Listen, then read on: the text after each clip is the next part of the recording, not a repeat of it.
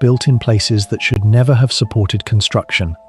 Entire complexes were carved into cliffs, balanced on razor-thin ridges, or hidden inside solid bedrock with astonishing precision. Their geometry still matches measurements that modern surveys continue to verify. The tools capable of producing such accuracy remain uncertain in many cases. Thousands of years have passed, yet the methods disappeared while the structures endured. Every surviving wall preserves a question that history still cannot answer. Rising from the lush, flood-prone plains of Bihar, the Kesaria stupa does not assert itself like a conventional temple or palace.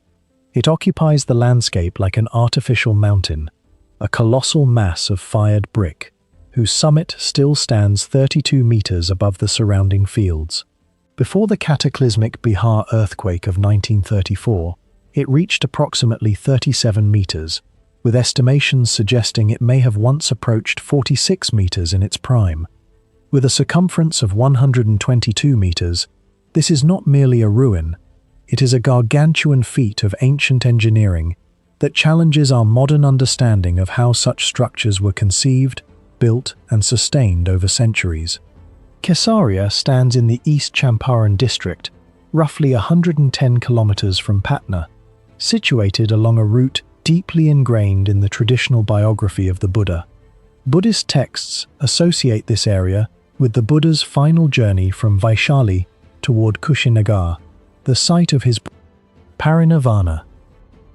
Legend dictates that the people of Vaishali, desperate to keep the Buddha from ending his earthly life, followed him for days. Near the site of the modern-day stupa, he famously persuaded them to return home, gifting them his alms bowl as a tangible relic of his presence. Whether this precise event transpired as written remains a mystery, but the site's location is no accident. It sits as a station of separation, a place where the sacred geography of Buddhism collided with the material needs of a growing faith. This narrative provided the necessary gravity to attract generations of patronage, transforming a simple memorial into a structure of unreasonable scale. Popular descriptions often simplify the stupa's origin by assigning it to Emperor Ashoka, the 3rd century BCE Mauryan ruler. However, archaeological evidence suggests a far more complex reality. Kesaria is not a static monument built in one construction season. It is a historical archive made of brick. Research by the Archaeological Survey of India, ASI, indicates that the structure evolved from the Shunga Kushan age, 1st–2nd century CE, through the late Gupta period, 5th–6th century CE. The builders faced a monumental problem: how to expand a sacred core that could not be demolished or moved. Their solution was recursive preservation. They built outward and upward, enclosing older, sacred masonry within new shells. This process created a unique architectural layering.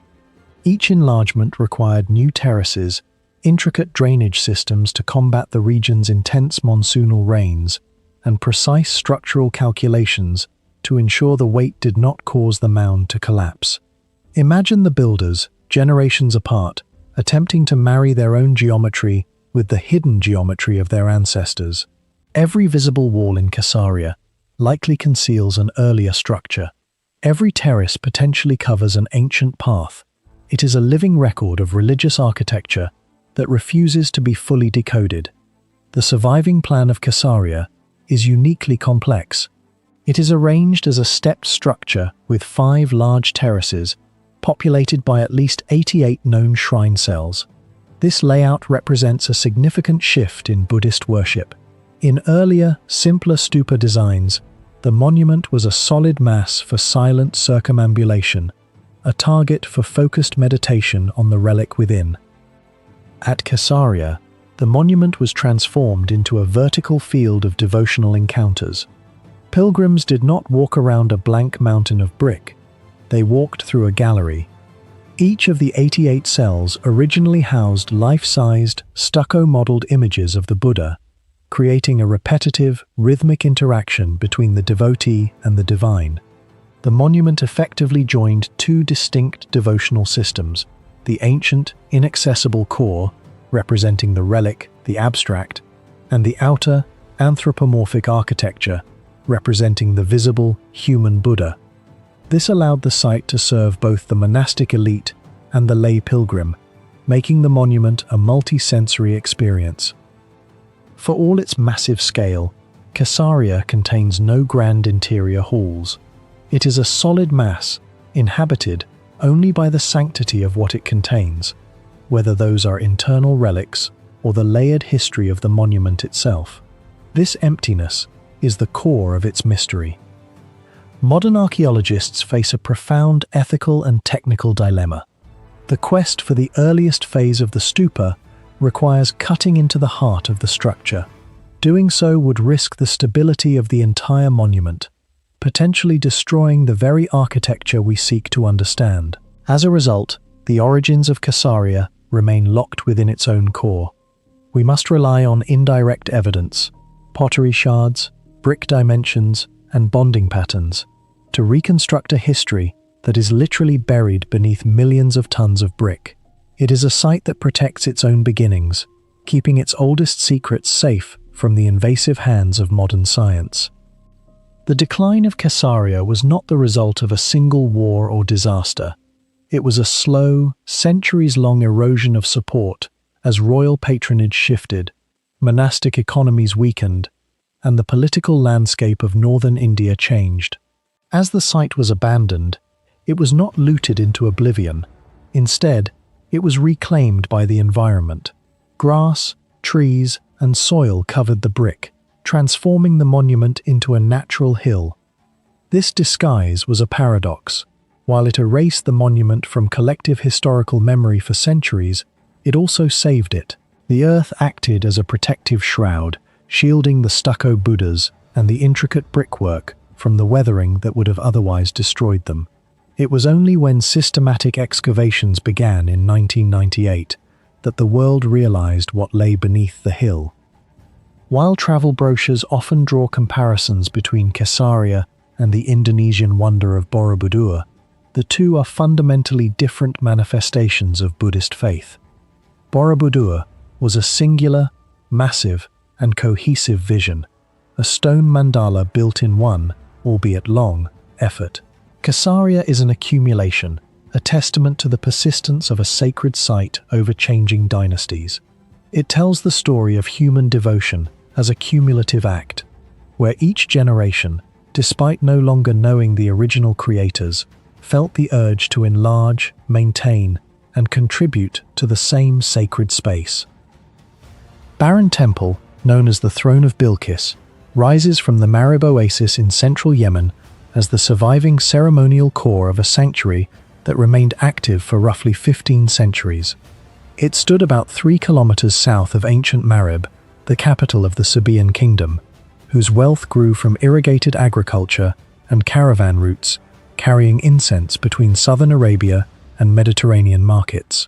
Local tradition connected the ruins with Bilqis, the Queen of Sheba associated with King Solomon in Islamic tradition, although no inscription discovered at the temple identifies her as its builder or records her presence there. The name therefore preserves a powerful cultural memory rather than an established archaeological fact. Barren must also be distinguished from the nearby Awan Temple, commonly called Mahram Bilqis. Both sanctuaries served Almaka, Sabah's principal deity, but they were separate complexes approximately 1.5 kilometers apart. The monument visible today was not created in a single campaign. Excavation revealed at least 4 major architectural phases, beginning around the 10th century BCE, when an early sanctuary was built partly from volcanic stone, a later rectangular temple, surrounded by small rooms and arcades, operated during the opening centuries of the first millennium BCE. During the 7th century BCE, a Sabaean Mukarrib, a ruler combining political and religious authority, transformed the complex with carefully dressed limestone, alabaster paving, and a monumental podium. Another expansion around the 5th century BCE produced the large courtyard required for public ceremonies. Rather than representing one unexplained leap in engineering, Barren records centuries of rebuilding, each generation enclosing or replacing parts of the structure beneath a more ambitious design.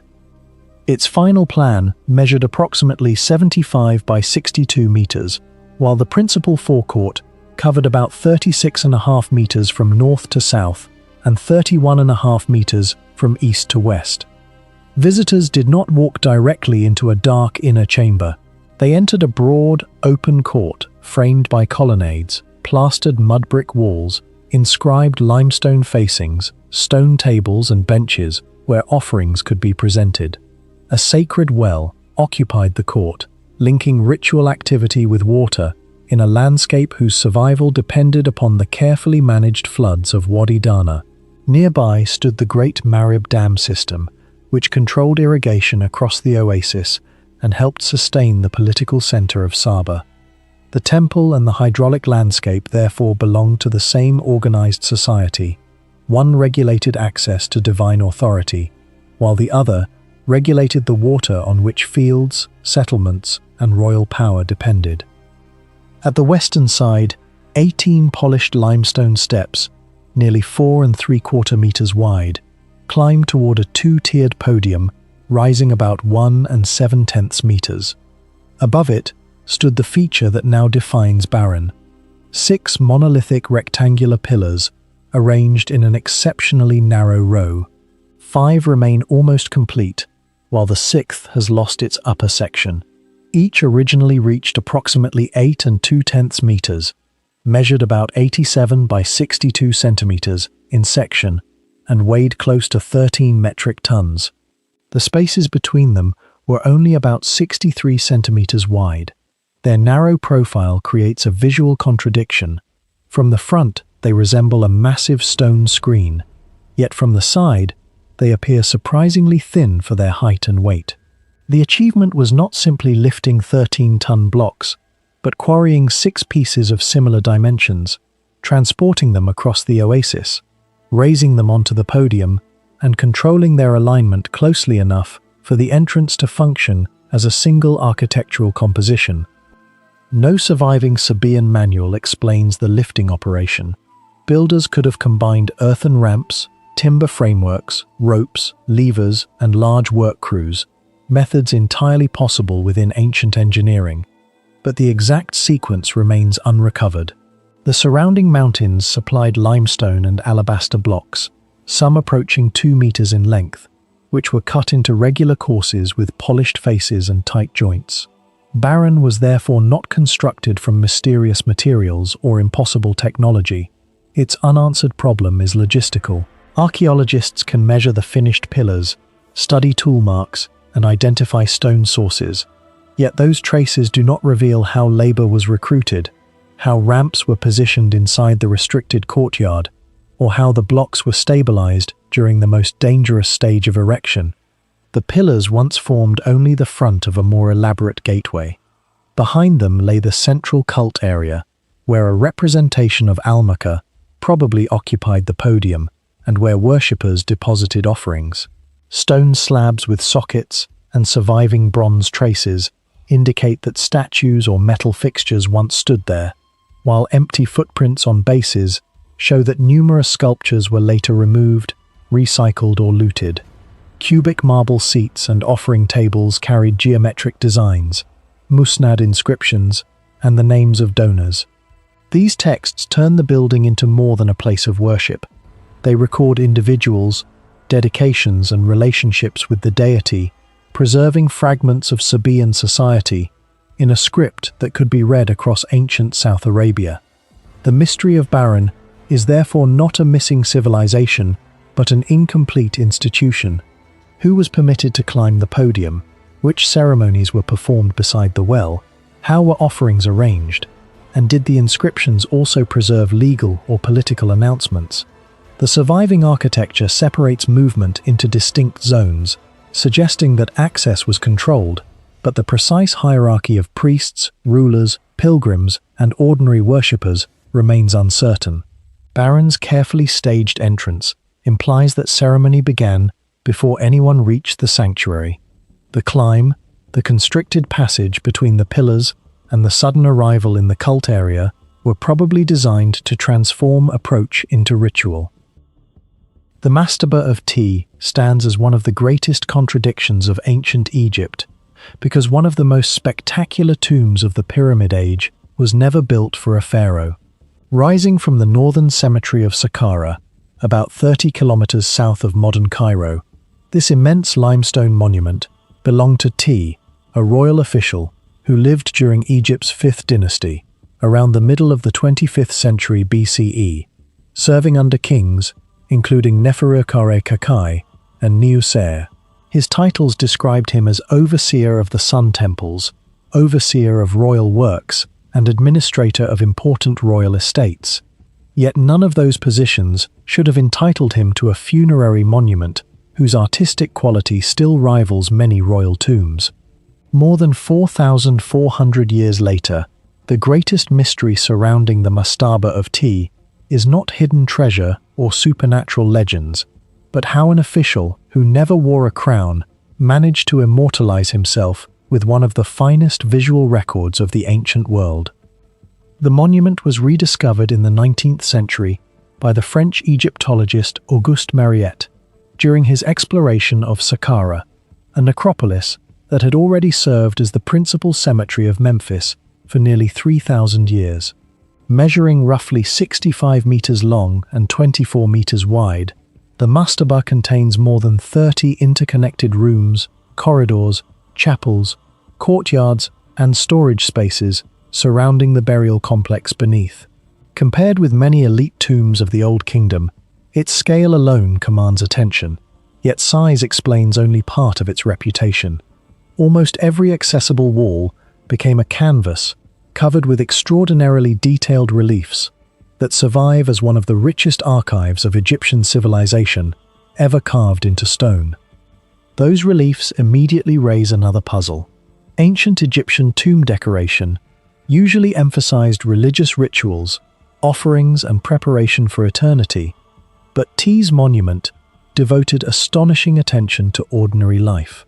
Farmers harvesting grain, fishermen casting nets across the Nile, craftsmen carving wood, metalworkers shaping tools, brewers producing beer, bakers preparing bread, cattle being counted, boats under construction, hunters pursuing hippopotamuses through dense papyrus marshes, dancers entertaining guests, and scribes recording inventories all appear with remarkable precision.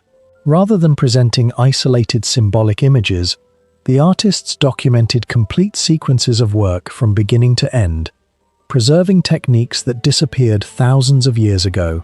Modern archaeologists have repeatedly compared these scenes with excavated tools and workshops, discovering that many details correspond remarkably well with physical evidence.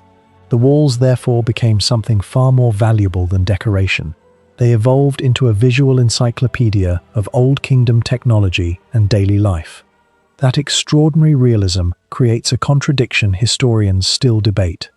The reliefs appear almost documentary in character, yet they were never intended as historical records. Egyptian religious belief held that images possessed spiritual power. Every loaf of bread carved into stone could provide eternal nourishment. Every herd of cattle could continue multiplying forever. Every servant represented on the wall remained available to serve the deceased for eternity. Instead of illustrating reality, the craftsman attempted to manufacture an everlasting version of reality. The monument transformed agriculture, industry, and commerce into an immortal economic system that would never collapse regardless of what happened outside the tomb. 4,000 years later, those carved workers continue rowing boats, cutting reeds, and carrying offerings long after the civilization that created them disappeared. Perhaps no scene demonstrates Egyptian observation more vividly than the famous hippopotamus hunt. Ti stands calmly upon a papyrus boat, while enormous hippopotamuses emerge from tangled reeds, surrounded by fish, crocodiles, birds, and aquatic plants. The composition appears almost chaotic, until closer examination reveals that every species occupies its correct ecological position within the Nile marsh. Zoologists have identified numerous recognizable animals, including Nile perch, tilapia, catfish, kingfishers, and waterfowl that still inhabit the river today. Egyptian artists were not inventing fantasy landscapes. They were recording one of Africa's richest ecosystems with astonishing biological accuracy. At the same time, T towers above everyone else, his oversized figure reminding viewers that the scene represented not nature itself, but nature brought completely under elite control. Nearby, another series of reliefs preserves one of the oldest surviving visual records of shipbuilding. Workers carry timber, align planks, tighten ropes, and assemble hulls through carefully organized stages. Egypt possessed relatively little native hardwood, forcing builders to maximize every piece of imported cedar and local acacia. The reliefs suggest an advanced understanding of construction long before surviving wooden vessels became common archaeological discoveries. Experimental archaeologists attempting to reconstruct Egyptian boats have repeatedly relied upon scenes from T's tomb because they preserve manufacturing stages that cannot be observed from completed vessels alone. What initially appears to be artistic decoration has therefore become an engineering manual separated from its builders by more than 40 centuries. The precision of the carving itself remains equally impressive. Egyptian craftsmen first smoothed the limestone walls, covered them with fine plaster where necessary, drew preliminary grids, outlined every figure in red pigment, and corrected proportions before master sculptors carved the final relief. Many incisions measure only a few millimeters deep, yet feathers, woven baskets, fishing nets, muscles and facial expressions remain surprisingly clear despite thousands of years of erosion. Traces of original pigment survive across several chambers, revealing that today's pale limestone interior was once filled with vivid reds, blacks, yellows, blues and greens, created from mineral-based pigments. Egypt's dry climate contributed enormously to their survival, but modern conservation has shown that even slight changes in humidity, salts, and human visitation can accelerate deterioration. Ironically, the greatest threat to the reliefs today comes not from time itself, but from exposure after excavation. Among the monument's most mysterious architectural elements lies the serdab, a sealed chamber inaccessible to ordinary visitors. Hidden behind thick masonry walls, it originally housed statues of T that served a purpose far beyond portraiture.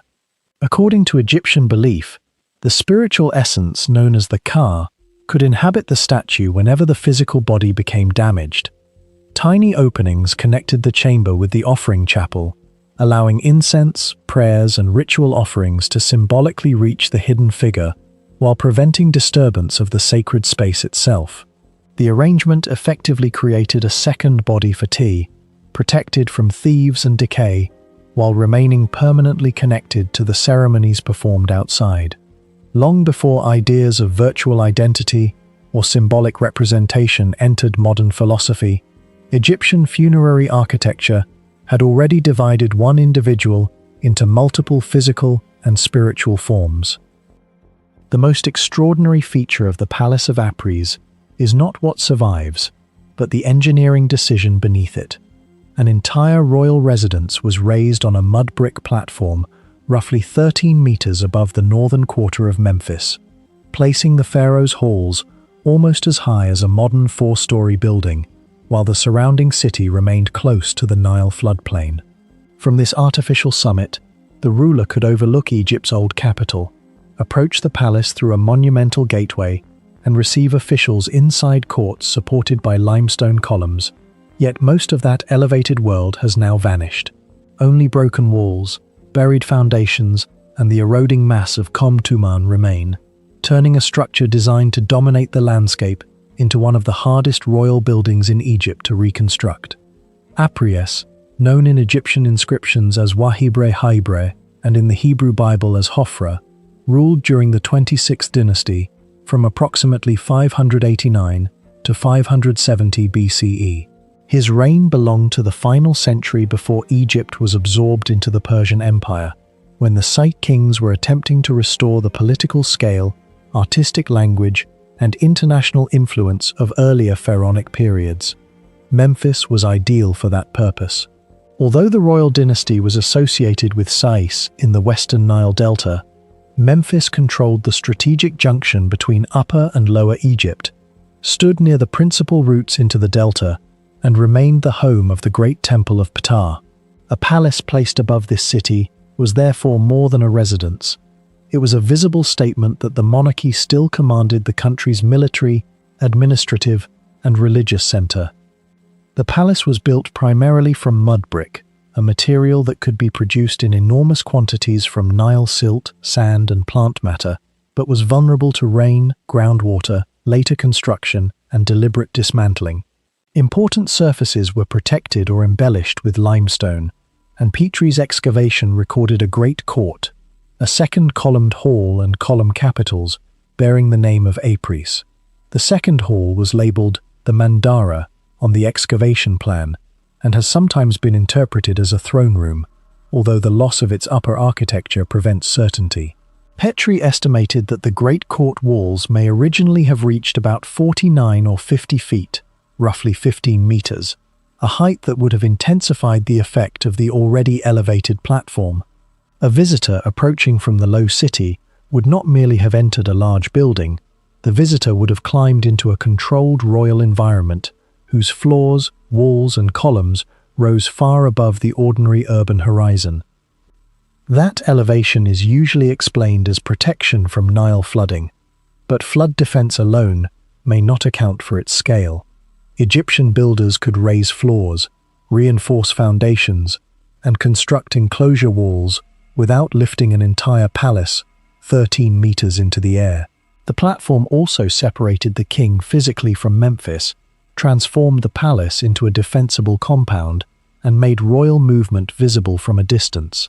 Its enormous mud brick body had to bear halls containing heavy limestone columns while standing on alluvial ground shaped by centuries of changing river channels and sediment. The surviving ruins prove that the builders understood how to distribute weight through thick masses of brickwork, but the precise sequence of construction remains uncertain because earlier walls appear to have been incorporated into later phases. Petrie himself recognized that the site preserved more than one architectural episode, meaning the monument commonly called the Palace of Apries may have absorbed parts of older royal or administrative buildings rather than being created as a completely independent structure. This complication explains why the palace cannot be read like a single frozen floor plan. Memphis was occupied for millennia, and every major political change brought alteration, reuse, or destruction. Apries ruled only 19 years before his authority collapsed during a military crisis. According to the account preserved by Herodotus, Egyptian troops blamed him for a disastrous expedition against the Greek colony of Cyrene, and the general Amasis, sent to suppress the unrest, was proclaimed king by the rebels. Apries relied heavily on foreign mercenaries and attempted to recover his throne, but he was defeated. Ancient traditions disagree over the precise sequence and date of his final death. Some place his overthrow in 570 BCE and his death several years later, while later summaries often compress the rebellion, defeat, and killing into a single event. What is clear is that a palace designed to embody stable royal control outlived the political order that created it almost immediately. The building may have continued to function after Apries disappeared. Capitals carrying his name identify him as its principal builder, but royal architecture in Egypt was routinely reused by successors rather than abandoned because its founder had fallen. Amasis could have occupied, modified, or administratively exploited the complex, and Persian rule began only a few decades later when Cambyses II conquered Egypt in 525 BCE.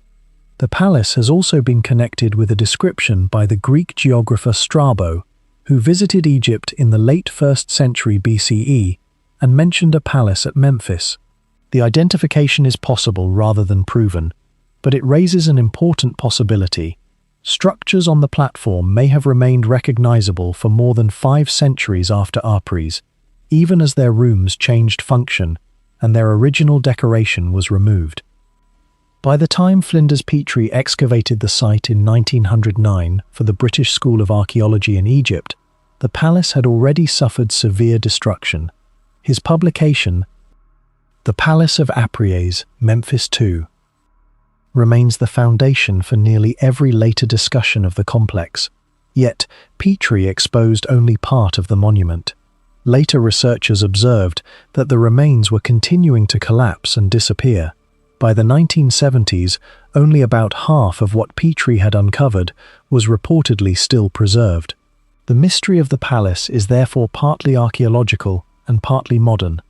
Researchers are not working with an intact ancient ruin, but with Petrie's plans, scattered architectural blocks, eroded mud brick, and a site transformed by cultivation, cemeteries, settlement growth, and the passage of more than a century since the first major excavation. Renewed investigations at Komtumen have shown how much of the complex remains uncertain. Portuguese archaeological campaigns returned to the area in the 21st century, examining a zone of approximately 220,000 square meters around the palace and associated structures. Drill cores between 5 and 10 meters deep were used to investigate deposits in low-lying areas, including the sector northeast of the elevated camp where Petrie had identified gateway foundations. These cores revealed sequences of sediment and occupation rather than a single clean construction layer, reinforcing the idea that the palace stood inside a changing landscape whose ground level, drainage, and building history developed over long periods. The survey area should not be confused with the confirmed dimensions of the palace itself, because the true limits of both the platform and the royal complex remain under investigation. This uncertainty separates the Palace of Apries from better-known royal residences such as Malkata, built for Amenhotep III near Thebes, or Akhenaten's palaces at Amarna.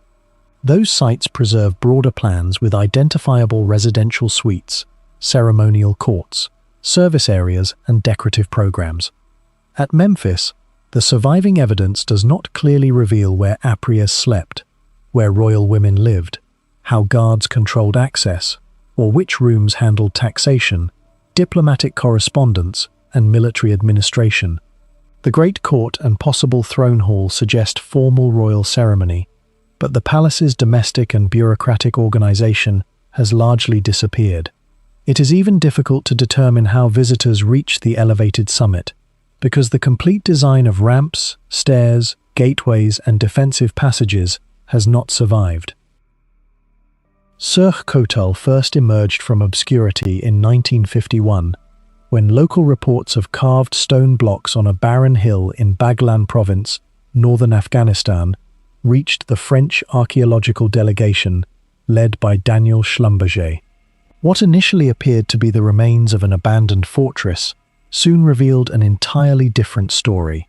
Excavations beginning in 1952 uncovered a monumental Kushan sanctuary built during the 1st and 2nd centuries CE, standing atop a dry limestone hill nearly 60 meters above the surrounding plain.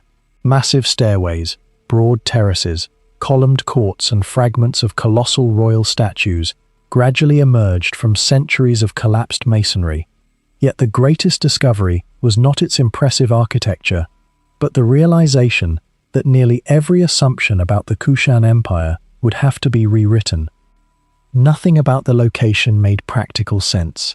Ancient builders normally established major temples beside rivers, springs, or reliable reservoirs, because thousands of workers, priests, and pilgrims required constant access to water. Surkh Kotal ignored that logic completely. The sanctuary occupied one of the driest elevated positions in the region, forcing engineers to transport construction materials uphill before solving the far greater challenge of supplying water to a place where no natural spring existed. The steep ceremonial staircase leading toward the upper sanctuary was designed to impress every visitor with the authority of the empire. But behind that visual spectacle lay an engineering problem that threatened the survival of the entire complex from the day construction began.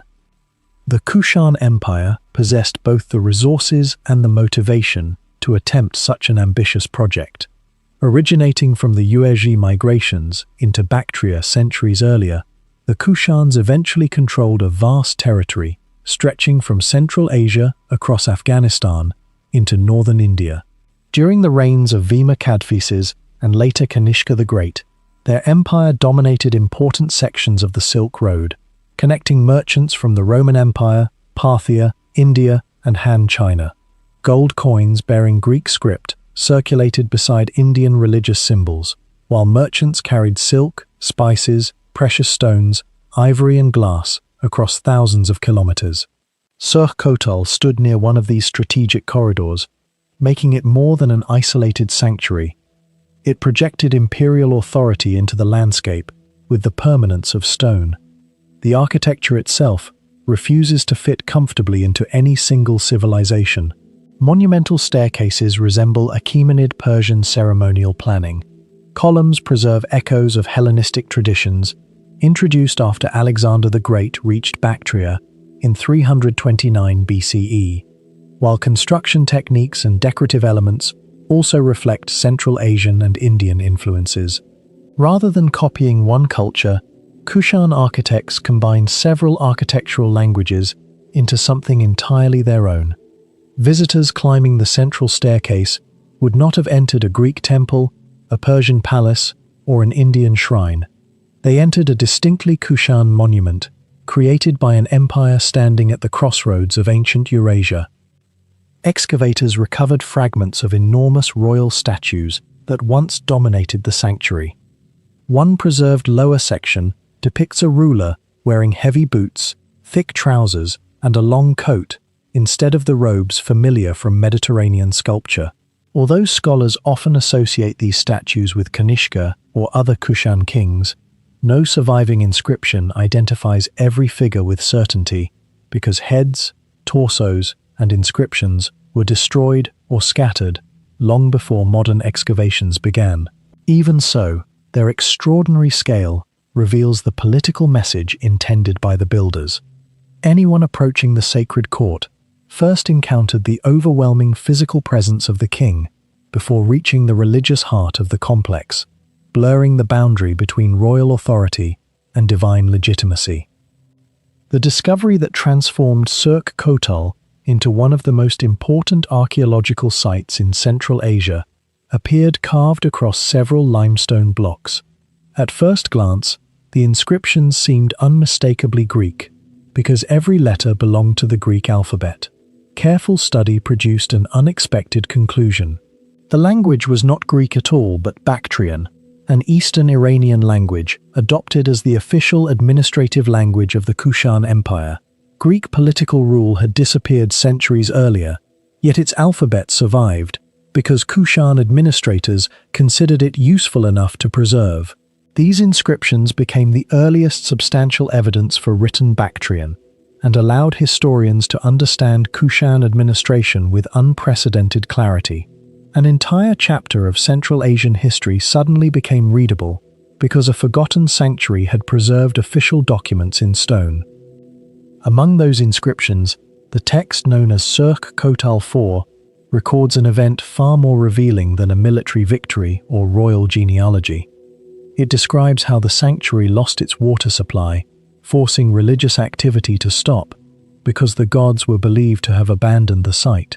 Instead of hiding this failure, the inscription carefully explains that a high official named Nokonzoko supervised the excavation of a new stone-lined well and reorganized the sanctuary so that dedicated personnel would maintain both the water system and the sacred complex.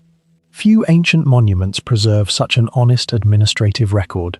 The text documents engineering failure, emergency repairs, and bureaucratic responsibility with remarkable precision, revealing how closely political authority depended upon practical infrastructure.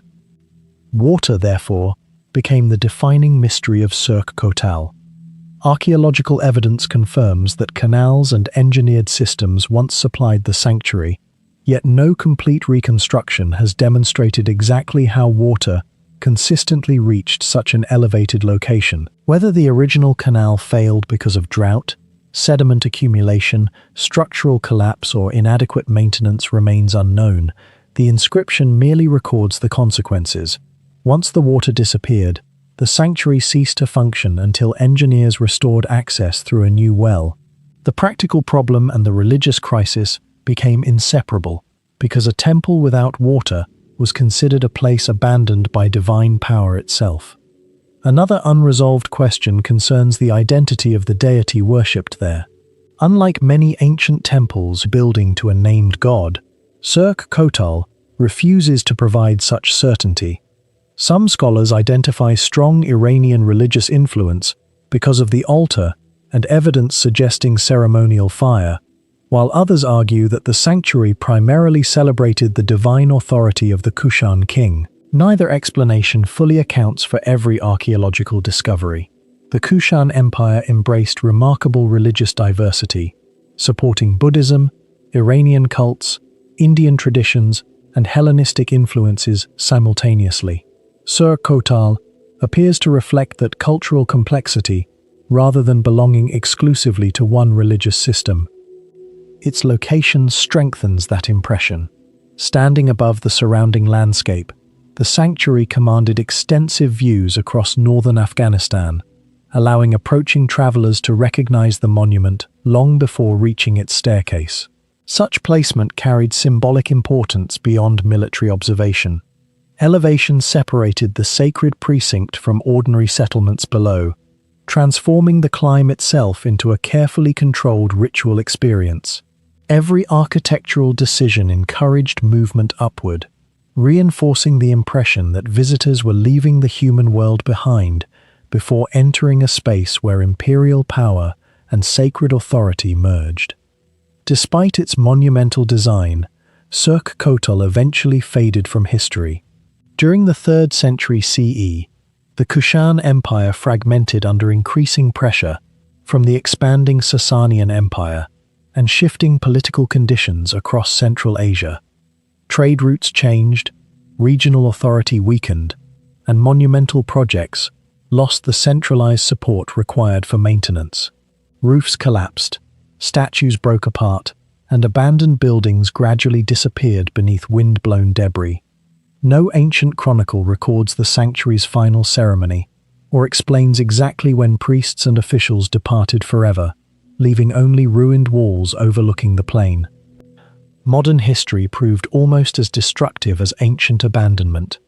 Many sculptures and inscriptions were transferred to the National Museum in Kabul for protection, yet decades of conflict brought looting, deliberate destruction, and severe damage to numerous Kushan masterpieces. Conservation specialists have restored several important fragments, but many original details vanished before they could be fully documented. Every missing inscription and shattered sculpture removed another piece of evidence capable of answering questions that archaeologists still debate today.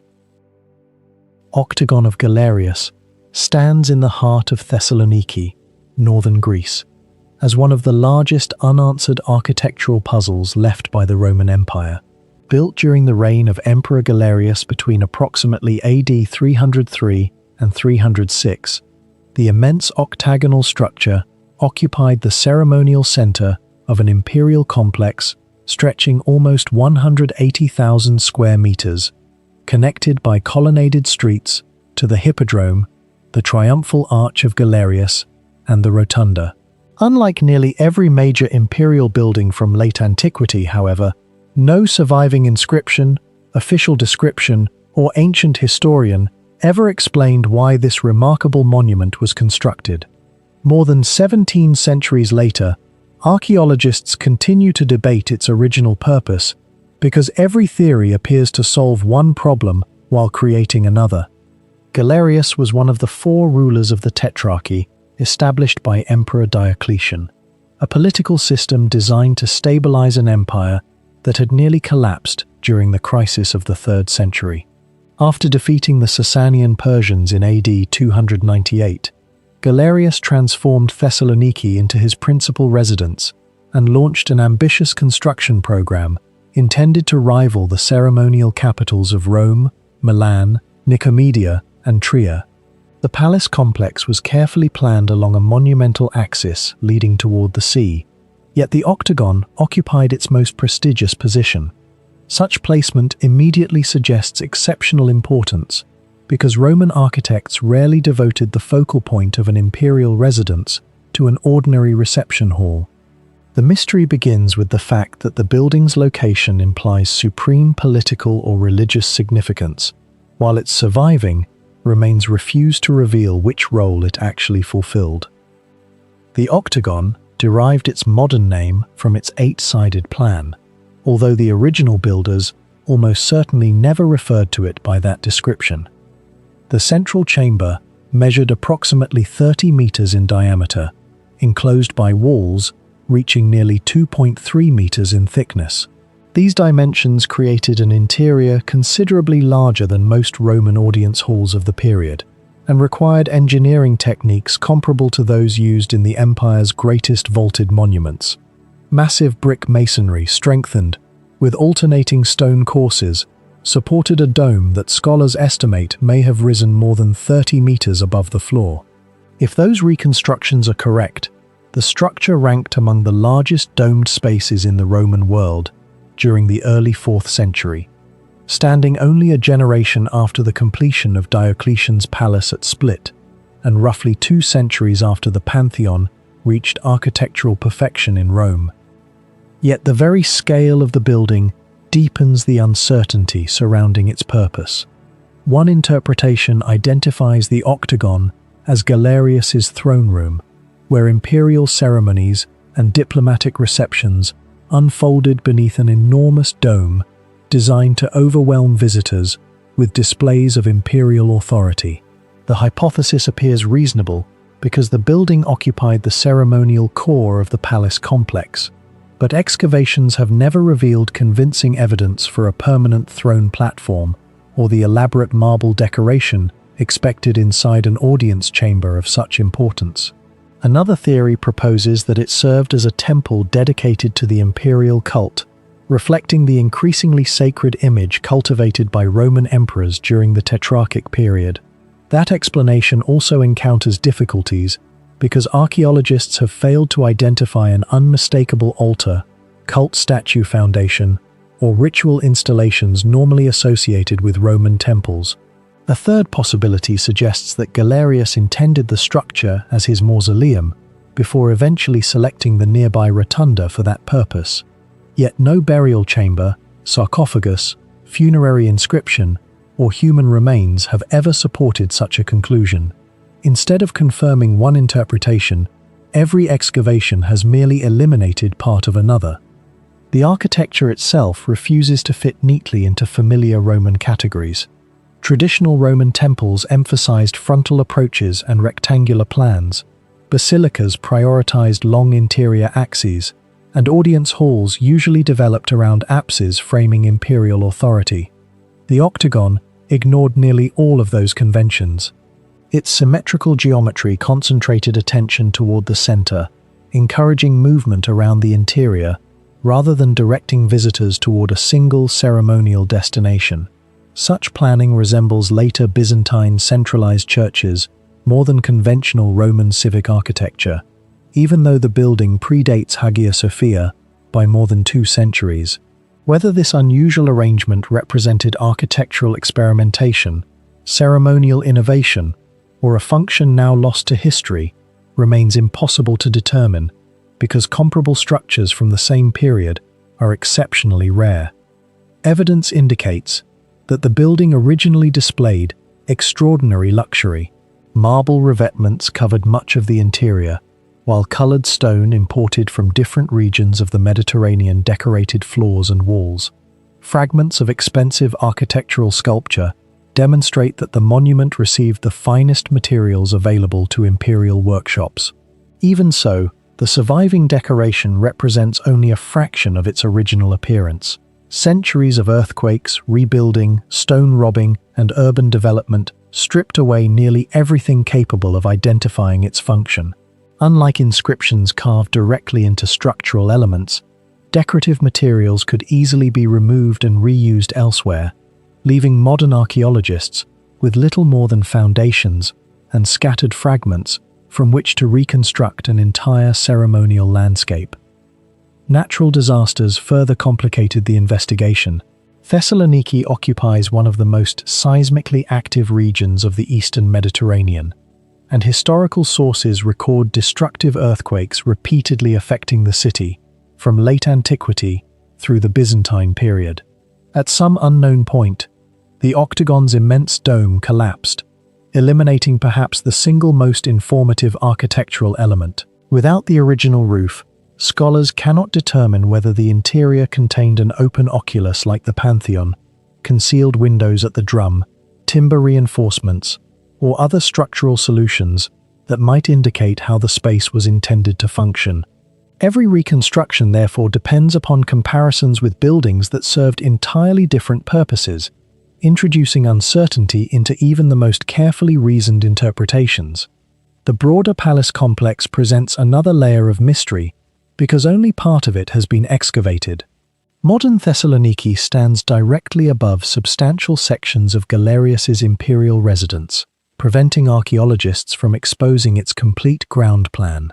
Geophysical surveys, rescue excavations, and scattered discoveries beneath modern buildings reveal fragments of corridors, courtyards, service areas, and ceremonial spaces, yet the overall organization remains incomplete. The octagon may once have connected to structures that explained its role, but many of those buildings still lie buried beneath streets, apartments, and commercial districts. Until large-scale excavation becomes possible, the missing architectural context continues to obscure the monument's true identity.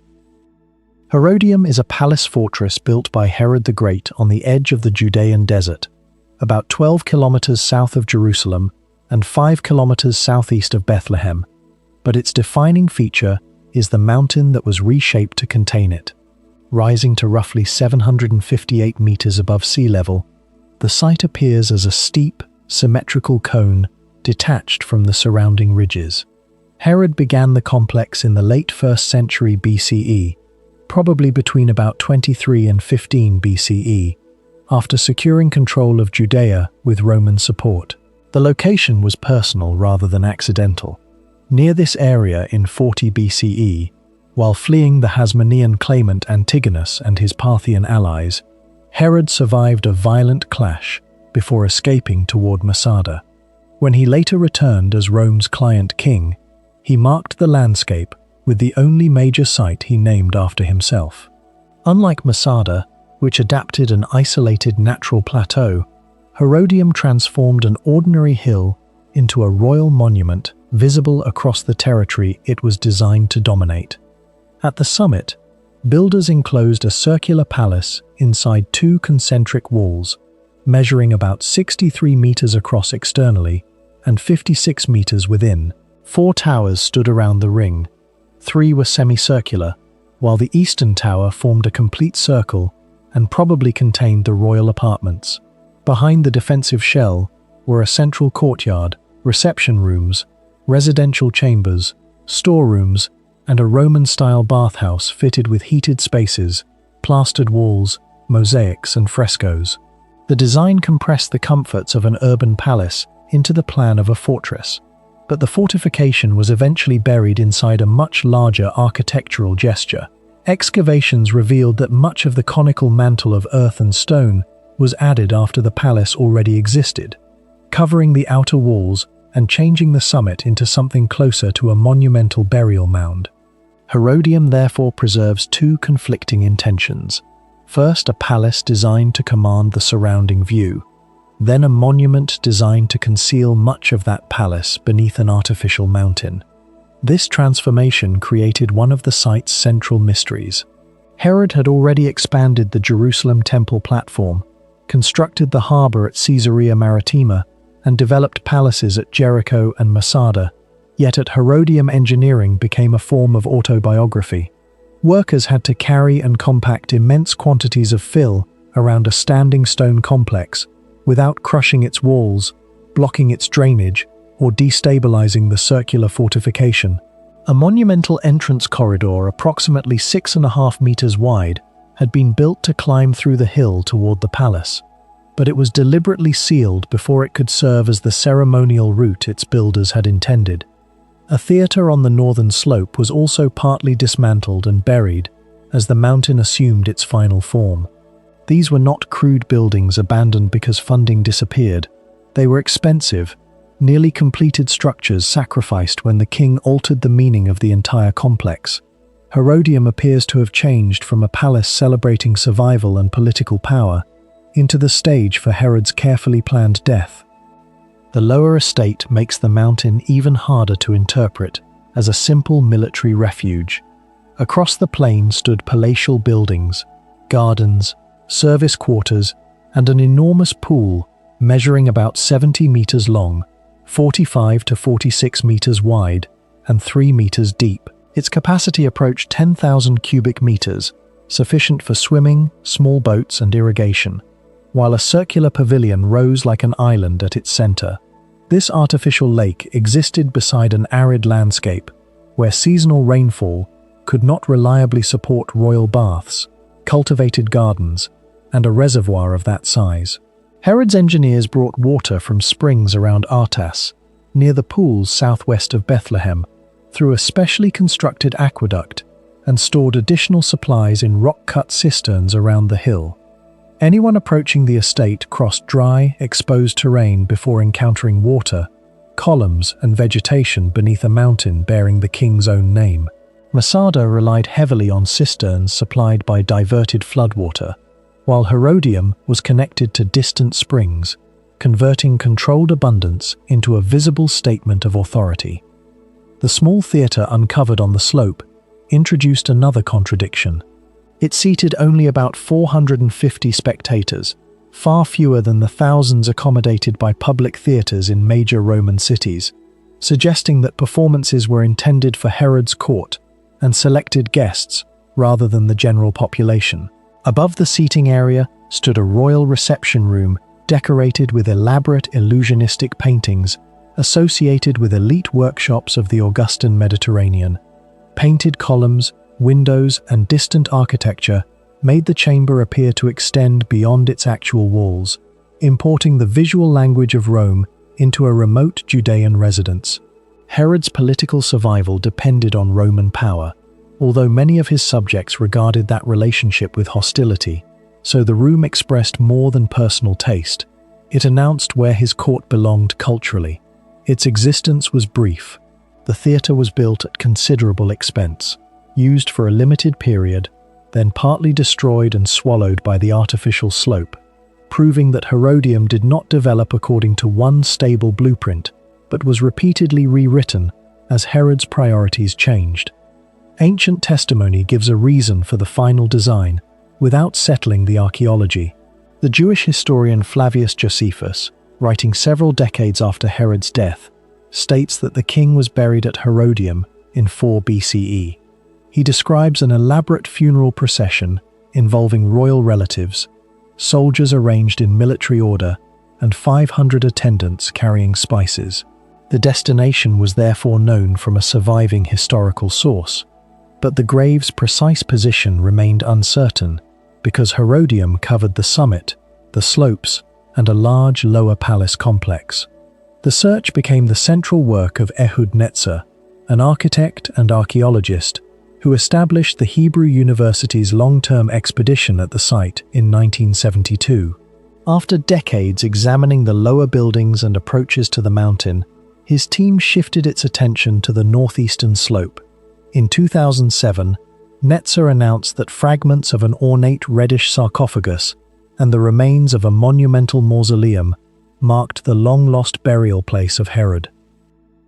The beehive tombs of Al-Ain stand on a barren limestone ridge beneath the towering cliffs of Jebel Misht in northern Oman, where one of the oldest surviving funerary landscapes in Arabia has remained exposed to wind, heat, and seasonal flash floods for more than 5,000 years.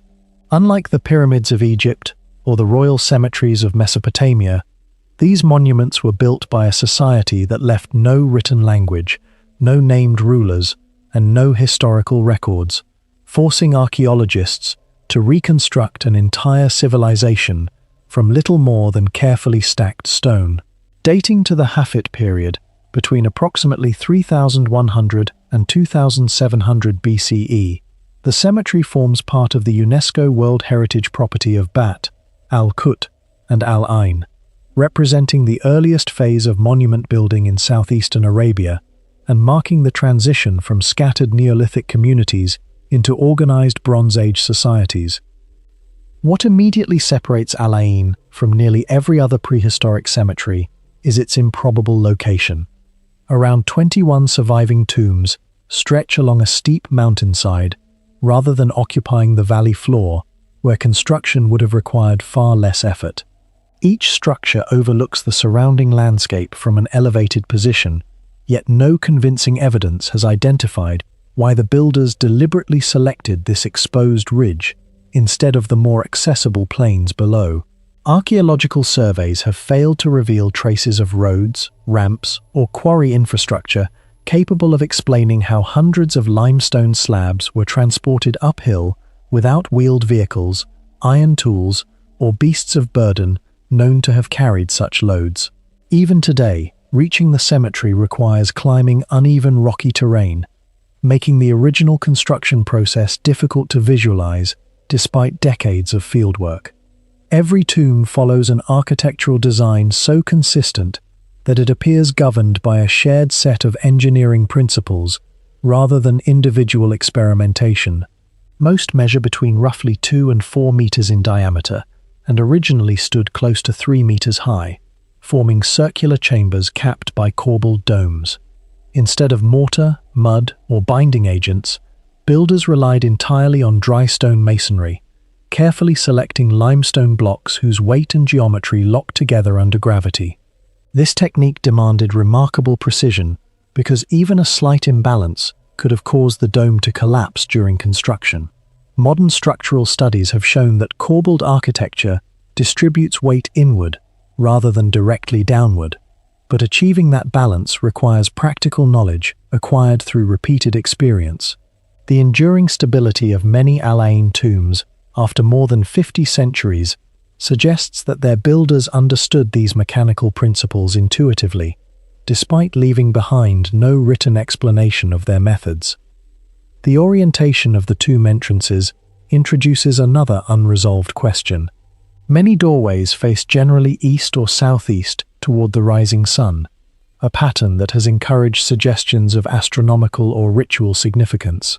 Some researchers have proposed symbolic connections between sunrise and concepts of renewal or the afterlife, while others argue that the alignment simply reflected local topography or environmental conditions. Unlike monuments such as Stonehenge or Newgrange, however, Al-Ain has not produced definitive evidence demonstrating deliberate astronomical calibration.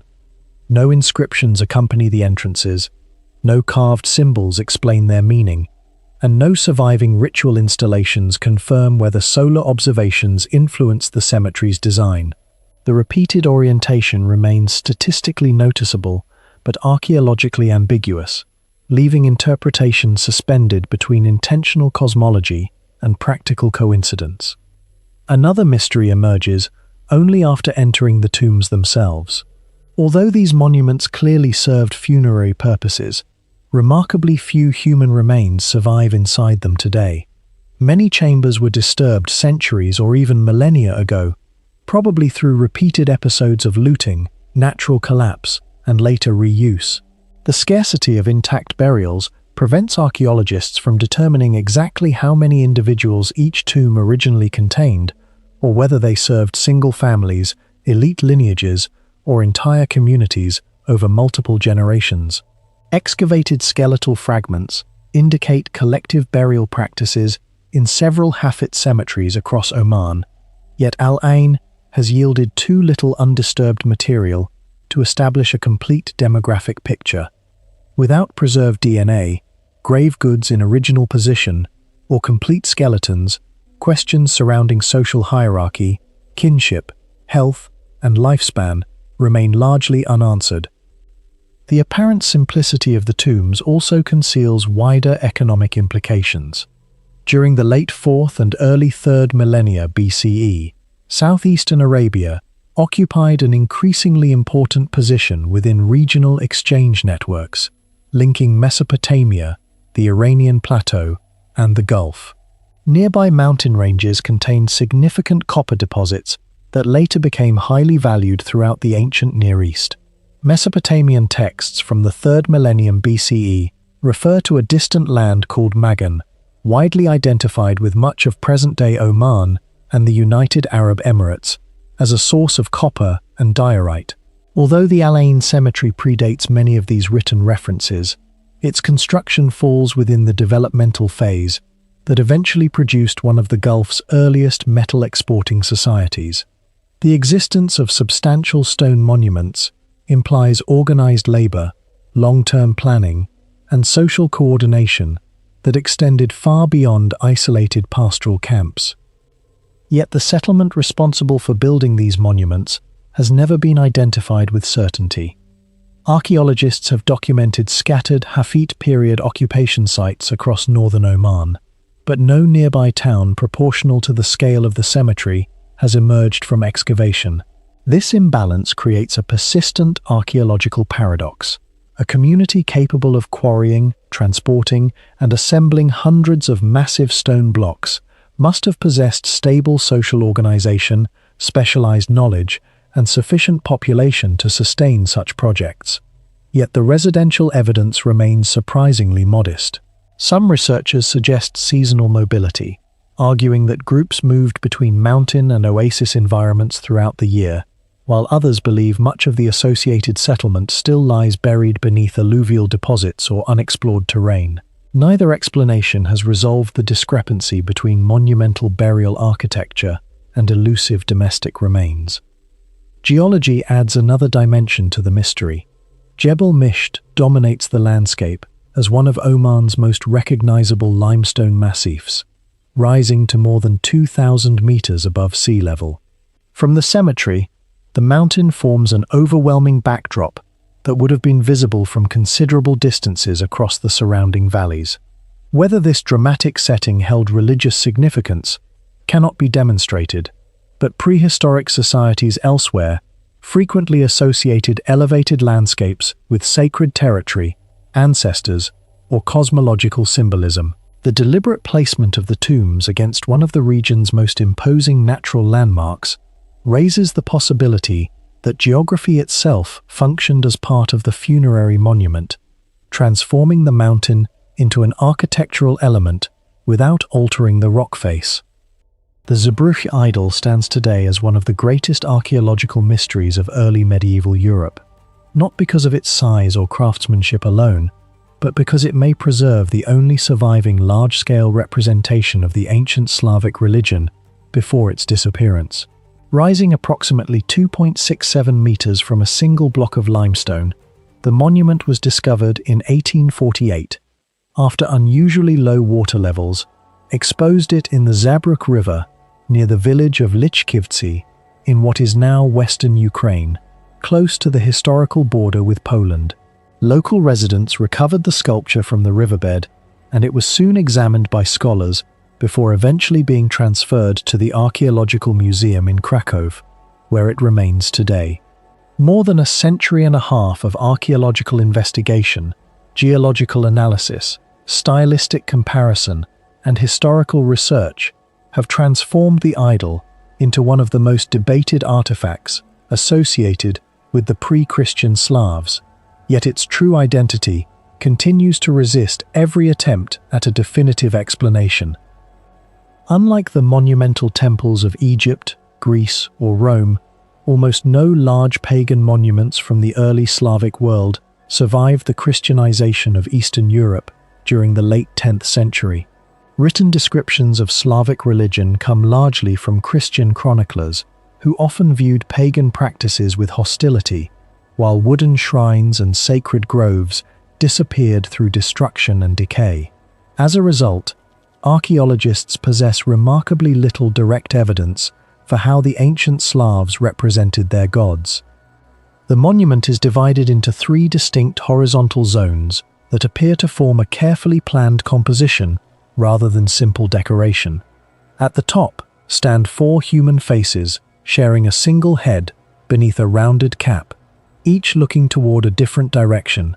Below them, 4 standing figures occupy the central section, each carrying different objects or displaying different gestures. At the base, a smaller figure appears bent beneath the weight of the upper structure, with raised arms supporting everything above. This vertical arrangement immediately encouraged scholars to interpret the sculpture as a representation of a 3-level universe. The upper section has often been associated with the realm of divine beings, the middle with humanity, and the lower with an underworld or supernatural foundation supporting creation itself. Similar 3-tier cosmologies appear throughout Indo-European mythology, from Norse traditions to Vedic religion, yet no surviving Slavic text describes such a system in enough detail to confirm whether the comparison is historically correct. The 4 faces at the summit introduced another mystery that has remained unresolved since the 19th century. Many historians identified the idol as a representation of the Slavic deity Svetovid, whose famous temple once stood on the Baltic island of Rügen, according to the 12th century chronicler Saxo Grammaticus. Saxo described a 4-headed god capable of seeing in every direction, receiving annual ceremonies, and holding a sacred drinking horn used to predict future harvests. The resemblance between this description and the Zeebrugge idol appears striking, especially because one carved figure seems to hold a horn-shaped vessel. Yet the evidence is far from conclusive. Svetovid was worshipped primarily among the West Slavs of the Baltic coast, while the Zeebrugge idol was discovered hundreds of kilometers farther southeast, within territory associated with Eastern Slavic communities. No inscription identifies the deity, no contemporary document mentions such a monument at the site, and no surviving temple accompanies the sculpture. Modern researchers therefore remain divided over whether the statue truly depicts Svetovid, another unknown god, several deities combined into one monument, or an entirely symbolic representation of the universe itself. The figures carved across the central register have generated equally diverse interpretations. One appears to carry a sword suspended beside the body, another seems to hold a drinking horn, while another has been interpreted as a mounted warrior or horseman. Because erosion has softened many details, even identifying individual objects remains uncertain. Some archaeologists believe each face and figure represents a separate deity with distinct functions, such as war, fertility, abundance, or protection. Others argue that the monument illustrates ritual scenes rather than individual gods. Several interpretations even suggest the sculpture served as a sacred calendar, with its 4 sides representing the changing seasons or the annual agricultural cycle that governed early Slavic society. None of these proposals has achieved universal acceptance, because every reading depends upon symbols that survive nowhere else in comparable form. Equally puzzling is the question of where the idol originally stood. The Zeebrugge River Valley contains archaeological evidence for fortified settlements, ritual activity, and elevated sites occupied between the 9th and 10th centuries. Excavations on nearby Mount Bohit uncovered earthworks, traces of timber structures, sacrificial deposits, and concentrations of animal bones that some researchers interpret as the remains of a pagan sanctuary. Because the dimensions of the sculpture correspond closely with the central area of this hilltop complex, many specialists believe the idol originally stood there before being deliberately removed. Yet the evidence remains indirect. No socket matching the monument has been conclusively identified, and no surviving foundation proves that the sculpture occupied the sanctuary. The relationship between Mount Bohit and the Zeebrugge idol therefore remains one of archaeological probability rather than certainty. The idol's discovery beneath the river introduces another enduring mystery. It was not found shattered into fragments, as might be expected if Christian iconoclasts had simply destroyed a pagan image. Instead, the monument survived almost intact after centuries underwater. Historians have proposed several explanations for this unusual preservation. One possibility is that local pagan communities intentionally concealed the sculpture during the conversion of Kievan Rus, following the baptism of Prince Vladimir in AD 988, hoping to protect it from destruction. Another suggests Christian authorities removed the idol from its sanctuary before casting it into the river as a symbolic rejection of the old religion. A third proposes that the sculpture entered the river naturally after erosion or collapse along the riverbank. None of these scenarios can currently be demonstrated through archaeological evidence, leaving the final journey of the monument unknown. The Meshekske Jehorovitse stone head is one of the most enigmatic archaeological discoveries ever associated with Iron Age Europe. Unearthed in central Bohemia, near the modern village of Meshekske Jehorovitse, about 50 kilometers northwest of Prague in the Czech Republic, the sculpture consists only of a carefully carved human head, yet it has fundamentally changed modern understanding of Celtic art and religion. Before its discovery, archaeologists believed that the Latin Celts rarely produced realistic human portraits, favoring abstract ornament instead. This single artifact, carved more than 2,200 years ago, during the 3rd century BCE, challenged that assumption and revealed a level of artistic sophistication few had expected from Iron Age Europe. The discovery itself occurred in 1943, when local workers excavating Marl encountered fragments of carved stone. Professional archaeological investigations soon followed under Czech archaeologists, revealing that the head had been deliberately buried rather than accidentally lost. The sculpture was not recovered from a grave, a temple, or the remains of a monumental building, but from a shallow pit within what had once been an important Latin settlement. Even more surprising was the condition of the artifact. The head had been intentionally broken from its original body before burial, while the remainder of the statue was never found, despite decades of archaeological exploration. Modern excavations, geophysical surveys, and repeated field investigations have failed to locate additional fragments, leaving researchers uncertain whether the body was destroyed, removed elsewhere, or still lies hidden beneath unexplored sections of the settlement. Although only about 25 centimeters high, the sculpture displays an extraordinary degree of realism. The face carries a broad forehead, almond-shaped eyes, carefully modeled cheeks, a pronounced nose, and the distinctive long moustache, commonly associated with Celtic warriors, described by ancient Greek and Roman writers.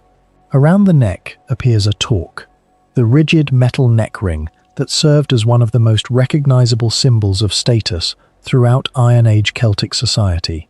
Archaeological discoveries across France, Germany, Britain, Austria, Switzerland, and the Czech Republic demonstrate that torques were typically worn by nobles, elite warriors, and influential political leaders rather than ordinary members of society. Their frequent appearance in high-status burials and coinage suggests that the individual represented by the stone head occupied an exceptional position within the community, although his identity remains completely unknown. The hairstyle adds another layer of historical significance. The hair is divided neatly down the center before flowing backward, matching depictions found on Latin coinage, imported Mediterranean artworks, and classical descriptions of Celtic elites, written by authors including Diodorus Siculus. Because organic human remains from Iron Age Central Europe rarely preserve hair or facial features, the sculpture provides one of the clearest visual references for how elite Celts may actually have appeared. Rather than representing an idealized mythical figure, many archaeologists believe the carving preserves the likeness of a real individual whose appearance was familiar to the people who commissioned the monument. Yet the greatest mystery begins after the sculpture was completed.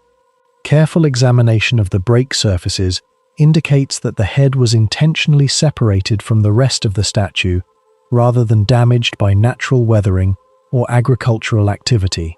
The fracture occurred before burial, and the isolated head was placed into the ground without any attempt to reconstruct the monument. This pattern closely resembles ritual practices documented throughout the Celtic world, where valuable weapons were deliberately bent before being deposited in rivers, Shields were intentionally damaged before burial, and ceremonial objects were rendered unusable as part of religious offerings. Instead of preserving prestige objects forever, Iron Age communities often transformed them through intentional destruction before dedicating them to supernatural powers. The stone head may have experienced the same ritual process, symbolically ending its function before entering the earth. An alternative explanation connects the damaged sculpture to political conflict rather than religion. Across the ancient Mediterranean, defeated rulers frequently suffered symbolic destruction after their deaths. Egyptian pharaohs occasionally had their names erased from monuments, while Roman authorities later practiced damnatio memoriae, systematically removing the public image of disgraced emperors.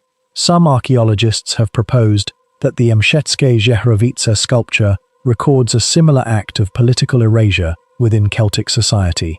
If the statue represented a tribal leader whose authority collapsed through war, rebellion, or dynastic change, destroying the monument would have publicly erased his legitimacy without leaving written records.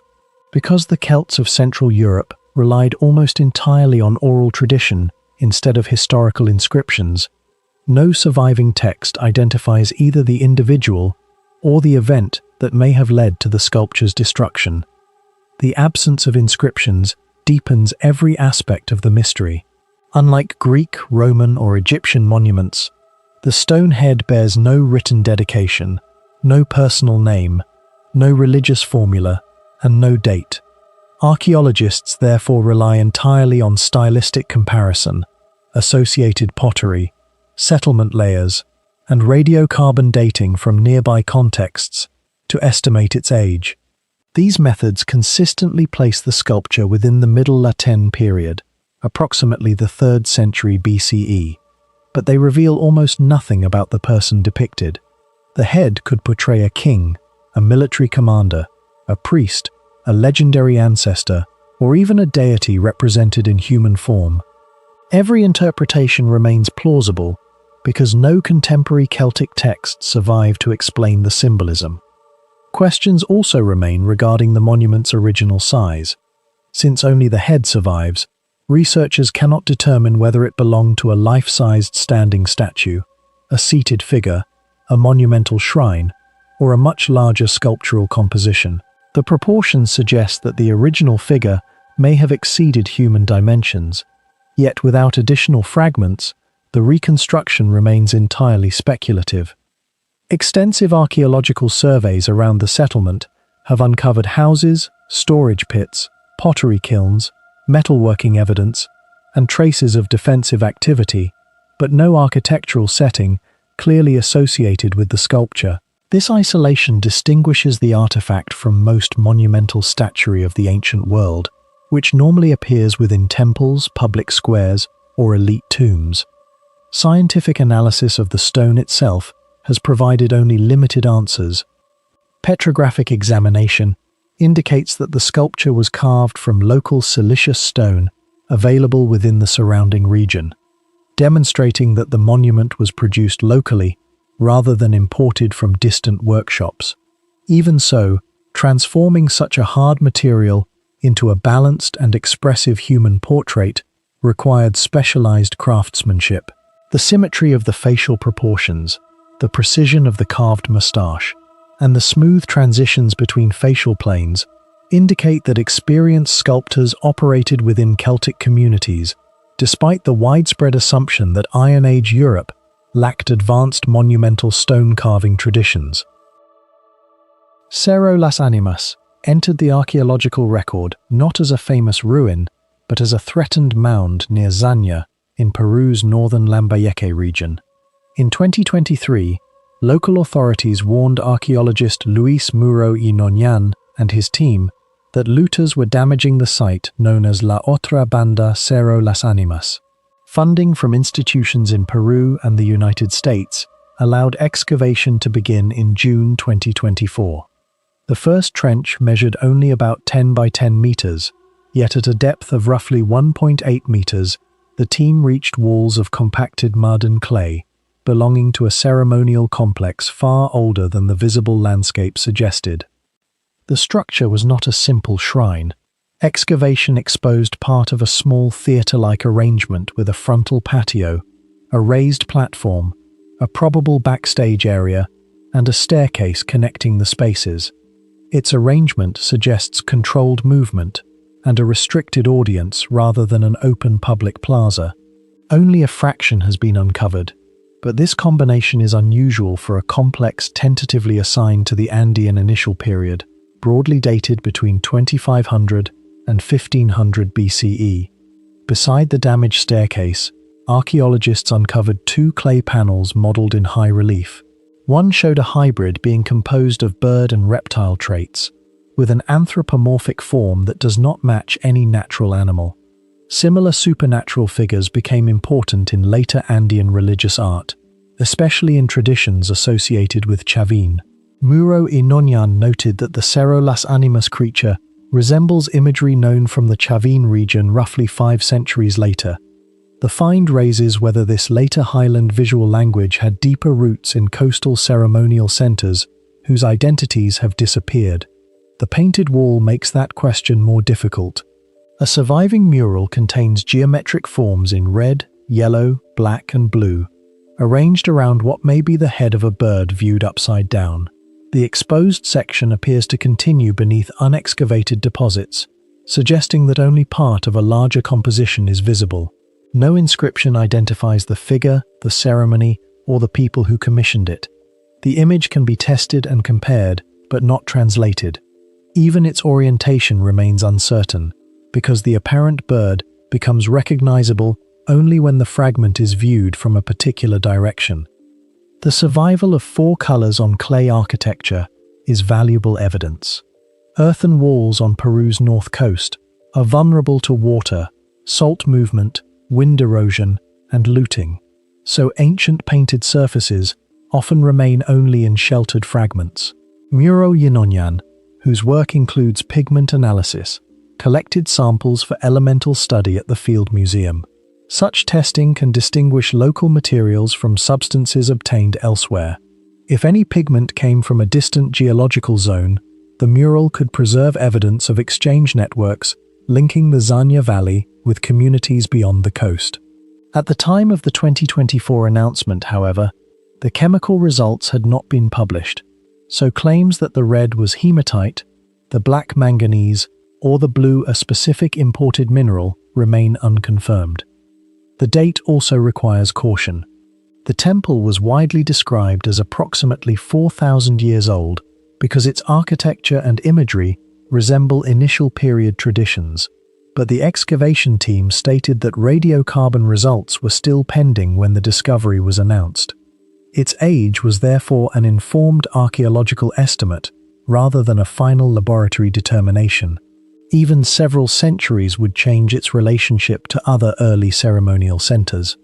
If the estimate is confirmed near the beginning of the 2nd millennium BCE, Cerro Las Animas would belong to the period when permanent religious institutions, monumental construction, and increasingly formal political authority were appearing across the Andes. Its scale remains unknown. The excavation revealed one section of what the team believes was a large temple built into the side of the mountain. Because the test area covered only 100 square meters, the complete plan is still buried. The painted wall may belong to a room, corridor, facade, or sequence of restricted spaces extending beyond the trench. The theatre may also be one element in a longer ceremonial route. A second excavation sector exposed a much later monumental construction attributed to the late Moche period, approximately 650 to 850 CE. Its eastern facade carried stepped decoration, while part of the structure, rising to about 25 meters, remained concealed beneath a large sand dune. The presence of an initial period religious complex and a late Moche monument at the same location shows that Cerro Las Animas was not used during one brief episode. Communities returned to, rebuilt, or reinterpreted the place across more than 2,000 years. Whether they understood the older temple or simply reused the location is unknown. Burials and possible human offerings were associated with both religious constructions. Reports mentioned adult remains placed between architectural walls with funerary materials, but the evidence did not establish the exact manner of death. Distinguishing sacrifice from other burial practices requires skeletal evidence, body position, associated objects, stratigraphy, and radiocarbon dating. Calling every burial a sacrifice would exceed the published evidence, although their placement within monumental architecture indicates that death formed part of the site's ceremonial history. Cerro Las Animas predates Machu Picchu by roughly 3.5 millennia and was created long before the Inca Empire or the better-known Moche and Nazca cultures. Its builders left no readable texts and no recorded name. Their identity survives through mud walls, controlled spaces, supernatural imagery, pigments, and human remains. Most of the temple, the complete mural, the laboratory dates, and the social world that gave the image meaning remain buried.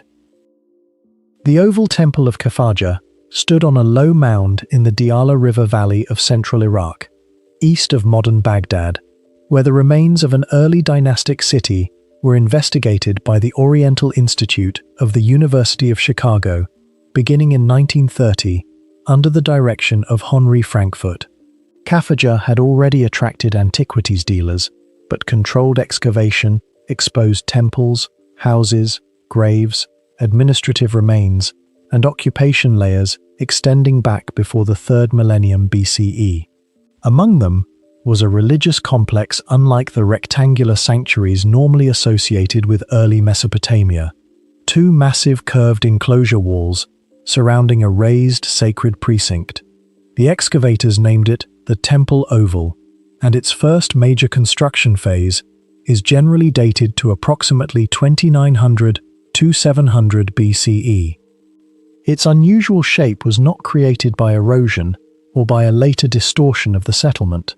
The walls were deliberately laid out as broad, continuous curves, forming an elongated enclosure with an outer perimeter of roughly 300 meters. The principal entrance stood on the northwestern side, where the space between the inner and outer walls widened into a forecourt and a substantial structure identified by the excavators as House D. Along most of the remaining perimeter, the 2 walls were separated by only several meters. The design isolated the central sanctuary from the surrounding city through successive architectural boundaries, forcing anyone approaching it to follow a controlled route rather than enter directly from nearby streets. Before the first walls were erected, the builders carried out an operation that remains one of the most difficult features of the monument to explain. Earlier houses were cleared away, and the entire construction area was covered with a massive deposit of clean sand. Excavators traced this artificial layer to a depth of at least 7 meters in some places, before rising groundwater prevented them from reaching its bottom. The sand was sealed beneath compacted clay and the foundations of the new complex. This was far more than ordinary leveling. It required the extraction, transport, and placement of an enormous quantity of material within an already occupied urban settlement, apparently to create a completely new foundation beneath the sanctuary. The sand may have distributed the weight of the thick mud brick walls across the irregular remains of earlier buildings, reduced uneven settlement, or limited the movement of moisture through the foundations. Its practical value, however, does not fully explain the scale of the operation. Mesopotamian builders frequently placed selected objects or purified materials beneath important temples as part of foundation rituals. At Khafaja, that principle may have been expanded until the whole precinct rested on material deliberately separated from the accumulated debris of domestic occupation. The builders may therefore have been creating structurally stable ground, ritually clean ground, or both, but no surviving inscription explains their intention. Above this prepared foundation, the enclosure was built largely from plano-convex mud bricks, a distinctive early dynasty and one curved surface. The outer wall rested on a foundation approximately 3 meters wide, while parts of the inner enclosure had an even broader base.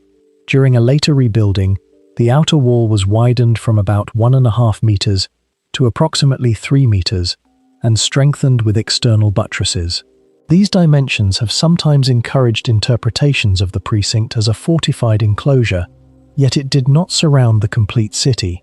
It protected and separated only the religious complex, suggesting that controlling access, defining sacred space, and dominating the surrounding architecture were at least as important as defense against attack. Inside the inner wall was a large open courtyard dominated by a rectangular platform measuring approximately 25 by 30 meters. The foundations indicate that a principal shrine once stood above it, although almost nothing of its upper structure survived.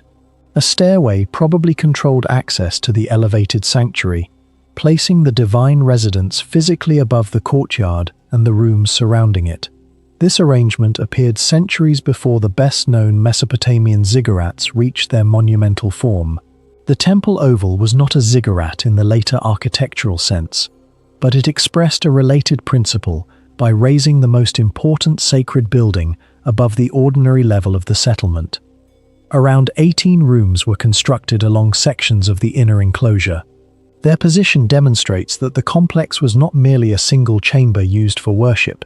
It functioned as a large institution requiring storage, preparation areas, personnel, offerings, administration, and carefully regulated movement. House D may have accommodated priests or an official associated with the sanctuary, although its precise role cannot be demonstrated. 2 wells lined with plano-convex bricks, each approximately 2.5 meters across, were also built inside the precinct. Their presence suggests that the establishment was designed to support repeated activity without depending entirely on water carried through the restricted entrance. The identity of the deity worshipped on the raised platform remains uncertain. Khafaja contained another long-lived sanctuary, conventionally known as the Sin Temple, but the temple oval was a separate complex, and the presence of a moon god sanctuary nearby does not prove that both buildings served the same cult. No decisive dedicatory inscription naming the divine owner of the oval temple was recovered. Comparisons have been made with the early dynastic oval sanctuary at Tel al-Ubaid, associated with the goddess Ninhursag, and with another example discovered at Al-Hiba, ancient Lagash. These parallels reveal that Khafaja belonged to a rare architectural tradition, but they do not establish that the 3 precincts were dedicated to the same deity or built for identical ceremonies. The oval form may also be less mathematically regular than modern reconstruction drawings imply. The builders were not producing a perfect geometric ellipse with modern surveying instruments. Instead, the enclosure consisted of long curving segments adapted to the mound and to the requirements of mud brick construction. Even so, the rejection of a rectangular boundary was deliberate. Curved walls required constant adjustments in brick alignment, buttress placement, adjoining room shapes, and the relationship between the inner and outer enclosures. A rectangular complex would have been easier to divide, enlarge, and connect to the street plan, yet the builders selected a form that created a distinct architectural island with no corners, offering direct access to the central shrine. The temple oval was rebuilt more than once during the early dynastic period. Its second major phase preserved the general plan while altering the thickness and quality of several walls. Human and animal footprints survived in the courtyard surface of one phase, confirming that at least part of the central area remained open to the sky. Foundation deposits placed near the platform contained gold, copper, lapis lazuli, slate, crystal or carnelian, and several manufactured objects. These materials were deliberately buried rather than accidentally lost, linking the construction of the sanctuary with ritual activity while also demonstrating access to exchange networks extending far beyond the Diyala Valley. Mandra Antine Stone Temple stands on a granite hill near the village of Thiesi in northwestern Sardinia, Italy, where a seemingly ordinary rock outcrop was transformed more than 6,000 years ago into one of the island's oldest ceremonial monuments. Unlike famous megalithic complexes built from transported stones, Mandra Antinae was carved directly into the living granite itself, creating stairways, platforms, basins, seats, and chambers from a single natural formation. Archaeologists generally attribute the monument to the Ozieri culture, which flourished across Sardinia between approximately 4000 and 3200 BCE. Yet, despite decades of excavation and survey, the site's original purpose remains one of the most debated questions in Mediterranean prehistory. The monument first attracted scholarly attention during the 19th century, but systematic archaeological investigations did not begin until the 20th century, when researchers studying Sardinia's prehistoric sanctuaries recognized that Mandra Antine represented an architectural tradition distinct from the island's later Nuragic civilization. Excavations uncovered pottery fragments, characteristic of the Ozieri culture, together with evidence of repeated human activity spanning several prehistoric periods, suggesting that the site remained significant long after its initial construction. Unlike many ceremonial centers buried beneath later settlements, Mandra Antinae survived because it was integrated into solid bedrock rather than built from freestanding walls that could collapse or be dismantled for reuse. The greatest mystery begins with the decision to carve the monument directly into granite, one of the hardest common building stones available to Neolithic communities. Granite is considerably more difficult to shape than the softer limestones used in many prehistoric monuments across Europe. Yet its surface at Mandra Antine was carefully modified into a sequence of terraces, staircases, shallow basins, benches, and rectangular recesses that appear too deliberate to be natural formations. Experimental archaeology suggests that such work would have required repeated hammering with hard stone tools, abrasion using quartz-rich sand, and countless hours of polishing. Every surface represents an investment of labor that would have demanded long-term planning by an organized community, despite the absence of metal tools. What makes the site especially unusual is that it does not resemble a conventional temple. There are no surviving walls enclosing sacred rooms, no monumental statues, and no inscriptions identifying a deity or ruler. Instead, the architecture appears to merge with the natural landscape, making the granite hill itself the monument. Rather than constructing a sanctuary upon the rock, its builders reshaped the rock into a ceremonial space. This approach has led several archaeologists to compare Mandra Antinae with other prehistoric rock sanctuaries in Sardinia and the central Mediterranean, where natural geological formations may have been considered inherently sacred before any human modification took place. Among the most debated features are a series of carved basins connected by shallow channels. Early researchers proposed that these channels carried the blood of sacrificial animals during religious ceremonies, an interpretation that became popular in older guidebooks and popular archaeology. Modern scholarship is considerably more cautious. No confirmed chemical analyses have demonstrated preserved blood residues, and similar channels elsewhere have been interpreted as systems for directing rainwater, libations of water, milk, wine, or oil, or simply as symbolic architectural features with ritual significance. The absence of definitive residue analysis means that the function of these carved depressions remains unresolved, leaving one of the monument's most recognizable elements without a universally accepted explanation. Another puzzle lies in the carefully cut stone seats and platforms distributed across the monument. Their arrangement suggests deliberate gathering places rather than domestic occupation, yet excavations have recovered little evidence that people lived permanently on the granite outcrop.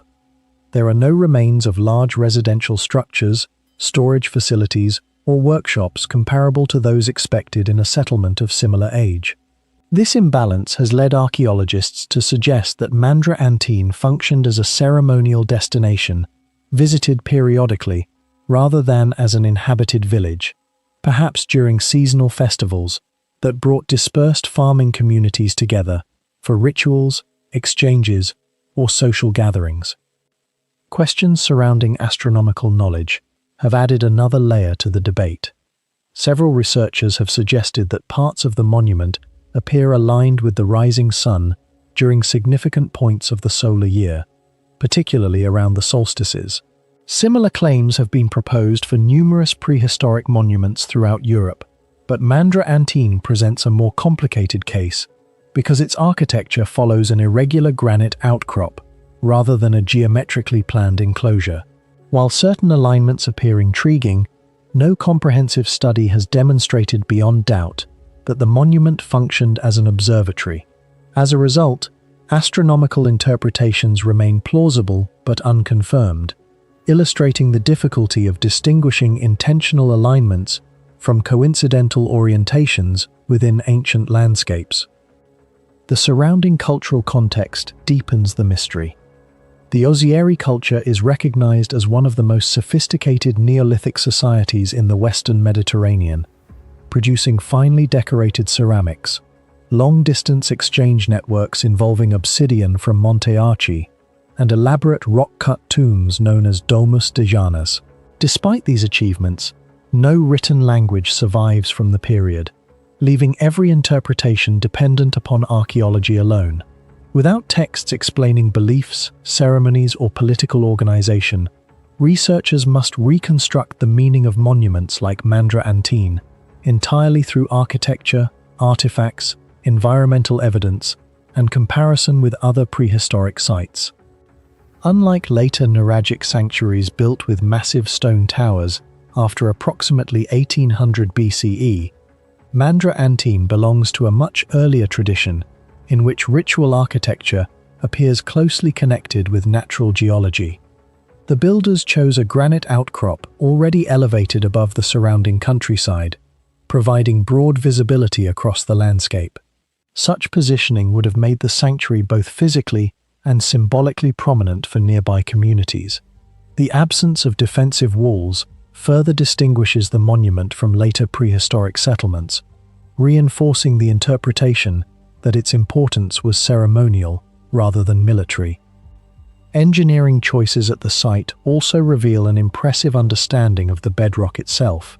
Instead of attempting to remove enormous quantities of stone unnecessarily, the builders exploited existing fractures, natural terraces, and variations in the granite to minimize excavation while maximizing usable space. Stairways follow the contours of the rock rather than forcing artificial geometry, demonstrating a design philosophy that adapted architecture to geology instead of reshaping the landscape completely. This approach contrasts with many later monumental projects in which natural terrain was heavily modified to accommodate formal construction. The submerged Nabatean temple of Puteoli lies beneath the shallow waters of the Gulf of Pozzuoli, west of Naples, more than 2,000 kilometers from Petra and the Nabatean heartland. Its location is the first anomaly. The Nabateans are usually associated with rock-cut monuments in Jordan and northwestern Arabia, yet during the early Roman Empire, they maintained a sanctuary inside one of Italy's busiest harbors. The building was not destroyed by a single catastrophe. It disappeared gradually as volcanic ground movements lowered part of the ancient waterfront below sea level, leaving walls, floors, altars, and inscriptions buried under sand and water. Puteoli began as the Greek settlement of Dicaercia and became a Roman colony in 104 BCE. By the late Republic and early Empire, it was Rome's principal commercial harbor before the expansion of Ostia and Portus. Grain from Egypt, wine, marble, glass, spices, perfumes, ivory, and other Eastern goods passed through warehouses lining the waterfront. Foreign merchants established sacred spaces near the docks. For centuries, the Nabatean presence was known mainly from displaced inscriptions and altars rather than from an identifiable temple. The first clues appeared long before modern underwater archaeology. A marble altar recovered from the sea in 1754 carried the Latin dedication Ducari Sacrum, meaning sacred to Dushara, the principal Nabatean god. During the 19th century, scholars examined further inscriptions from the port area. One records offerings made in the 20th regnal year of King Aretas IV corresponding to AD 11. Another describes the restoration of a sanctuary around AD 5 or 6, and refers to an older sacred structure dating to the reign of Malichus I in the 1st century BCE. These texts showed that Nabatean worship at Puteoli continued across several generations, but the sanctuary itself remained missing. The building was located in 2023 during underwater documentation of the Ripa Puteolana by a team including archaeologists Michele Stefanile, Michele Silani, and Maria Luisa Tarduno. Surveyors identified masonry rooms concealed by sediment, plastered walls, marble slabs, and 2 altars near their original positions. Both carried the formula Dusari Sacrum, directly linking the structure with the earlier discoveries. The first campaign reconstructed part of a temple, with at least 2 adjoining rooms, inside a commercial district of warehouses and internal streets. The objects and architecture found in situ showed that this was not debris moved by currents, but a sanctuary preserved where it had functioned during the 1st century AD. No other securely identified Nabatean temple is currently known outside the traditional territories of the kingdom. Petra and Hegra show a religion shaped by desert cliffs, carved chambers, sacred roots, and stone monuments. Puteoli presents something different. Dushara was worshipped in a harbour building made with Italian marble, Roman masonry, plastered walls, and Latin dedications. The temple was therefore neither a simple copy of a sanctuary from Arabia, nor a completely Roman institution. It records a foreign merchant community adapting its religion to the architecture and public language of Italy, while preserving the identity of its principal god. The inscriptions also show that the community was more permanent than a group of passing sailors. They mention kings, donors, offerings, and repairs. A sanctuary restored under Aratus IV, but founded earlier under Malichus I, implies continuity from the late 1st century BCE into the 1st century AD, when Nabatean trade was at its strongest. Caravans carried incense and aromatics northward from Arabia, while maritime routes connected the Red Sea with Mediterranean markets. Puteoli gave these merchants access to Roman consumers and to networks surrounding the capital. Compared with the monumental facades of Petra, the smaller harbour temple exposes the commercial infrastructure that allowed Nabatean wealth and influence to function abroad. Its final phase remains less certain. Archaeologists found that parts of the sanctuary had been deliberately filled and sealed with Roman concrete and construction material. This does not resemble a building simply abandoned after flooding. One possibility is that it lost its function after Emperor Trajan annexed the Nabatean kingdom in AD 106 and created the province of Arabia Petraea. Annexation did not immediately end Eastern trade, but it changed the institutions under which Nabatean merchants operated. The closure may reflect the disappearance of their association, redevelopment of the waterfront, structural problems, or several changes at once.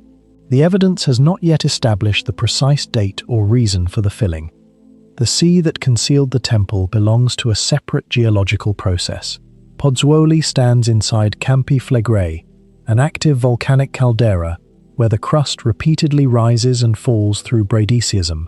Pressure changes within the underground hydrothermal and magmatic system deform the land without requiring one sudden eruption. Over centuries, sections of the Roman coast subsided by several meters, carrying quays, streets, warehouses, villas, and religious buildings below the water. The nearby Macellum of Pozzuoli preserves columns bored by marine mollusks above their bases, proving that the ground once sank beneath sea level and later rose again. The Nabatean temple moved with the same unstable coastline. This history explains why the sanctuary remained hidden despite lying close to shore. The ancient harbour is not a clearly visible city beneath transparent water. Its structures are obscured by sand, marine growth, collapsed masonry, later harbour construction, and repeated changes in elevation. Earlier divers had recorded remains in the area, but only systematic mapping, photogrammetry, and excavation connected the rooms, altars, and inscriptions into one building. Much of the temple is still buried, and its full plan, entrances, ritual arrangement, and relationship with the neighboring warehouses remain unresolved. Kara Tepe stands on 3 low hills beside ancient Termez in southern Uzbekistan, only a short distance from the Amu Darya and the modern border with Afghanistan. From the first centuries of the Common Era, this dry frontier of northern Bactria supported a Buddhist establishment made from 2 very different forms of construction: rooms cut into the hills and mud brick buildings raised around open courtyards. Its ruins are not the remains of a single cave temple, but of a changing monastic district, whose sanctuaries, cells, stupas, passages, workshops, burials, inscriptions, and painted walls record several centuries in which an Indian religion became rooted at one of Central Asia's busiest crossings. The site entered archaeological literature during surveys of Old Termez in the early 20th century, but systematic investigation expanded after the Second World War. Excavations led by Soviet archaeologists, especially Boris Stavitsky, and teams working from the 1960s onward, exposed complexes on the southern, western, and northern hills.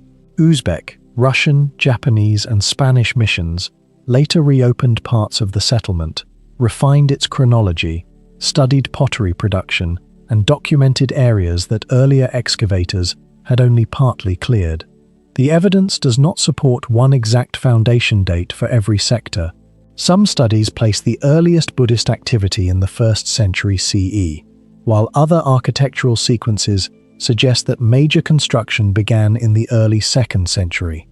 What is clear is that Kara Tepe flourished under the Kushan Empire during the 2nd and 3rd centuries, when Termez had become one of the principal Buddhist centers of northern Bactria.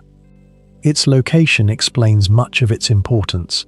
Termez occupied the northern bank of the Oxus, the river now called the Amu Darya, opposite routes leading into ancient Bactria and the Hindu Kush. Merchants, officials, soldiers, monks, and travelers moving between the Indian subcontinent, Iran, and the cities of Central Asia passed through this region. Buddhism therefore did not reach Kara Tepe as an isolated foreign belief. It arrived through the same networks that carried coins, ceramics, languages, artistic conventions, and political influence across the Kushan world. Nearby sites such as Fayaz Tepe and the monumental Zurmala Stupa show that Kara Tepe belonged to a larger sacred landscape rather than standing alone in the desert. The architecture is the site's most unusual feature. Each excavated complex combines a courtyard monastery above ground with chambers hollowed into the hill. Some caves form compact suites entered through corridors, while others connect with rectangular courts bordered by rooms built of mud brick. Stupas stood within or beside several courtyards, allowing smaller groups to perform daily acts of devotion without gathering at a single monumental shrine. Archaeologists have also identified larger ritual areas that could accommodate a wider community. This arrangement differs from the vast rock-cut facades of later Indian cave sites. Kara Tepe was not carved as one unified monument. It grew by adding, rebuilding, blocking, and repurposing individual spaces as the community changed. Fragments recovered from the ruins show that the interiors were once far richer than the bare walls visible today. Sculptures of the Buddha and Buddhist attendants were modeled in clay or plaster and then painted, while surviving murals preserve devotional figures and ornamental designs. Their style belongs to a broader artistic world, linking Gandhara, Bactria, and other Kushan territories. Greek and Iranian artistic traditions had already transformed Bactrian visual culture centuries before Kara Tepe reached its height, while Buddhist imagery and ritual concepts arrived from the south. The result was not a simple copy of an Indian monastery, but a regional form of Buddhism, expressed through Central Asian materials, clothing, faces, architectural habits, and languages. The inscriptions make that mixture unusually visible. Pottery fragments, walls, and architectural surfaces carry texts written in several scripts and languages, including Kharosthi, Brahmi, and Bactrian, written with the Greek alphabet. Many are short records rather than formal religious documents. Personal names, donors, ownership marks, monastic labels, and brief devotional formulas. Some preserve the names of monks such as Buddhamitra, Jivananda, and Buddhashiri, while others refer to individual monasteries or vihara establishments within the larger site. These texts reveal that Kara Tepe was not an anonymous mass of cells. It was divided into communities with their own patrons, administrators, and identities. Coins and ceramics help reconstruct the sequence more precisely than the damaged architecture alone. Kushan issues found beneath floors or within occupation layers date periods of construction and repair, while later, Kushano-Sasanian material records the political changes of the 3rd and 4th centuries. Archaeometric research on pottery from Kara Tepe has used X-ray fluorescence, X-ray diffraction, optical microscopy, and scanning electron microscopy to compare workshop waste with vessels found inside the monastery. The analysis identified local raw materials and production methods, indicating organized manufacture rather than complete dependence on imported wares. Kara Tepe required storage jars, cooking vessels, lamps, bowls, bricks, food, water, fuel, and skilled labor in quantities large enough to support a permanent population. It functioned as a religious center, but also as an economic institution connected to the settlements and trade routes surrounding Termez. The site's decline was not a single dramatic destruction.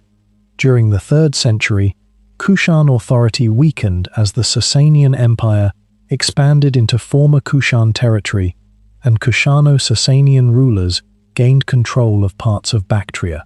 Some areas of Kara Tepe continued to function, while others were abandoned, altered, or used for purposes that had little to do with the original monastery. By the 4th century, cells in certain sectors were being reused for burials. Such reuse shows that the sacred meaning of the complex was changing, but it does not mean that Buddhist activity ended everywhere at once. Evidence from stupas and later deposits suggests that parts of the site remained objects of veneration for centuries after the main residential community had contracted. This uneven abandonment is one reason Kara Tepe remains difficult to interpret.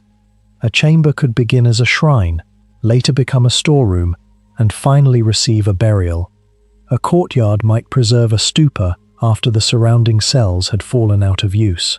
Repairs made with reused bricks can resemble original construction unless their stratigraphic position is carefully recorded. Earlier excavations also removed substantial deposits before modern analytical methods were available, leaving later teams to reconstruct context from notebooks, plans, photographs, surviving walls, coins, pottery, and inscriptions. The exposed ruins therefore represent several overlapping monasteries and several phases of reuse, rather than one settlement preserved at a single moment. Kara Tepe also challenges the common image of the Silk Road as little more than a chain of markets linking China, India, Iran, and the Mediterranean. Its remains show that movement across Eurasia produced permanent religious institutions, not merely temporary encounters between traveling merchants. Monks needed residences, donors, ritual buildings, workshops, water, food, political protection, and links with surrounding communities. The construction of several monasteries around Termez required sustained patronage over generations, yet the identities of most patrons remain unknown, and no surviving royal inscription states who ordered Kara Tepe's first sanctuary. Kushan rulers, particularly Kanishka, are frequently associated with the expansion of Buddhism, but the archaeological evidence does not reduce Kara Tepe to one emperor's project. Its separate courtyards, rebuilding phases, and named viharas indicate contributions from different groups over a long period. Kweneng ruins in present-day Botswana challenge one of the oldest assumptions about southern African history. Hidden beneath dense vegetation, roughly 50 kilometers southwest of modern Gaborone, the abandoned stone-built settlement remained largely overlooked until archaeologists combined historical research with airborne LiDAR surveys in the late 21st century, revealing that what had long appeared to be scattered ruins was in fact one of the largest pre-colonial urban landscapes ever identified in the region. Instead of a handful of isolated stone walls, laser mapping exposed hundreds of interconnected compounds spread across nearly 900 hectares, raising a question that continues to reshape African archaeology. How could a city of such scale disappear so completely from historical memory, while leaving behind one of the continent's most extensive stone-built landscapes? The first documented investigations began during the 20th century, when archaeologists studying Tswana settlements recorded fragments of dry stone walls across the Suikabosrand hills. Yet the full extent of quarrying remained impossible to understand from the ground. Thick vegetation concealed the overall layout, making individual structures appear unrelated to one another. This changed when archaeologist Mark Anderson and colleagues employed airborne LiDAR technology capable of penetrating the forest canopy and producing high-resolution digital terrain models. Around 22 square kilometers were mapped, exposing an immense network of residential compounds, livestock enclosures, pathways, terraces, and stone boundaries that had remained almost invisible beneath centuries of vegetation. The discovery immediately demonstrated that previous estimates of the settlement's size had been dramatically underestimated. Radiocarbon dating, ceramic analysis, and comparisons with historical traditions indicate that quarrying developed primarily between the 15th and 19th centuries as one of the major centers of the Bakwena, a Tswana-speaking community whose political influence extended across much of present-day Botswana and neighboring South Africa. Historical traditions associate the settlement with the rule of Kagosi Sechele's predecessors long before sustained European contact reached the interior.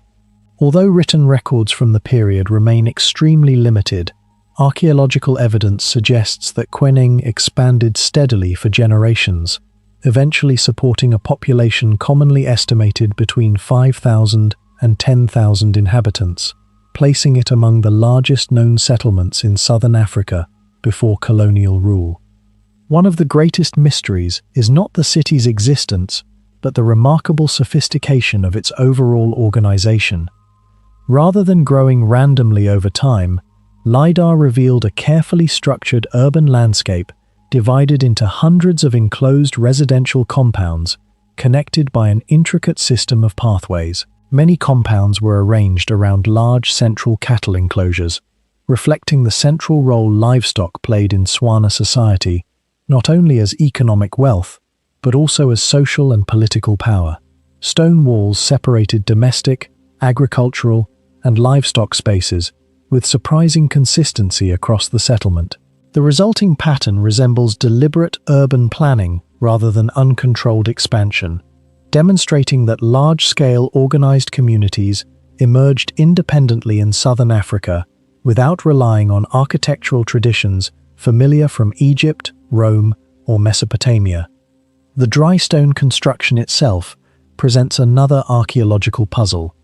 Unlike monuments built from massive carved blocks, quarrying relied on thousands of carefully selected local stones stacked without mortar. Individual walls rarely reach spectacular heights, yet together they formed an enormous architectural network extending for many kilometers across rugged terrain. The builders adapted every enclosure to natural slopes and rock outcrops, minimizing excavation while maximizing structural stability. Even after nearly 2 centuries of abandonment, substantial portions of these walls remain standing despite seasonal rainfall, erosion, vegetation growth, and repeated cycles of expansion and contraction caused by temperature changes. Their survival demonstrates an impressive understanding of local geology achieved without written engineering manuals or monumental construction techniques. LiDAR mapping also transformed understanding of how people moved through the city. Instead of isolated family compounds scattered across open land, researchers identified interconnected routes linking residential districts with communal gathering areas and livestock spaces. Some pathways appear intentionally aligned to accommodate movement between neighboring compounds while maintaining social boundaries established through stone walls. The overall arrangement reflects a society balancing private household organization with broader community interaction. Such evidence contradicts older interpretations that described pre-colonial settlements in southern Africa as temporary villages lacking permanent urban planning. Another unanswered question concerns the remarkable absence of quarrying from historical documentation. Portuguese traders reached parts of southern Africa centuries earlier, while European explorers gradually penetrated the interior during the 18th and 19th centuries.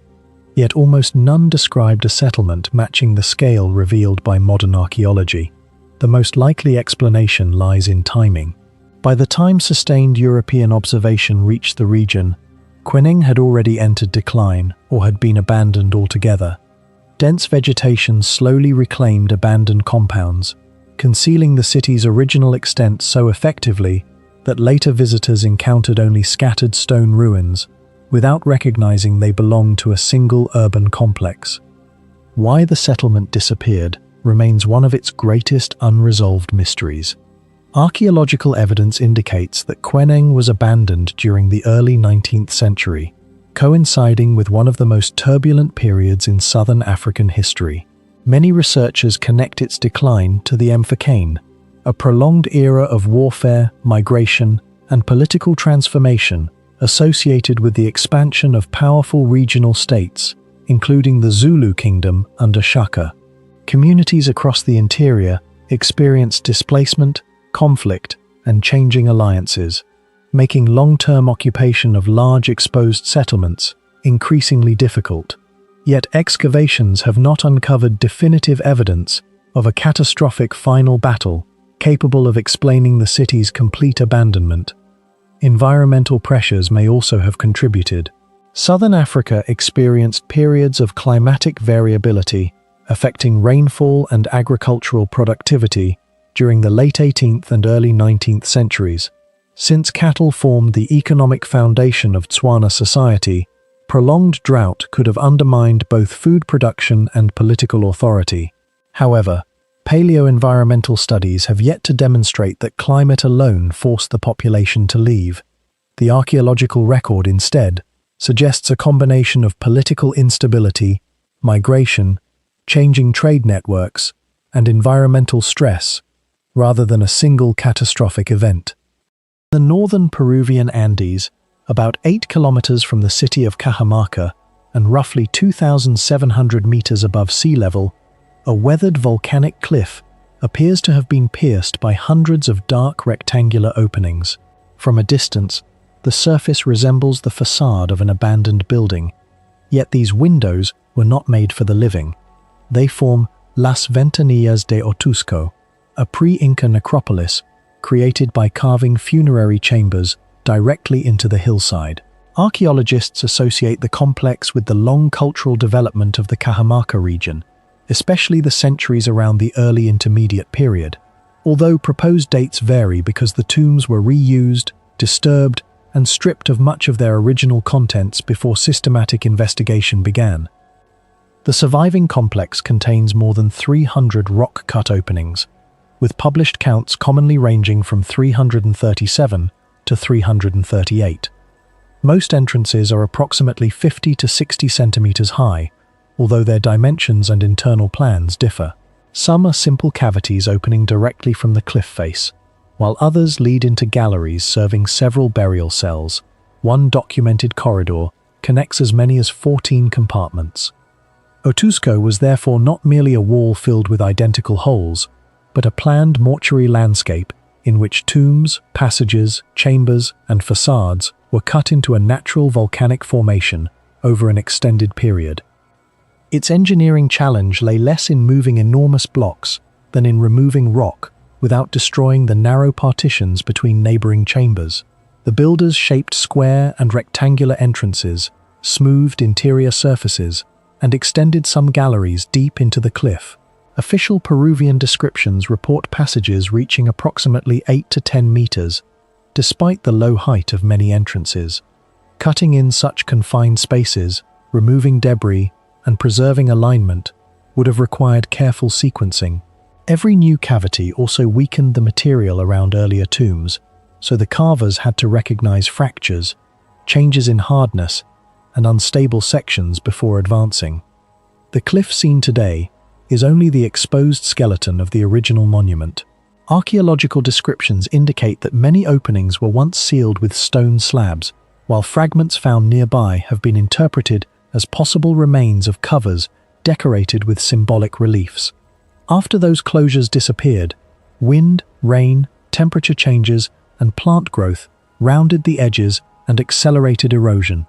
What now resembles an open honeycomb may once have been a closed ceremonial facade, whose slabs, offerings, and painted or carved details communicated identities that can no longer be recovered.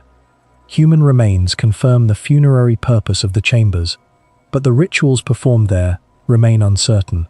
The dead may have been placed with pottery, food, tools, ornaments, and other offerings intended to preserve relationships between the living and their ancestors. Some cavities may have held single individuals, whereas larger galleries could have served families or lineages. Unlike later freestanding chulpa towers in Peru and Bolivia, Otuzco transformed the mountain itself into the tomb, replacing constructed masonry with architecture produced by subtraction. That choice gives the site its unusual visual force. At Petra or Hegra, enormous facades proclaim elite power, while Otuzco creates monumentality through repetition. No individual opening is colossal, yet hundreds combine into what looks like a vertical city for the dead. Generations of workers appear to have expanded the necropolis while respecting earlier chambers, suggesting shared rules for placement and access. However, no plan, inscription, or construction record survives. Tool marks and unfinished surfaces reveal how rock was removed, but not how the facade was surveyed, how labor was organized, or which authority controlled the work. The chronology remains difficult to define.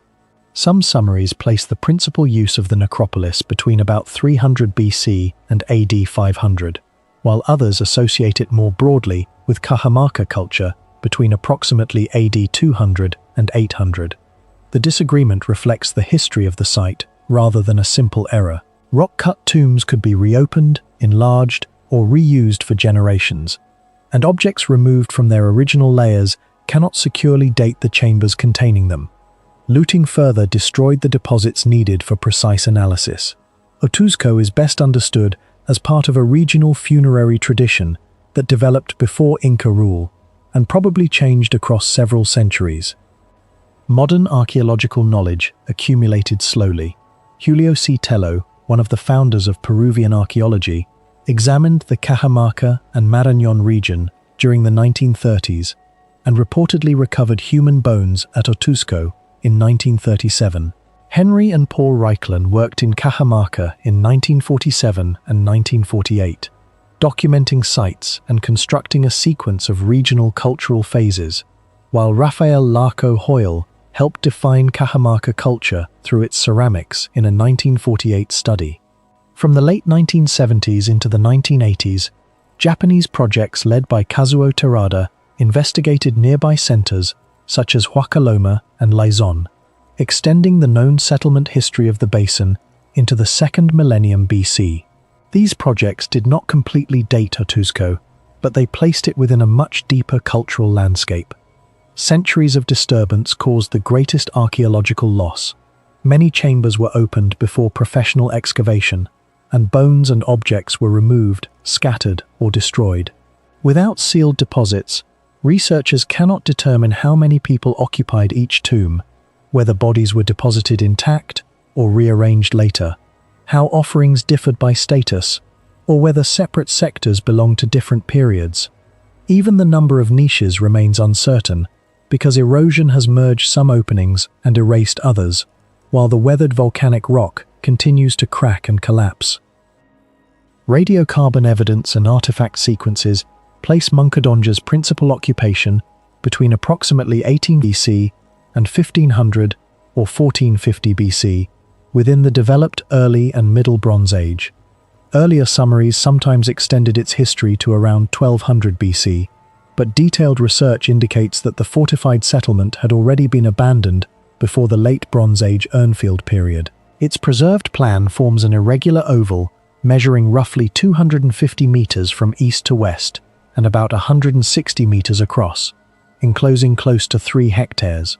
This area was divided into 3 socially and architecturally distinct zones: a strongly protected acropolis on the highest ground, an upper town around it, and a lower town extending toward the outer defenses. Researchers estimate that the settlement may have accommodated about 1,000 inhabitants, an unusually concentrated population for Bronze Age Istria.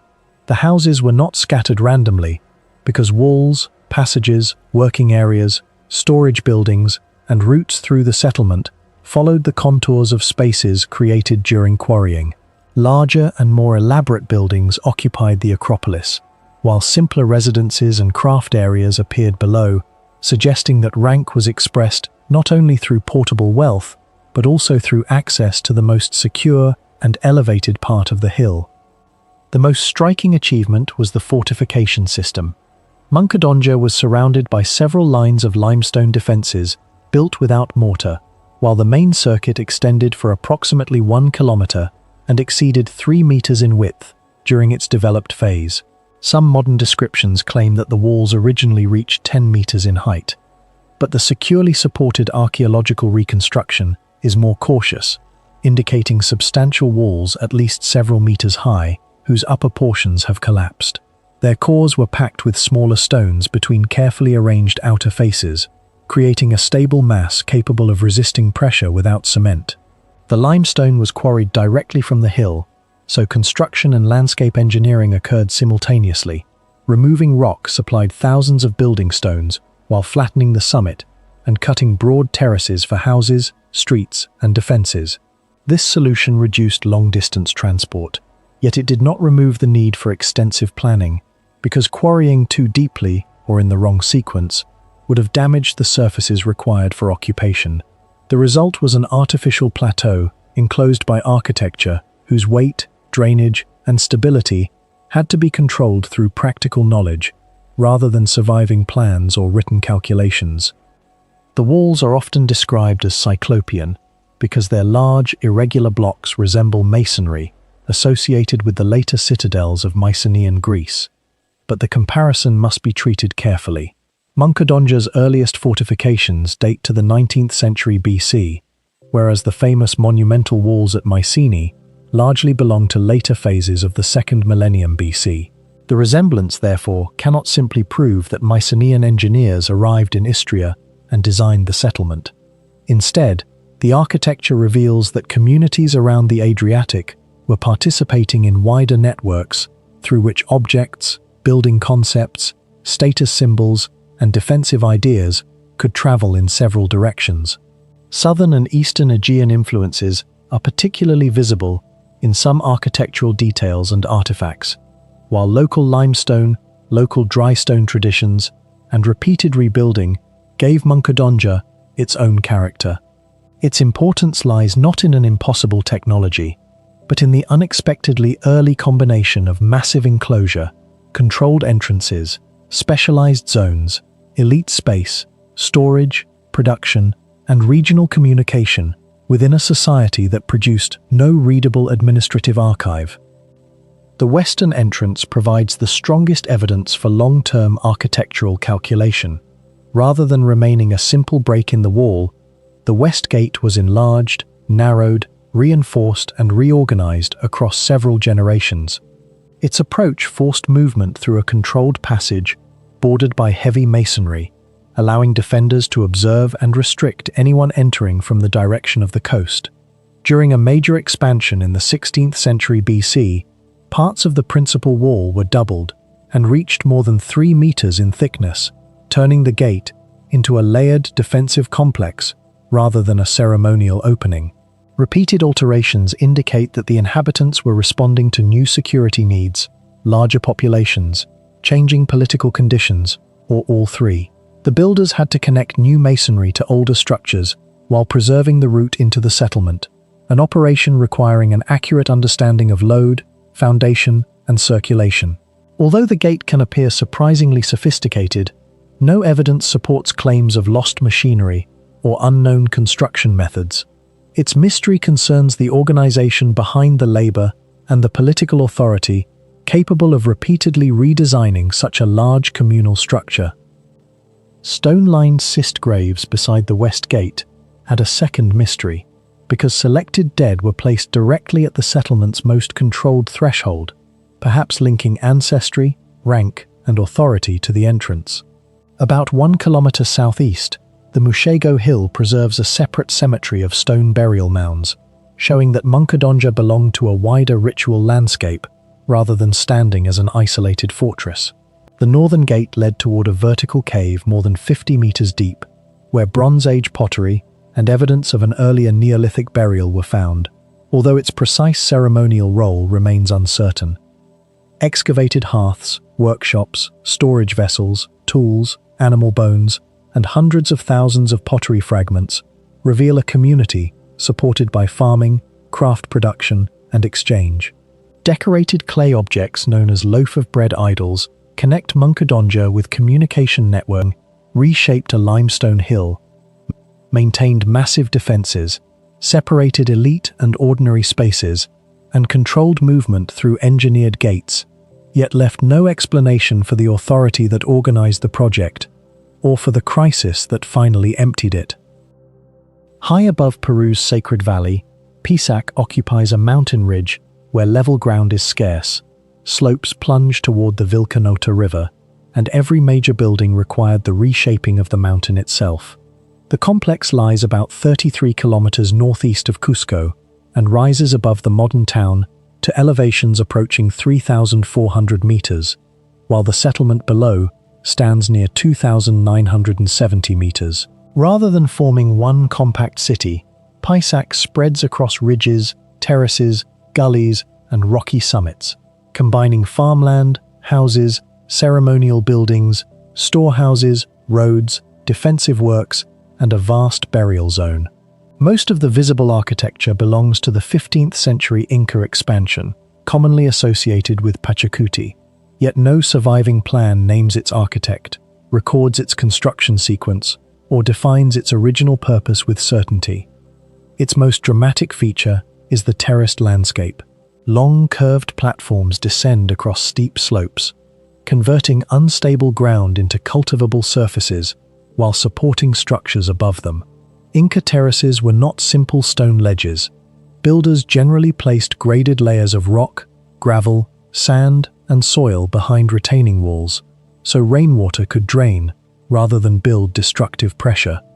At Pisac, the curves follow the mountain's contours, reducing erosion and producing fields at different elevations.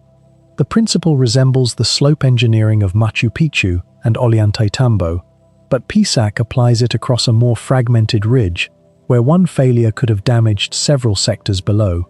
Many terraces remain stable after roughly 5 centuries, proving that the system worked, although archaeologists have not recovered calculations explaining how gradients, drainage, and soil loads were coordinated across such irregular terrain. Water management was integrated into the same design. Stone channels carried spring water toward inhabited and ceremonial areas, while drains redirected seasonal rainfall away from walls and foundations.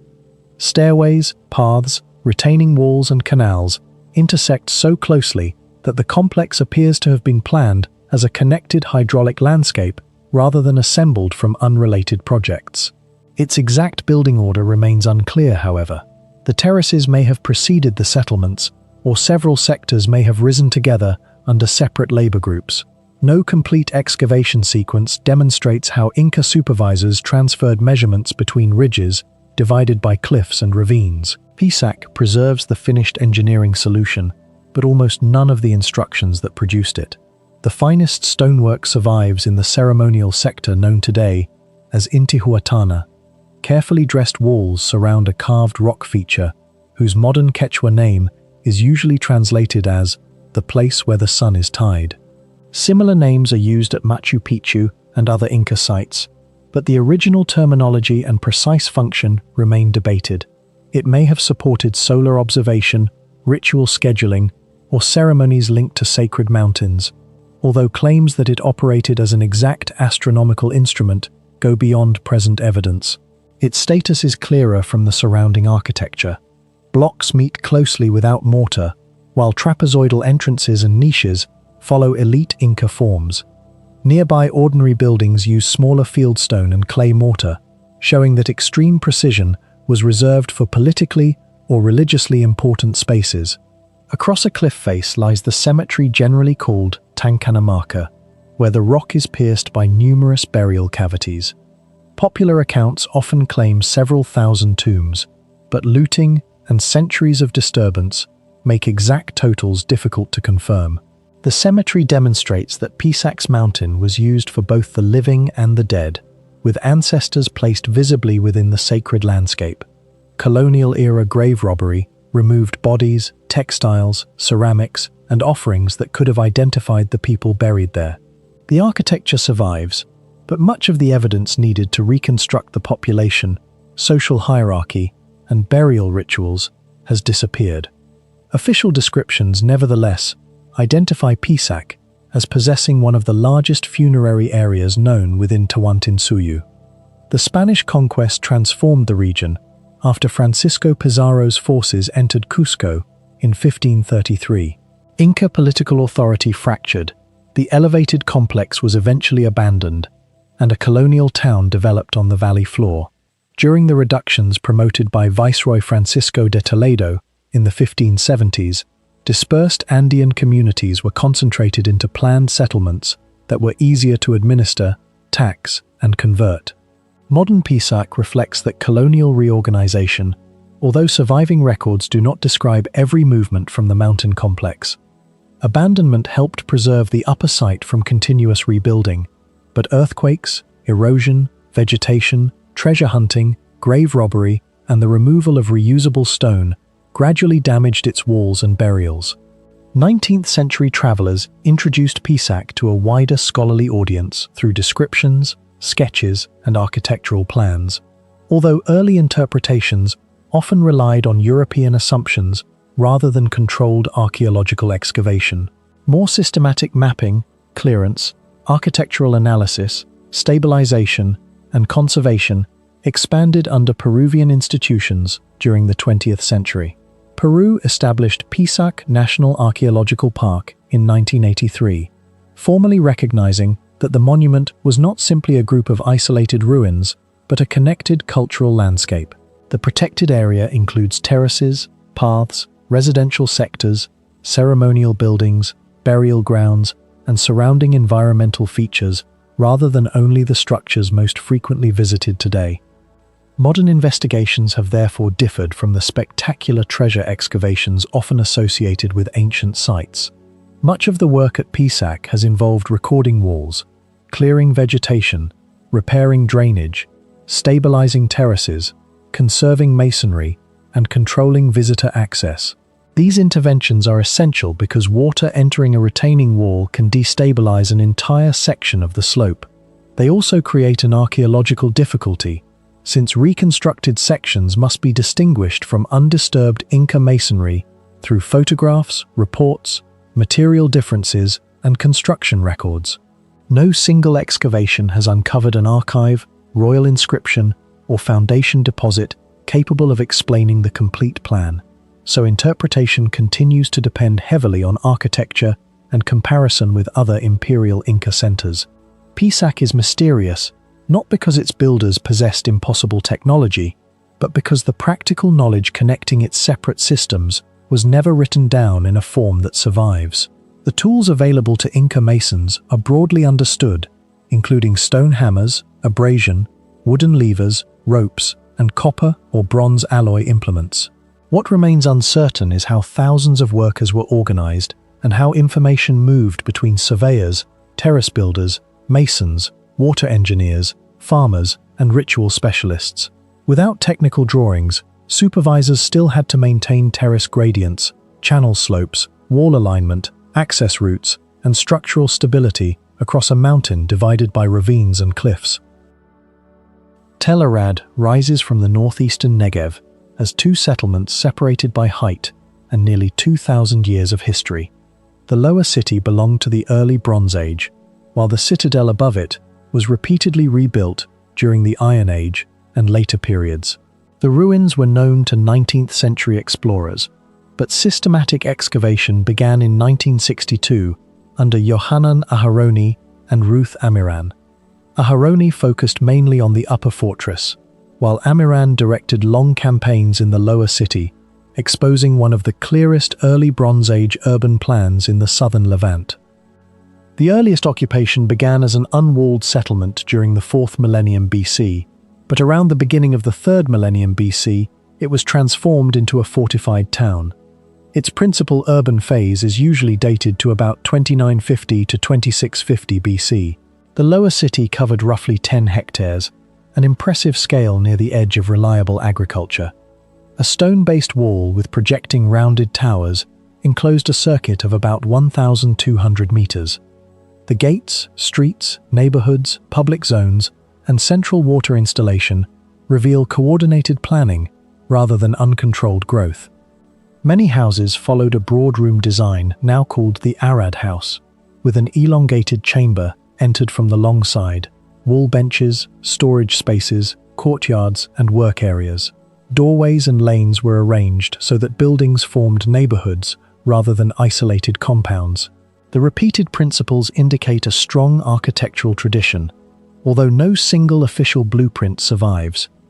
Wooden posts supported roofs of branches, reeds, and packed earth, while stone foundations protected mud brick walls from moisture. The technique was practical, yet coordinating it across a city of several thousand inhabitants required experienced builders and organized labor. Water was the decisive challenge.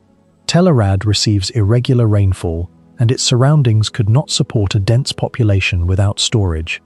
The lower city occupied a shallow depression, allowing runoff from nearby slopes and streets to move toward an open reservoir near the center. Channels and graded surfaces helped direct seasonal rain into this basin. Older descriptions sometimes called the installation a well, but geological research showed that groundwater lay far below its bottom, confirming that it was a rain-fed cistern or reservoir. The unresolved question is how the inhabitants managed supply through repeated dry years and sustained a population large enough to justify the walls. Arad's location explains part of its success. Routes from the southern Dead Sea, the Arabah, the Judean highlands, and the northern Negev converged in the region. Pottery and imported objects reveal connections with Egypt, while copper-related exchange probably linked the town to mining zones farther south. Storage vessels indicate movement of grain, oil, animal products, and imported goods, although the authority controlling this trade remains unknown. No archive survives from the early Bronze Age settlement, so archaeologists must reconstruct its organization through walls, buildings, distribution patterns, and foreign goods, rather than written testimony. The city's abandonment around 2650 BC remains one of its central archaeological problems. Excavators found no evidence for a single catastrophic destruction that could explain the end of occupation. Climatic stress, weakening trade with Egypt, disruption of regional exchange, pressure on local resources, and changes in pastoral movement have all been proposed. None has been demonstrated as the final cause. Walls could not solve prolonged water shortage or economic collapse. Because the lower city was never rebuilt on the same scale, its plan survived unusually clearly, instead of being buried beneath later monumental layers. Nearly 2 millennia later, activity shifted to the upper hill, about 30 meters above the Canaanite ruins. A series of fortresses developed there, with the best-known Judahite stronghold generally assigned to the 9th through early 6th centuries BC. Excavation revealed several superimposed phases rather than one unchanging building. Walls were repeatedly repaired and rebuilt as political conditions changed. In its major Iron Age form, the square stronghold measured approximately 50 meters on each side. Storerooms, residential rooms, a courtyard, defensive walls, and an internal water system show that it functioned as both a military and administrative center overlooking routes through the Negev. The most remarkable structure inside the fortress was a small temple discovered by Aharoni in 1962. Its plan included a courtyard, an altar, a main hall, and a recessed inner sanctuary. 2 standing stones were found in the inner chamber, together with 2 limestone altars near its entrance. Residue analysis published in 2020 identified frankincense on one altar and cannabis compounds mixed with animal dung on the other, indicating that ritual burning produced aromatic smoke and psychoactive fumes. The temple was later taken out of use, yet the date and reason remain debated. Its installations appear to have been deliberately covered rather than violently destroyed, encouraging theories that royal reforms closed it, although the archaeological sequence remains uncertain. More than 100 inscribed pottery fragments, known as the Arad Ostraca, add a human dimension to the fortress. Many date to the final decades of the Kingdom of Judah and record names, deliveries, military orders, and allocations of flour, wine, or oil. Several were addressed to a commander named Eliashib, revealing a literate administrative network shortly before the Babylonian conquest in the early 6th century BC. A 2016 handwriting study identified at least 6 writers among 16 ostraca, suggesting literacy beyond one specialist scribe. The fortress also relied on channels and underground rock-cut storage to protect its water, unlike the open communal reservoir below. Long before Junagadh became a fortified city beneath Mount Girnar, Buddhist communities were already carving chambers into the rock of western India. Inside Upperkot Fort in Gujarat, they created the monument now known as the Upperkot Caves, although these are not natural caverns, but carefully planned architectural interiors excavated directly from living rock. Most scholars date them to the 2nd and 3rd centuries AD, when Saurashtra was linked to maritime trade across the Arabian Sea under the western Kshatrapas. Together with the nearby Kapra Kodia and Bava Piara caves, they formed part of an extensive Buddhist monastic landscape, serving roads, markets, reservoirs, and regional political centers. The caves lie inside the ancient fort beyond its defensive moat and close to the famous Adi Kadi Vav stepwell. From the surface, little reveals the complex hidden beneath the rock. Builders excavated downward and inward to create multiple architectural levels, leaving selected masses of stone as pillars, walls, ceilings, benches, and decorative elements. Archaeologists identify 3 visible tiers, although only 2 function as regular floors. Every stage of excavation required careful planning because the roof of one level also supported the spaces below. A single mistake could have weakened the entire structure. The upper floor centers on a square water tank measuring about 3.4 meters on each side. A covered veranda surrounds 3 sides, linking the reservoir with nearby rooms. Beside it stands a large hall supported by 6 pillars carved from the same continuous rock as the ceiling and floor. Corridors lead to recessed stone benches divided into compartments, probably used for sleeping, teaching, or communal activities. Decorative bands imitate masonry courses, while friezes display checker designs and horseshoe-shaped chaitya window motifs. Every architectural feature emerged by removing stone rather than assembling separate blocks. The lower level follows a similar arrangement with corridors, cells, pillared halls, and carved entrances, but its decoration is more refined. Pillars possess distinct bases, shafts, and capitals despite remaining part of the bedrock. Several features resemble Satavahana rock-cut traditions, while others suggest Greco-Scythian artistic influence, reflecting the cultural diversity of Western India during the period. Rather than serving only as a refuge, Upperkot recreated the appearance of timber and masonry architecture entirely through excavation. The caves were cut into Meliolithic limestone, a relatively workable but geologically inconsistent calcarenite.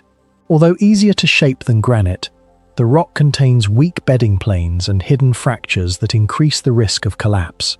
Builders had to judge how much stone could safely be removed while preserving enough material to support the ceilings.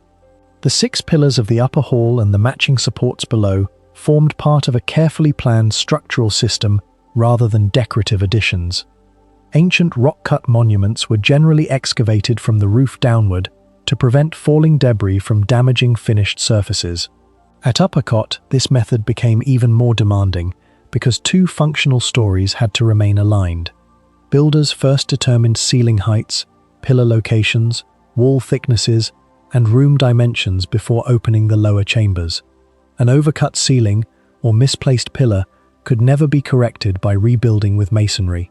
Measuring cords, plumb lines, straight edges, marked rods, and water levels probably provided the necessary accuracy, although no written construction manual survives.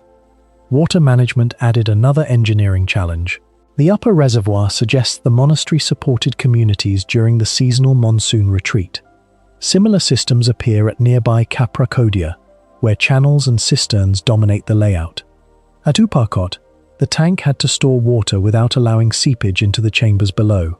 Its position beside the veranda demonstrates intentional planning, combining storage, drainage, circulation, and structural stability within a single rock-cut design. Compared with India's larger cave complexes, Uparcot follows a different architectural strategy.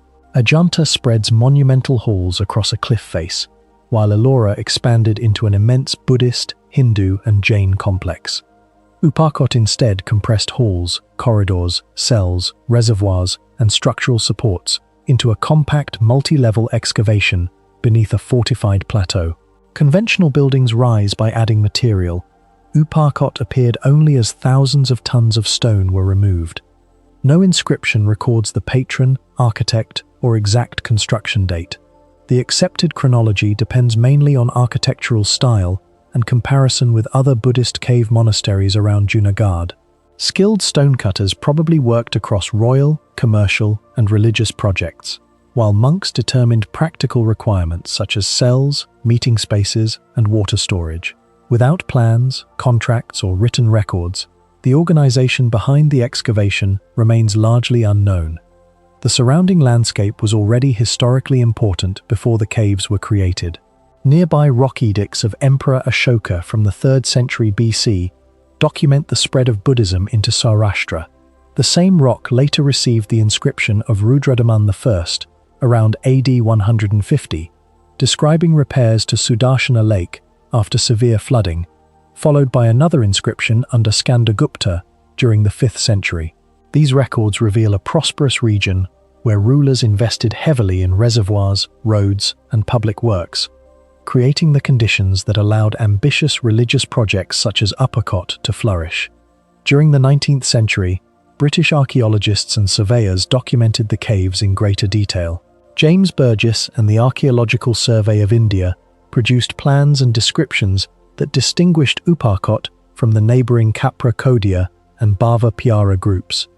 The monument later received legal protection, while conservation efforts focused on stabilizing weathered limestone and preserving carvings affected by moisture and erosion.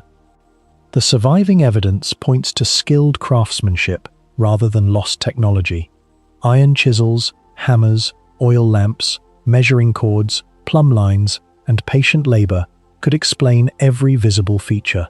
The greater mystery lies in understanding how builders coordinated excavation across multiple levels while preserving structural integrity, maintaining symmetry, and integrating water management into the design. Their expertise was almost certainly passed through apprenticeship, yet virtually none of that practical knowledge survives. Although weathering has softened many carvings, the remaining architecture still demonstrates extraordinary planning. Every pillar marks stone deliberately preserved, every chamber records material intentionally removed, and every decorative band shows that engineering and symbolism developed together. Uparcot lacks the immense scale of Kailasa, or the painted splendor of Ajanta, yet it preserves a different achievement, a monastery created entirely as negative space within solid rock. Nearly 18 centuries later, the greatest mystery is not how ancient craftsmen cut stone, but how they visualized an entire multi-level building long before the surrounding rock had disappeared.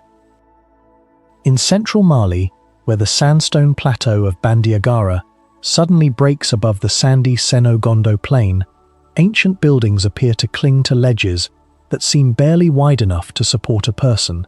The escarpment runs for roughly 200 kilometers and rises between about 100 and 500 meters above the surrounding landscape, forming a chain of cliffs, ravines, natural shelters, and isolated rock terraces. Across this immense barrier stand houses, granaries, sanctuaries, communal structures, and burial chambers built from stone, timber, and earth. UNESCO added the cultural landscape to the World Heritage List in 1989, recognizing not only its dramatic geology, but also an architectural tradition shaped by several populations over more than 2,000 years. Yet the most puzzling remains are not the villages still occupied near the base of the cliffs. They are the abandoned chambers concealed within the vertical rock face, some of which can be reached only by difficult climbing. Long before the region became closely associated with the Dogon, earlier communities used its caves and narrow ledges. Archaeologists once arranged this history into three successive cultural phases: the Toloi, the Telem, and the Dogon. The oldest structures identified near Sangha were attributed to the Toloi and dated by radiocarbon evidence, mainly to the 3rd and 2nd centuries BC. Their cylindrical clay granaries were constructed from superimposed coils of earth rather than ordinary rectangular bricks. Many centuries later, people conventionally called the Telem occupied parts of the escarpment from approximately the 11th century AD, while Dogon settlement expanded through the region between the 13th and 15th centuries. The term Telem comes from Dogon tradition and broadly refers to those who were found there before them, meaning it may not describe a single, clearly bounded ethnic population. Modern research has therefore become more cautious about treating these labels as three completely separate peoples. The architectural mystery is created by position rather than size alone. Clusters of clay-built rooms occupy cavities high above the plain, protected beneath projecting layers of sandstone. Walls were formed from shaped earthen blocks or courses of clay, sometimes combined with stone foundations and wooden elements. Rounded granaries, rectangular chambers, and small openings were compressed into the irregular limits of natural shelters. Unlike a settlement on level ground, construction here required workers to transport water, clay, timber, food, and tools across broken slopes before assembling walls beside steep drops. Some structures stand above later Dogon buildings, producing a vertical sequence in which different periods of occupation remain visible in the same cliff. Their modest dimensions should not disguise the logistical achievement involved, because every basket of wet clay became heavier and more difficult to control as it was raised toward the ledges. No surviving Telem text explains how this work was organized. Archaeologists have not discovered architectural plans, written calculations, or a complete system of scaffolding preserved against the rock. Ropes, wooden ladders, temporary platforms, and routes through natural fissures offer practical explanations, and similar methods remained familiar to later communities. Dogon families are known to have raised bodies toward elevated burial places with ropes, demonstrating that movement up the cliff was possible without modern machinery. However, carrying a wrapped body on a limited occasion was different from repeatedly lifting building materials and maintaining a workforce in the same position. The cliff has also changed through erosion and rockfalls, so paths or wooden installations that once existed may have disappeared. The absence of such remains does not prove that the builders possessed an unknown technology, but it leaves the complete construction sequence beyond direct reconstruction. The chambers were not created simply to impress observers below. Elevated caves offered protection from seasonal water, animals, and human attack, while the dry shelters produced unusually favorable conditions for preserving organic material. Many became collective burial places in which bodies were deposited with garments, blankets, baskets, pottery, beads, wooden headrests, and other personal objects. As space became limited, older bones could be moved aside to receive later burials, leaving mixed assemblages rather than individual sealed graves. The altitude therefore served both practical and ritual purposes. the dead were separated from daily settlement, while remaining physically connected to the cliffs overlooking the inhabited plain. Later Dogon communities reused some older spaces and buildings, making it difficult to determine where one cultural phase ended and another began. Systematic archaeological attention intensified during the 20th century. French officer and explorer Louis Desplaines traveled through the region in 1904 and 1905, recording buildings, objects, and local practices, although his work belonged to an early colonial period when documentation and collecting standards differed greatly from those of modern archaeology. A more focused Dutch expedition reached the Tellum Caves in 1964 under architect Herman Hahn, accompanied by researchers including Rogier Bedeau. The journey required climbing equipment and demonstrated how difficult it was to enter caves that remained clearly visible from below. Research led by the University of Utrecht continued during the following decade, and Bedeau's major architectural study appeared in 1972. Between 1964 and 1974, the multidisciplinary Dutch work recovered approximately 500 textile fragments from burial caves, together with human remains and numerous objects that transformed knowledge of medieval life in inland West Africa. The textiles were especially important because cloth rarely survives for centuries in tropical and semi-arid environments. Protected inside dry rock shelters, woven fibers retained information about thread, clothing, trade, and technical skill that stone architecture alone could never provide. Materials excavated from the caves have generally been dated between the 11th and 18th centuries, proving that some burial areas remained in use across the period, traditionally separating Tellum and Dogon occupation. Human bones were also exceptionally well preserved, allowing later researchers to apply radiocarbon dating, isotope analysis, and biological examination. A modern study reported a calibrated range of AD 1033 to 1391 for one pre-Dogon burial sample, while two individuals from another cave produced much later ranges, extending from the 17th into the 20th century. These results show why a cave cannot automatically be assigned to one population merely from its architectural appearance. Beginning in 1997, renewed fieldwork on the plateau and the Seno Plain challenged the older Toloi-Tellum-Dogon sequence. Researchers associated with the International Onjugu project investigated funerary sites, including Pege, Duruboro, and Yawa Vashes.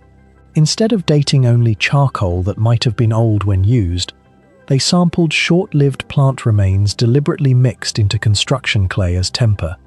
Radiocarbon analysis showed that coiled clay funerary monuments at Duruboro were constructed between approximately the 3rd and 4th centuries AD and continued to be used until around the 9th century. This chronology occupied part of the supposed gap between the earlier Toloi and later Tellum phases. The evidence increasingly suggested a long history of contact, migration, reuse, and technical exchange, rather than a simple replacement of one isolated people by another. Zerzvan Castle rises above the dry plain between Diyarbakir and Mardin in southeastern Turkey, occupying a rocky ridge that controlled one of antiquity's most important roads between Amida, Dara, Edessa, and Nisibis. Archaeologists identify the surviving complex primarily as a Roman and Eastern Roman frontier garrison, although the strategic hill may have been associated with the Assyrian stronghold called Kinabu, as early as the 9th to 7th centuries BC.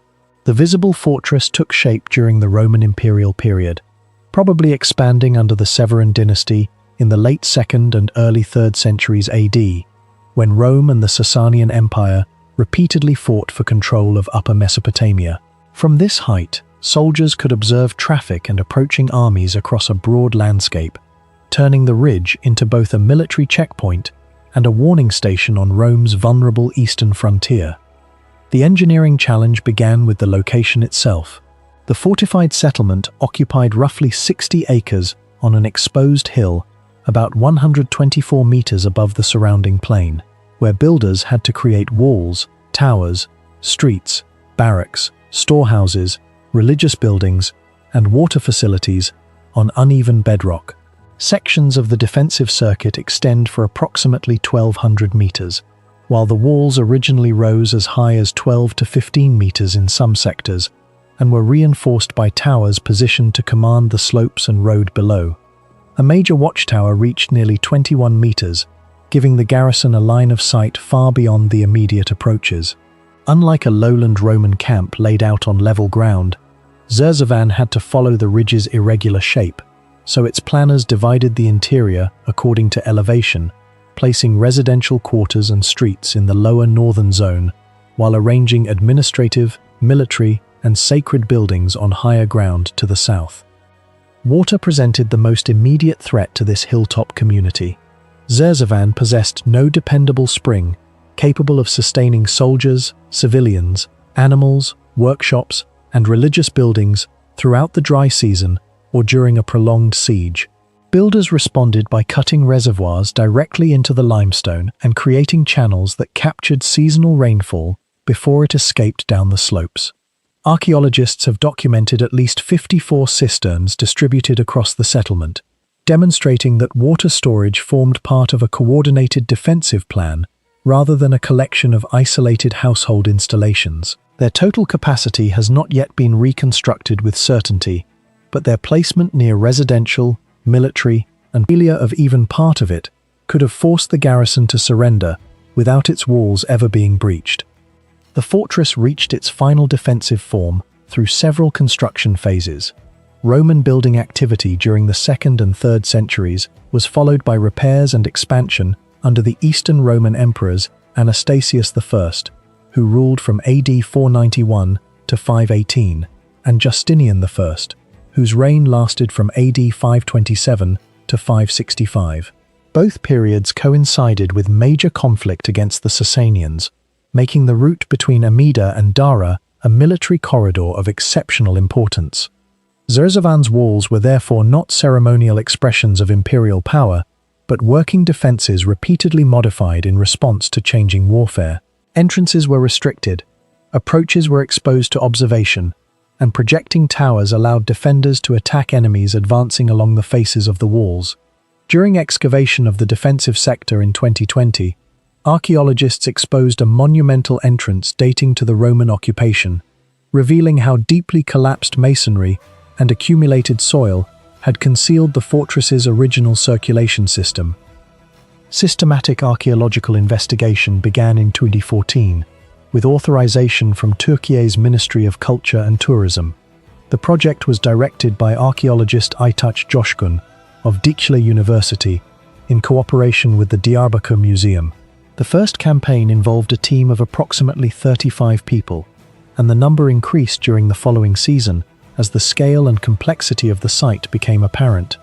Excavators gradually uncovered defensive walls, streets, domestic quarters, administrative buildings, an arsenal, grain storage areas, a church, baths, rock-cut tombs, cisterns, and underground rooms.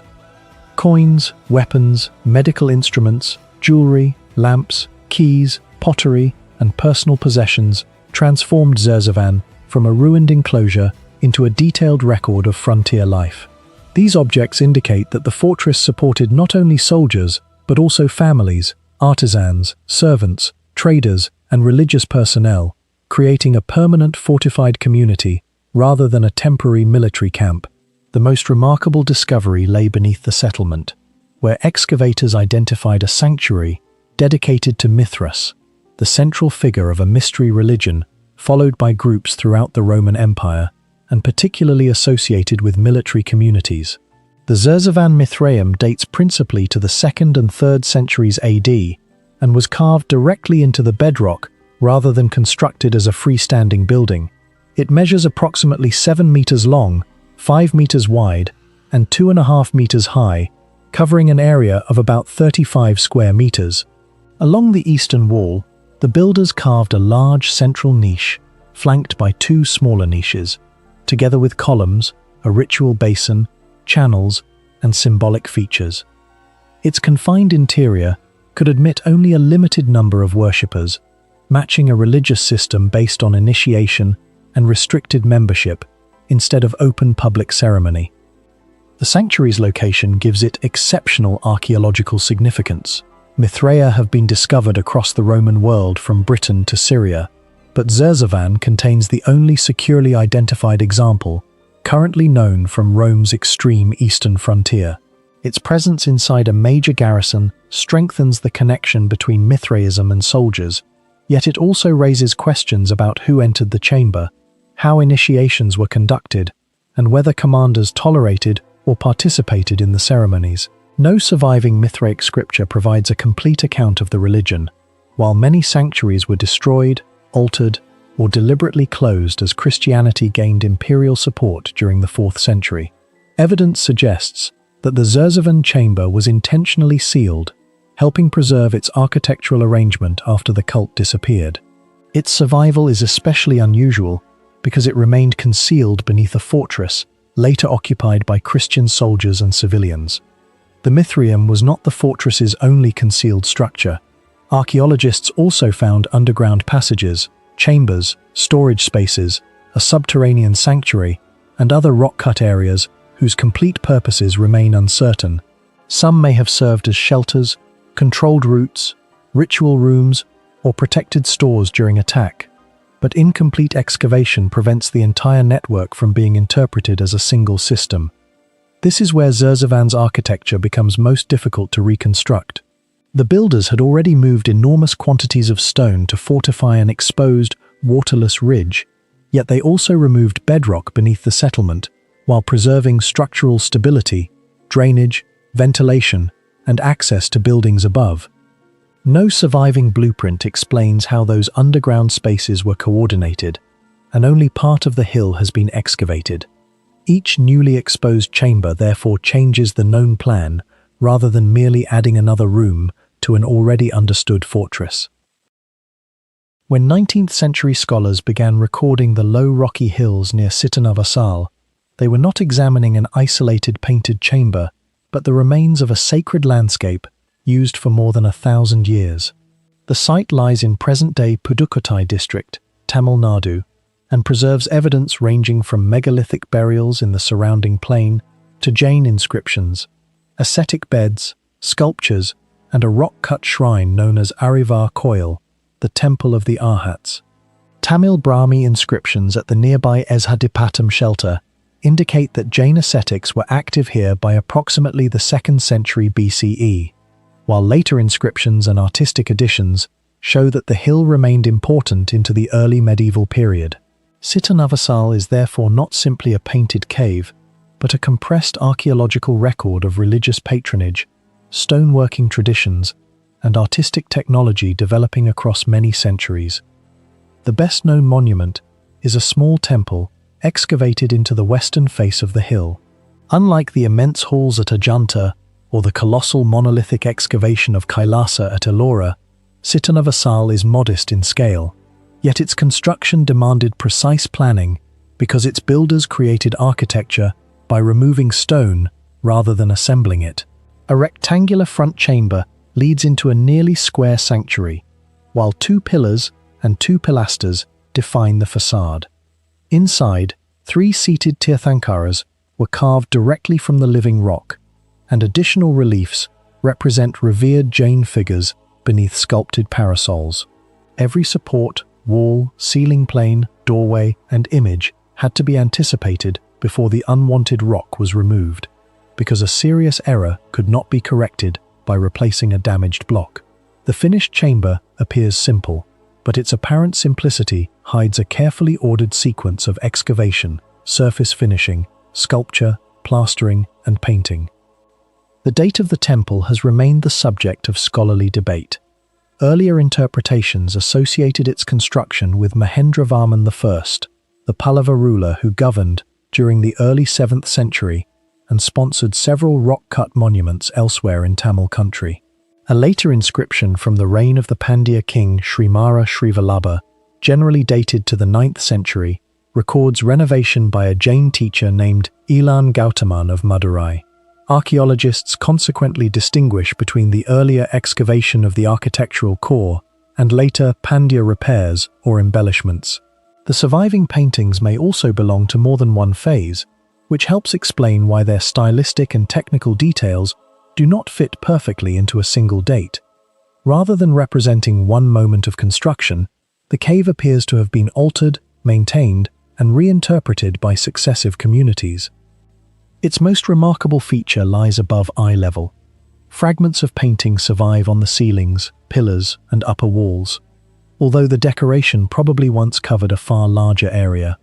The best-known composition depicts a lotus pond crowded with blossoms, fish, birds, buffaloes, elephants, and human figures gathering flowers. The scene has often been interpreted as a representation of the Jain Samavasarana, the divine preaching assembly associated with a Tirthankara, although some scholars understand it more broadly as an image of spiritual liberation and the perfected world. Other surviving fragments show dancers, ornamental bands, floral patterns, and a royal or aristocratic couple. The chamber was therefore not intended as a bare stone shelter. Sculpture, architecture, color, movement, and religious symbolism were combined to create an enclosed, sacred environment.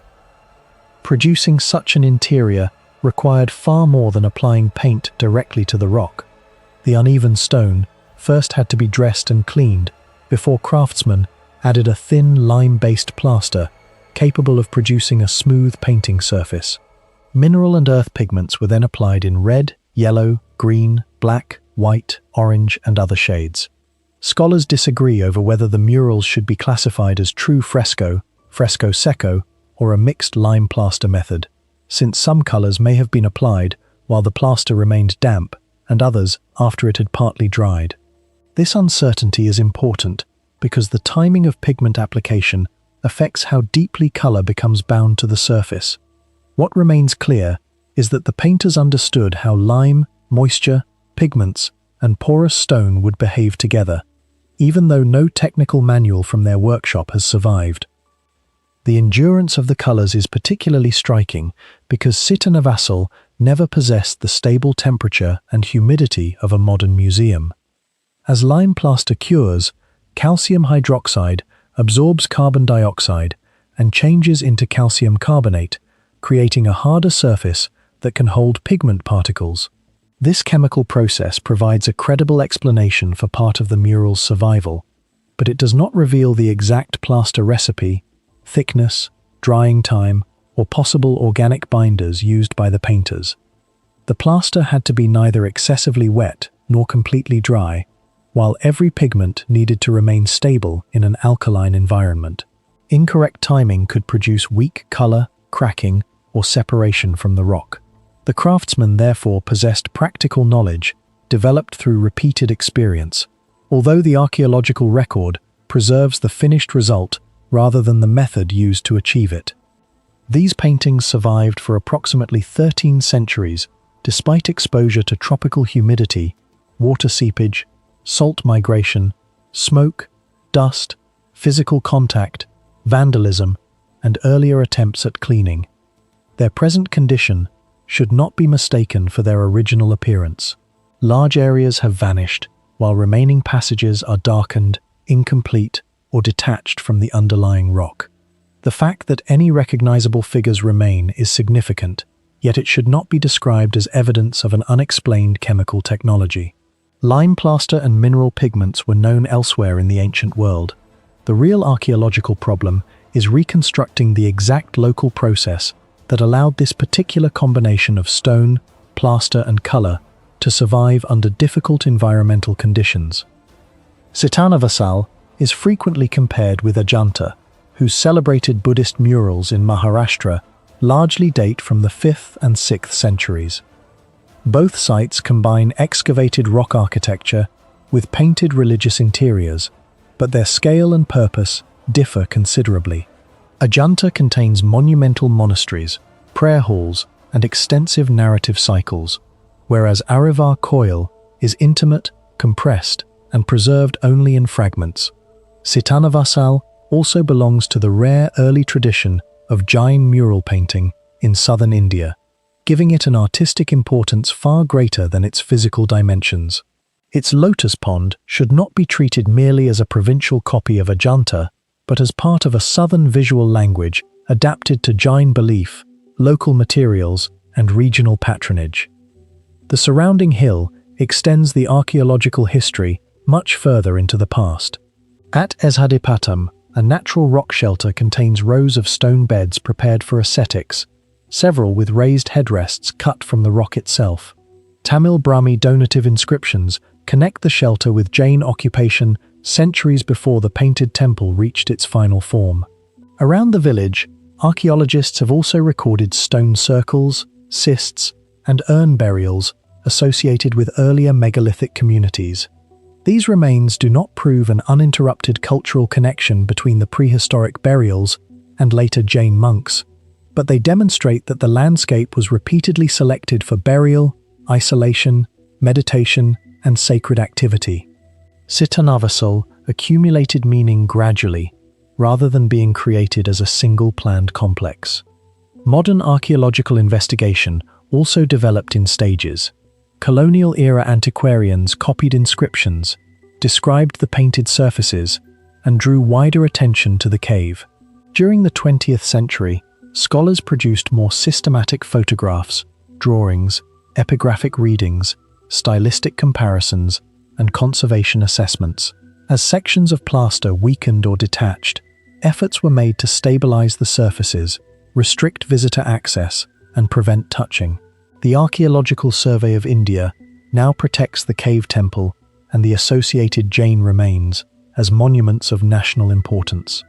Conservation remains difficult because excessive cleaning may remove original pigment, impermeable coatings can trap moisture, and repairs using incompatible materials may place new stress on ancient plaster.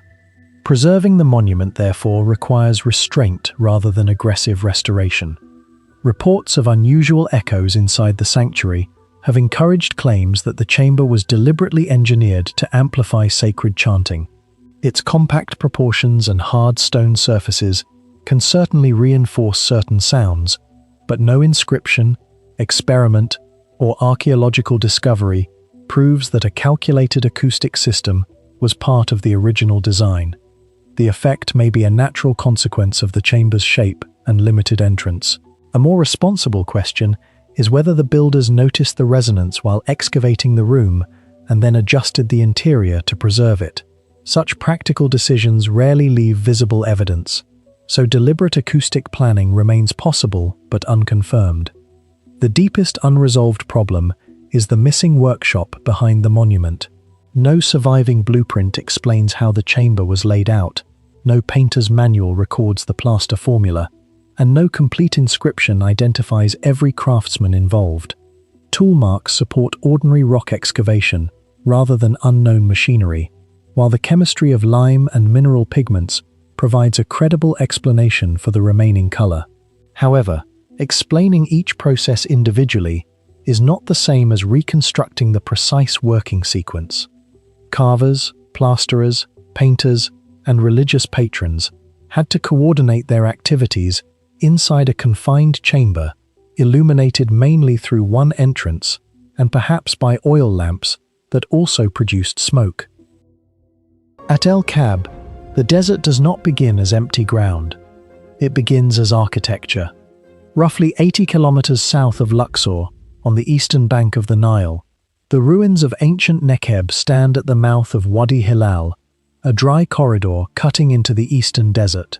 Beyond the city's enclosure, temples appear where no urban sanctuary should logically be, one built in sandstone beneath Amenhotep III, another driven partly into living rock under Ramesses II, and later transformed by Ptolemaic rulers. Their isolation makes them stranger than their size suggests. Here, the Egyptians converted distance, cliffs, and darkness into parts of the building, turning the route itself into a ritual machine. The deepest surviving monument is the compact sanctuary of Amenhotep III, constructed in the 14th century BC and dedicated to Nekhbet and Hathor. Despite the loose label Rock Temple, it was not hollowed entirely from a cliff. It is a small freestanding sandstone chapel, about 15 meters long and approximately 3.4 kilometers from El Kab's great enclosure. It probably served as a station for the sacred bark used in processions. Carrying a cult image from the main temple into the wadi required priests, bearers, supplies, and a maintained route through severe heat, so the remoteness was deliberate. Every step increased the separation from the inhabited city, turning silence and physical effort into components of ceremony. Its reliefs show Amenhotep III before Nekhbet, Hathor, and other deities, while scenes involving his father, Thutmose IV, have raised the possibility that the project began late in the father's reign or early in the son's. The walls also preserve a violent political change. Names and images connected with Amun were attacked during the religious reforms of Amenhotep IV, later called Akhenaten, then restored after the old cults returned, particularly under Seti I. A single surface therefore records construction, erasure, and repair. The temple is not one frozen decorative program, but a stone document repeatedly edited by rulers who understood that controlling a god's visible name meant controlling royal legitimacy. Closer to El Kab lies the Hemispeos, a hybrid temple whose inner rooms were cut into rock, while outer elements were built against the cliff. Its Ramesside phase belongs to the 13th century BC and is associated with Setau, viceroy of Kush under Ramesses II. Unlike Abu Simbel, where an enormous facade and halls were excavated on a royal scale, El Kab used a smaller rock mass to create a confined sanctuary behind constructed spaces. This method required two building systems to meet precisely. Masons laying blocks outside had to align their work with chambers being removed from solid stone inside, where a misplaced wall could not simply be dismantled and rebuilt. The sandstone could be worked with known Egyptian tools, including metal tools, stone pounders, abrasives and plumb lines, so no lost machine is required. The remarkable problem was organizational. In rock-cut construction, the intended building must first exist as measurements inside material that has not yet been removed. Workers needed reference lines, level control, ventilation, lighting, spoil removal, and an excavation sequence that would not weaken the roof. At El Kab, these tasks were managed in a restricted desert site, far from a major royal building yard. Its achievement is not unexplained technology, but the conversion of carefully controlled negative space into architecture. The sanctuary did not remain fixed in its Ramesside form. During the Ptolemaic period, it was enlarged and heavily redecorated, notably under Ptolemy V and Ptolemy X.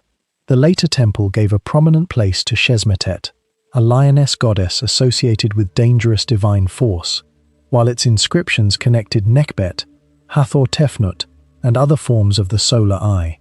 Greek-speaking kings ruling Egypt centuries later did not discard the remote sanctuary. They entered it, recut it, and covered its surfaces with complex hieroglyphic theology. A monument first shaped under an empire extending into Nubia became a ritual instrument for a dynasty of Macedonian origin. Its texts draw on the myth of the distant goddess, in which a fierce solar eye leaves Egypt for the southern lands and must be pacified and brought home. El Kab was ideally positioned for this narrative. It stood in Upper Egypt, linked to routes toward Nubia, and its chief goddess already embodied royal protection. A procession moving from the city into the wadi and returning could reproduce the myth through real geography. The outward journey represented departure into a dangerous margin. The homeward movement restored divine order to the Nile Valley. The temple was not merely a destination, because the desert road was itself part of the sacred performance. Between the sanctuaries rises Vulture Rock, an isolated outcrop covered by thousands of markings, including prehistoric petroglyphs and later inscriptions. Animals, boats, human figures and signs were pecked or incised into its surfaces, while Old Kingdom priests of Nekhbet added texts of their own. Some images predate the formal temples by millennia, proving that the wadi drew attention long before Amenhotep III or Ramesses II. No single authority designed this monument. One community marked the rock, another recognized its importance, and later visitors added their own presence until the outcrop became an archive assembled across generations. Hidden in the Atbashi range of central Kyrgyzstan, more than 3,200 meters above sea level and surrounded by empty alpine valleys, Tash Rabat appears where logic says no major stone monument should exist. Travelers crossing the Tian Shan Mountains encounter an immense domed structure standing alone against the landscape, with no medieval town, fortress network, or permanent settlement nearby to explain its presence. The isolation is so extreme that even today, the nearest village lies many kilometers away, while winter temperatures regularly fall far below freezing and heavy snow can block access for months. Yet centuries ago, someone transported thousands of carefully selected stones into this remote valley and assembled one of the best preserved medieval monuments anywhere along the Silk Road. The question that has never received a universally accepted answer is remarkably simple. Why was such an ambitious building constructed in one of the least hospitable locations imaginable? Unlike the brick caravanserais that dominated Central Asia, Tash Rabat was built almost entirely from local stone. That choice alone makes it unusual. Throughout the medieval Silk Road, builders generally relied on baked bricks or mud bricks because they were easier to produce, transport, and repair. Massive stone architecture was comparatively rare across the region, particularly at high elevations where construction seasons were short and hauling material demanded enormous effort. Even today, archaeologists recognize Tash Rabat as one of the largest surviving stone caravanserais in Central Asia, a distinction that immediately separates it from hundreds of other roadside inns that have long since disappeared beneath wind-blown soil. The building itself resembles a fortress as much as a guest house. Thick masonry walls enclose an almost symmetrical plan centered on a large domed hall from which corridors branch into approximately 31 individual rooms. More than 20 smaller domes cover surrounding chambers, creating an interior that functions as a network of interconnected vaulted spaces rather than a collection of simple rectangular rooms. The transition from square chambers to circular domes required the use of squinches, an architectural technique that redirects structural loads into the supporting walls without modern steel reinforcement. Every stone had to be shaped precisely enough that the weight of the masonry stabilized the entire roof through compression alone. More than 5 centuries later, much of that system continues to stand despite earthquakes, freezing winters, and dramatic seasonal temperature changes that repeatedly expand and contract the stone. Stepping inside only deepens the mystery. Natural light barely penetrates the interior because the structure has almost no conventional windows. Illumination enters primarily through the main doorway and carefully positioned openings above several domes, producing narrow shafts of sunlight that move across the floors during the day, while leaving much of the building in permanent shadow. Such a design conserves heat during severe winters, but it also creates an environment unlike the open courtyards found in many Silk Road caravanserais.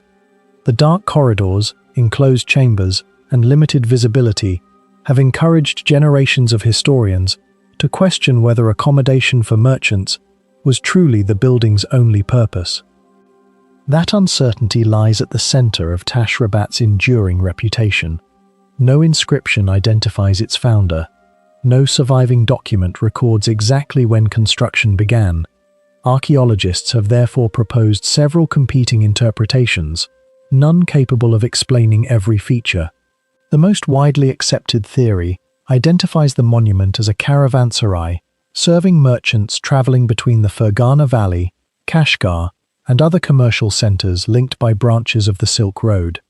Its location near historic mountain passes certainly supports that idea, since caravans crossing the Tian Shan required secure shelter before attempting dangerous high-altitude routes. However, the unusually enclosed design, absence of the expansive open courtyard typical of many caravanserais, and highly compartmentalized interior have led others to suggest that the complex may originally have served as a Buddhist monastery, a Nestorian Christian monastery, a Sufi khanqa, or even a ribat, combining religious and defensive functions. Each hypothesis explains some architectural details while leaving others unanswered, and decades of excavation have produced no decisive evidence capable of ending the debate. Dating the monument has proven equally difficult. Proposed construction dates range from the 10th century to the 15th century, a span of nearly 500 years that dramatically changes the historical context in which the building would have operated.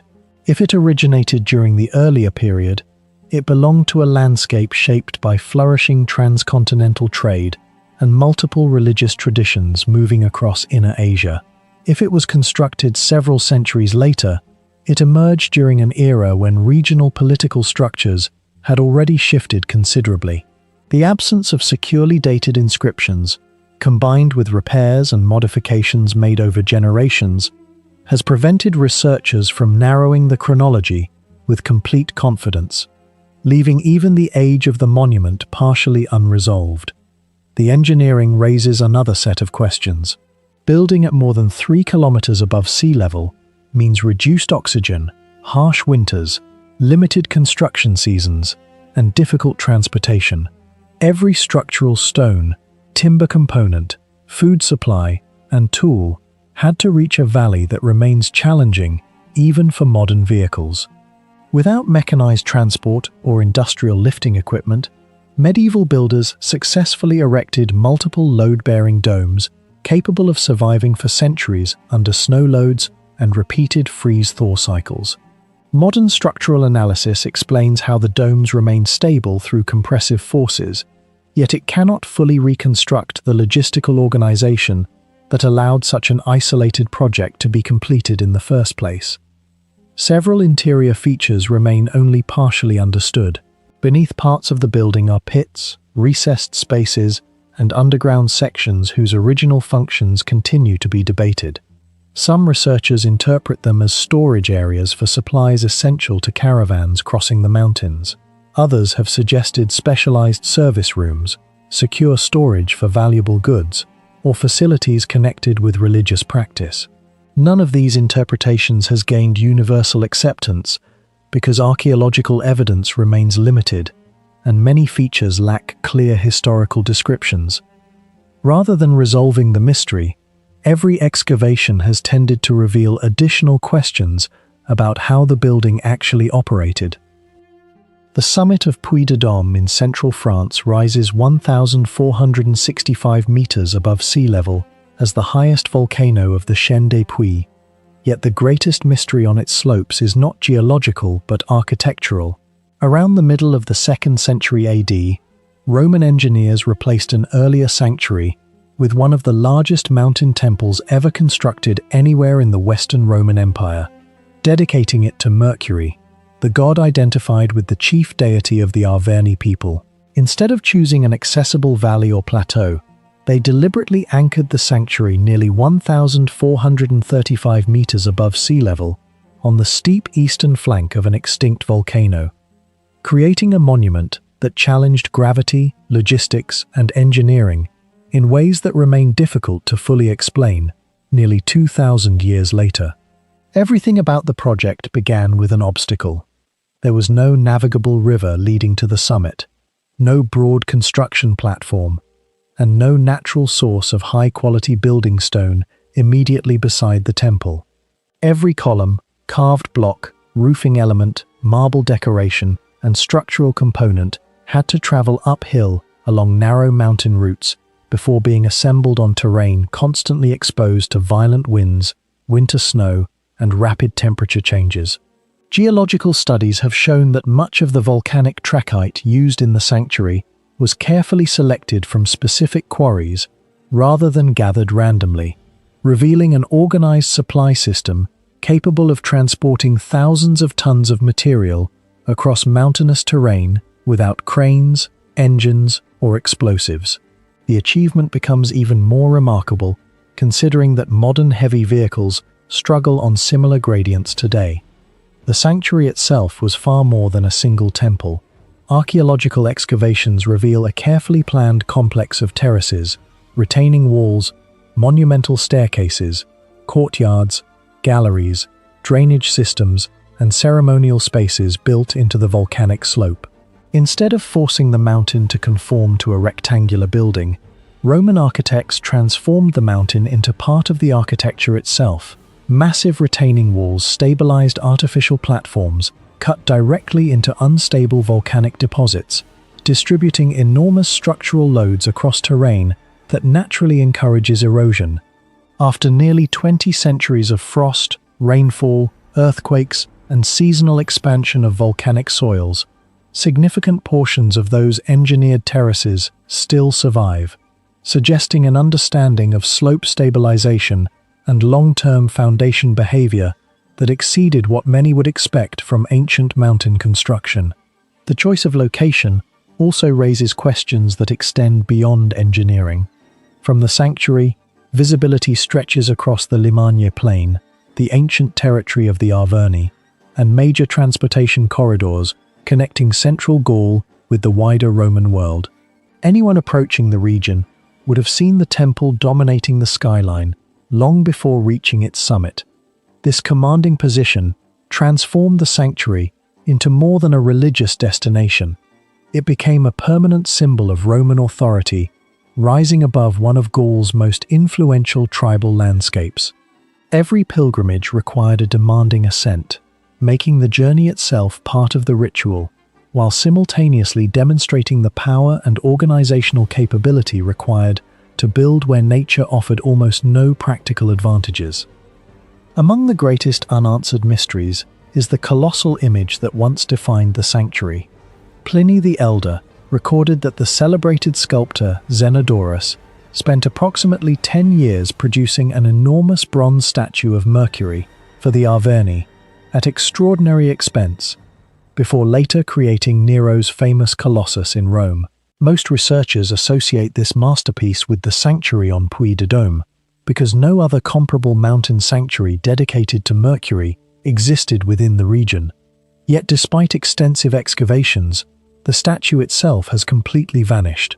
No large bronze fragments, no definitive foundation matching its full scale, and no clear explanation for its disappearance have ever been found. Whether it was dismantled for metal during periods of crisis, destroyed during late antiquity, or removed under circumstances still unknown, remains one of the site's enduring archaeological puzzles. Excavation has gradually revealed that this was not the first sanctuary on the mountain. An earlier temple dating to around the 1st century AD occupied the summit, before being replaced by the larger complex lower on the slope around AD 150, with parts of the earlier structure incorporated into the new construction. Such rebuilding reflects an ambitious redesign rather than simple renovation, suggesting that Roman planners intentionally abandoned an already sacred location to create a monument capable of accommodating greater numbers of pilgrims and projecting greater architectural prestige. Even centuries later, coins indicate continued activity at the sanctuary into the 4th and possibly 5th centuries, long after many comparable mountain sanctuaries had declined. Modern archaeology has answered many questions while creating new ones. Excavations beginning in the 19th century exposed impressive foundations, but only 21st century research combining architectural analysis, geological sourcing of stone, digital reconstruction, and detailed surveys began revealing how sophisticated the construction actually was.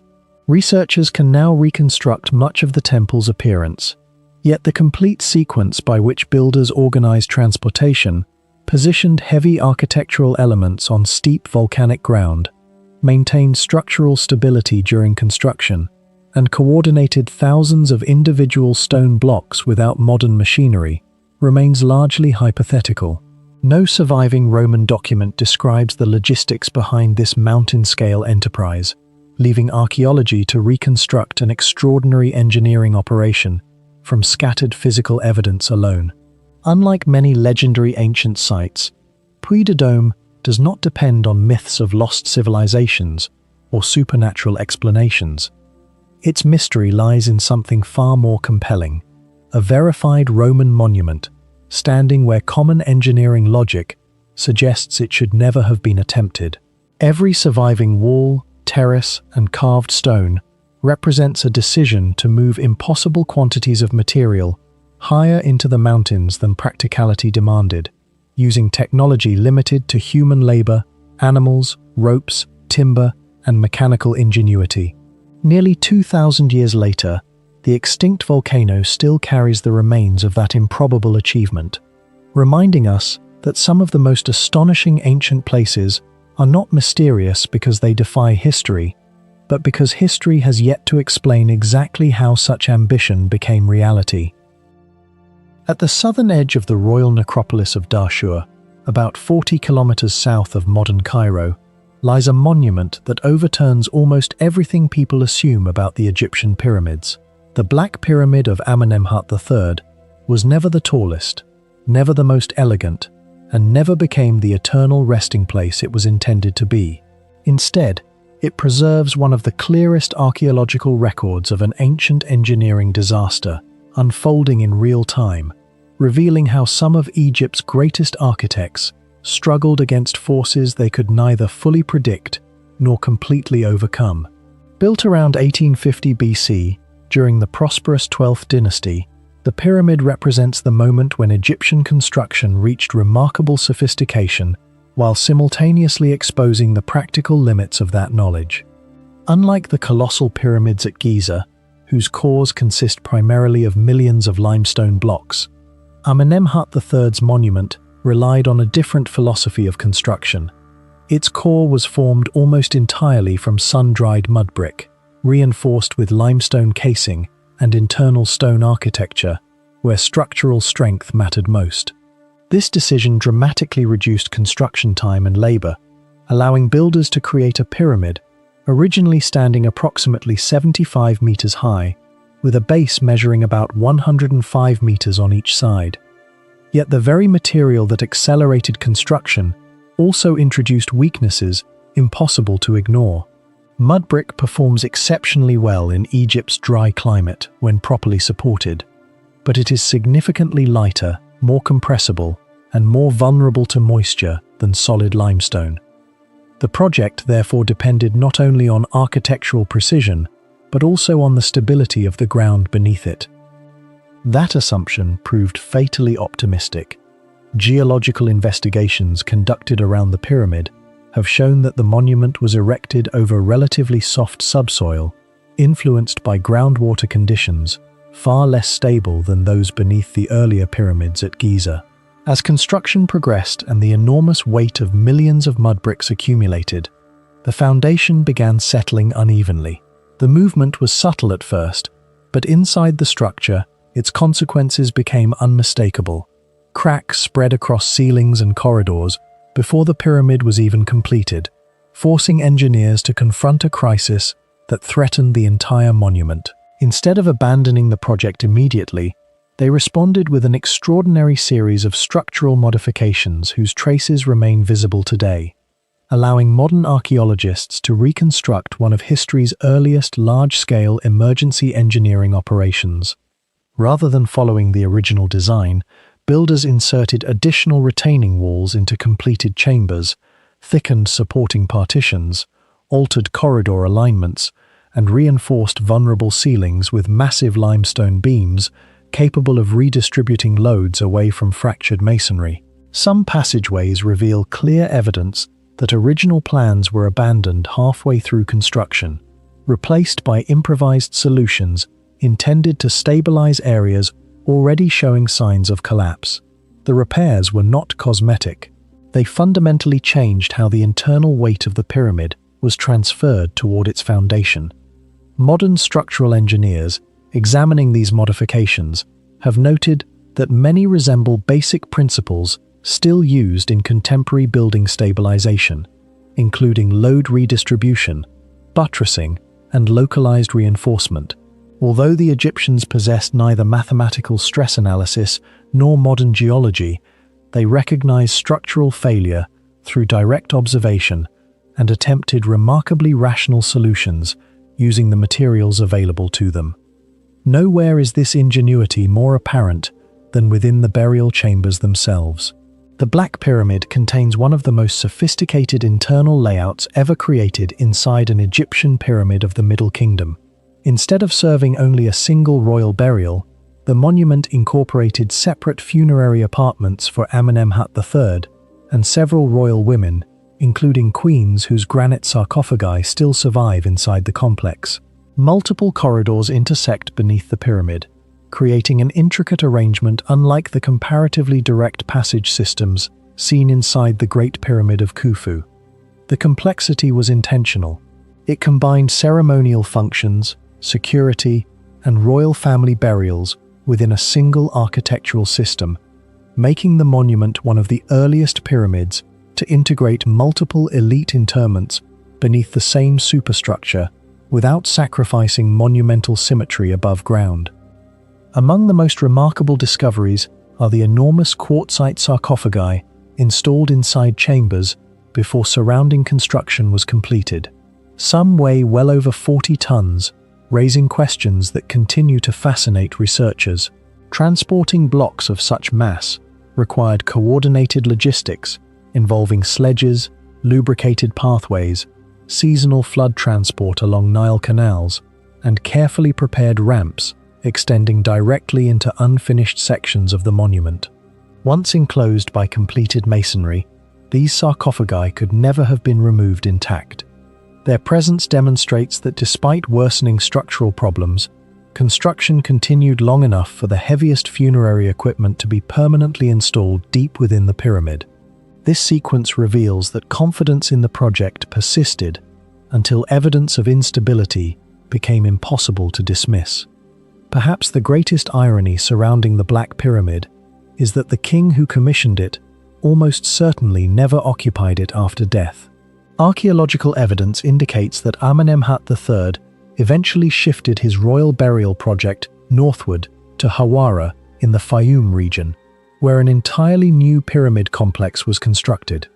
Ancient Egyptian rulers rarely abandoned monumental funerary projects after investing years of labor, thousands of workers, and immense quantities of resources. Doing so represented not only financial loss, but also profound religious disruption, because the pyramid formed part of an elaborate system connecting kingship with eternal rebirth. The decision therefore speaks volumes about the severity of the structural defects. Repairing the Black Pyramid may have extended its survival, but confidence in its long-term stability appears to have disappeared completely. Its modern name tells another story of transformation through time. No ancient inscription identifies the monument as the Black Pyramid. The title emerged only after centuries of erosion stripped away nearly all of its polished white limestone casing. Exposed mud brick gradually darkened through weathering, oxidation, and accumulated desert deposits, until the surviving core acquired the deep brown-black appearance visible today. What had once reflected sunlight across the Dashur desert instead became a dark ruin, contrasting sharply with neighboring pyramids, preserving in its weathered surface the memory of materials hidden for almost 4,000 years. Yet despite its outward collapse, the pyramid has become one of Egypt's most valuable archaeological laboratories. Every fracture, every reinforced corridor, every displaced ceiling block records decisions made by ancient builders, confronting problems as they emerged. Instead of presenting an idealized monument perfected according to plan, the site preserves the complete history of architectural adaptation under pressure. Laser surveys have documented subtle deformation throughout the interior, confirming that settlement affected multiple structural zones rather than a single isolated failure. These measurements support conclusions drawn from excavation records, showing that stabilization efforts occurred repeatedly rather than during one brief repair campaign. The builders were continuously responding to an evolving structural crisis. The surrounding pyramid complex reinforces the monument's importance. Enclosure walls, subsidiary tombs, administrative buildings, and associated funerary installations demonstrate that this was never intended as an experimental project, but as one of the principal royal cemeteries of the Middle Kingdom. Every element reflected state-level organization at the height of Egypt's political stability.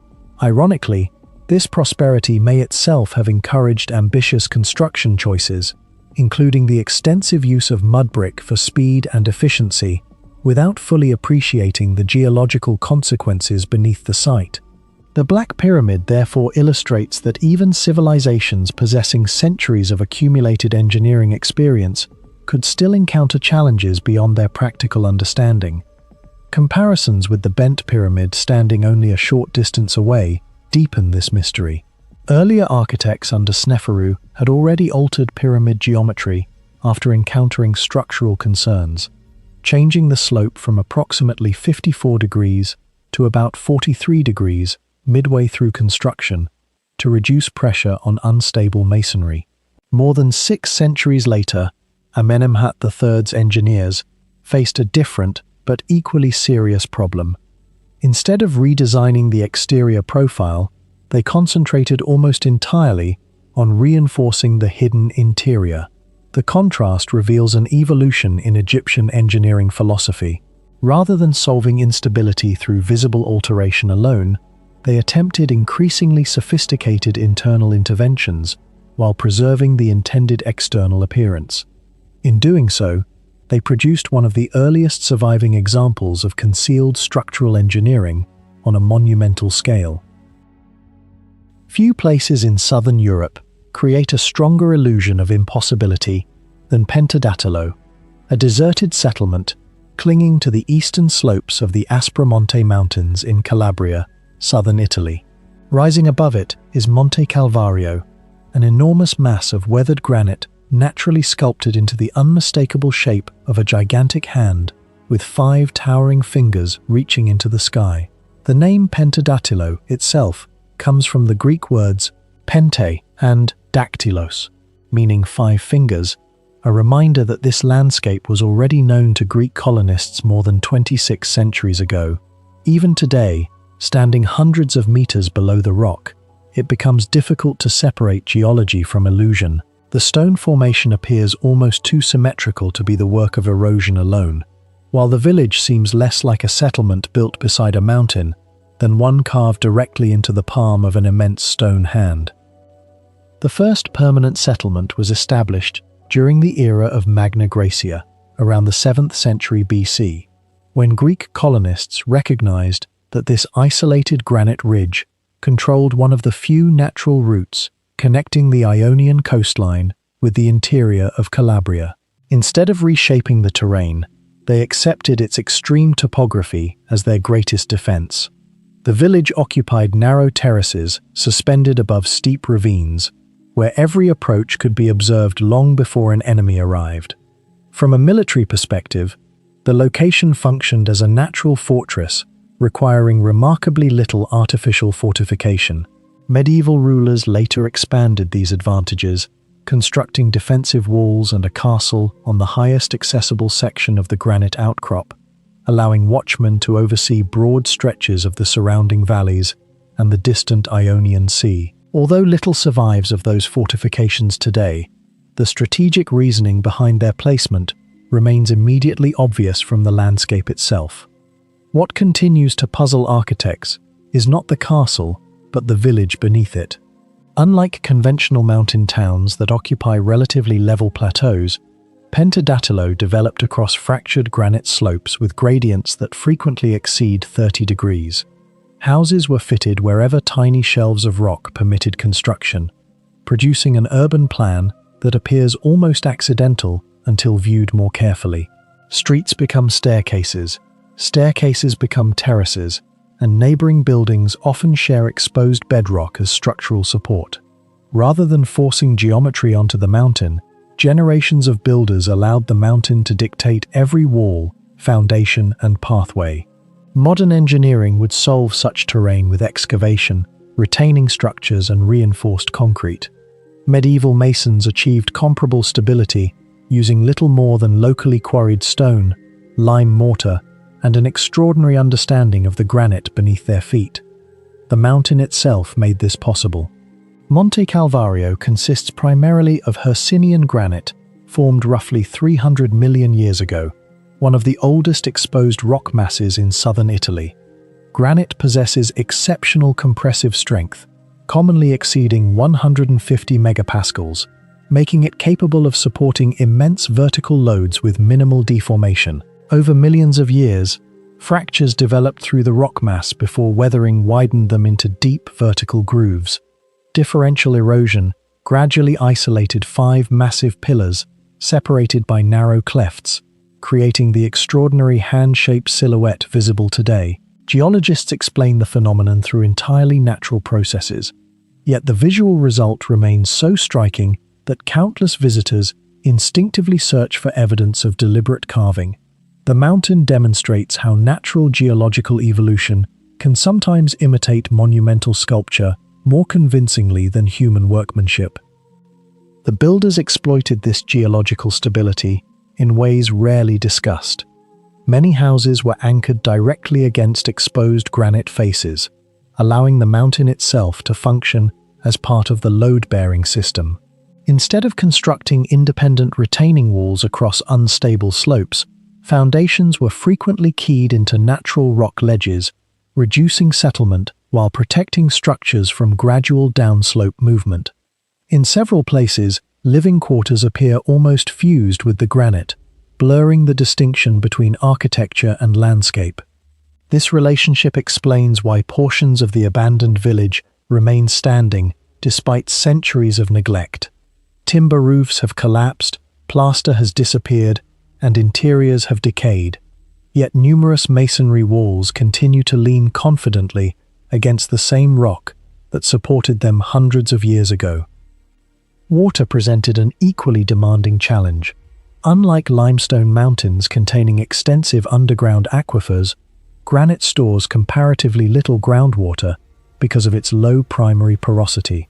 Every reliable spring therefore became essential for survival. Rainwater was carefully collected from roofs and stone-paved surfaces into cisterns, while narrow channels directed seasonal runoff towards storage areas.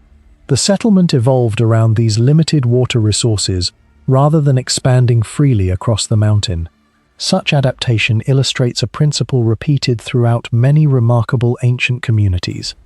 Engineering success often depended less on overcoming nature than on understanding its strict limitations. Pentadatilo's apparent invincibility ultimately proved deceptive. While the granite foundation remained exceptionally strong, the surrounding slopes were vulnerable to earthquakes that have repeatedly affected Calabria throughout recorded history. The catastrophic seismic sequence of 1783, estimated at magnitudes between approximately 6.5 and 7.1 across multiple major shocks, devastated much of southern Italy. Buildings in Pentadatilo suffered extensive damage, while fractured slopes became increasingly susceptible to landslides and rockfalls. Reconstruction restored parts of the settlement, yet confidence in the mountain steadily declined. Smaller earthquakes during the 19th and 20th centuries, combined with continuing geological instability, encouraged residents to relocate to safer ground. By the late 20th century, the ancient village had become almost entirely abandoned, not because its builders misunderstood the mountain, but because they had reached the limits of what any historical engineering could safely resist. Abandonment transformed Pentadatilo into something unexpectedly more extraordinary than a functioning village. Without modern reconstruction, the settlement became a remarkably authentic record of how architecture can emerge directly from extreme terrain. Empty stone houses still follow the exact contours established centuries earlier. Narrow alleys terminate abruptly against sheer granite walls. Doorways open toward vast drops overlooking olive groves and dry river valleys. From above, the village appears trapped between civilization and raw geology, occupying a space that seems physically impossible for permanent habitation, yet demonstrably supported human life for well over 1,000 years. Hidden on the eastern slopes of the Bolivian Andes, at an elevation of nearly 1,900 meters, where the mountains begin descending toward the Amazon basin, El Fuerte de Samaipata appears from a distance to be an ordinary sandstone hill. The illusion disappears the moment its surface comes into view. Instead of natural rock, Almost every accessible section has been deliberately carved into channels, terraces, stairways, niches, seats, and geometric forms spread across a single sandstone outcrop, approximately 220 meters long and 60 meters wide. UNESCO describes it as the largest carved rock of its kind in the Americas. Yet no written record explains who first conceived such an extraordinary project, or why an entire hill was transformed into architecture instead of building with separate stone blocks, like almost every other ancient civilization. Unlike Machu Picchu, Petra, or the pyramids of Egypt, El Fuerte was not assembled piece by piece. The mountain itself became the monument. Builders carved directly into living bedrock, eliminating walls, joints, and foundations that normally reveal different construction phases. That decision created one of archaeology's greatest challenges, because the monument cannot be separated into clear chronological layers. Excavations show the site was occupied by the Shanay people, later incorporated into the Inca Empire during the late 15th century, and eventually used by the Spanish after their arrival. But the immense rock carvings themselves almost certainly began centuries before the Incas, leaving their original creators and intentions only partially understood. The feature that dominates the entire summit is an enormous network of carved channels crossing the rock in every direction. Some run perfectly straight before turning at precise angles, while others curve across the surface like flowing rivers. Several lead into circular basins or shallow reservoirs, and during heavy rainfall, water still follows these pathways exactly as their builders intended. Their existence proves careful engineering, yet their purpose remains uncertain. If they were simply drains, they are unnecessarily elaborate. If they served rituals, their scale far exceeds what would have been required for symbolic ceremonies alone. Archaeologists continue debating whether the channels controlled ceremonial water, represented sacred rivers, or combined practical and religious functions into a single design. Among these carvings is the famous Spine of the Serpent, a long winding groove extending across the sandstone ridge. Throughout the ancient Andes, serpents symbolized water, fertility, and the forces connecting the natural and spiritual worlds. At Samaipata, the symbolism becomes physical because rainwater flows directly through the carved body of the serpent itself. Whether this was intended as sacred theater or hydraulic engineering remains impossible to prove, but it demonstrates that every major feature was planned as part of a unified composition rather than added randomly over time. Across the summit lie dozens of rectangular and trapezoidal niches, cut with remarkable consistency. Some resemble architectural sockets, capable of supporting wooden structures, while others occupy positions where no building could have stood. Nearby, broad terraces and carved platforms overlook the surrounding valleys, suggesting large ceremonial gatherings instead of ordinary domestic activity. One of the best-known spaces, commonly called the Choir of the Priests, contains a series of seats carved directly into the bedrock, facing the monument below. No inscriptions identify who occupied them or what ceremonies took place there, yet their elevated position provided an uninterrupted view across the sacred landscape, reinforcing the idea that the entire hill functioned as an open-air sanctuary rather than a conventional temple enclosed by walls. Its location adds another layer to the mystery. Samaipata stood where the Andean highlands met the tropical forests of eastern South America, controlling routes that connected mountain civilizations with the Amazon frontier. Goods, ideas, and religious traditions moved through this corridor for centuries. When the Incas expanded into the region, they built administrative buildings, plazas and terraces around the ancient rock, but left the carved summit largely intact. That decision speaks for itself. An empire famous for monumental architecture chose to preserve an older sacred monument instead of replacing it, suggesting the site already possessed exceptional religious authority before Inca rule began. The choice of sandstone is equally intriguing.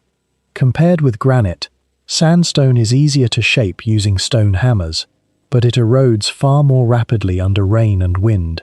The builders knowingly invested immense labor into a material that would slowly disappear over time. Even after centuries of weathering, many channels remain sharply defined, preserving gradients accurate enough for flowing water to follow their original paths.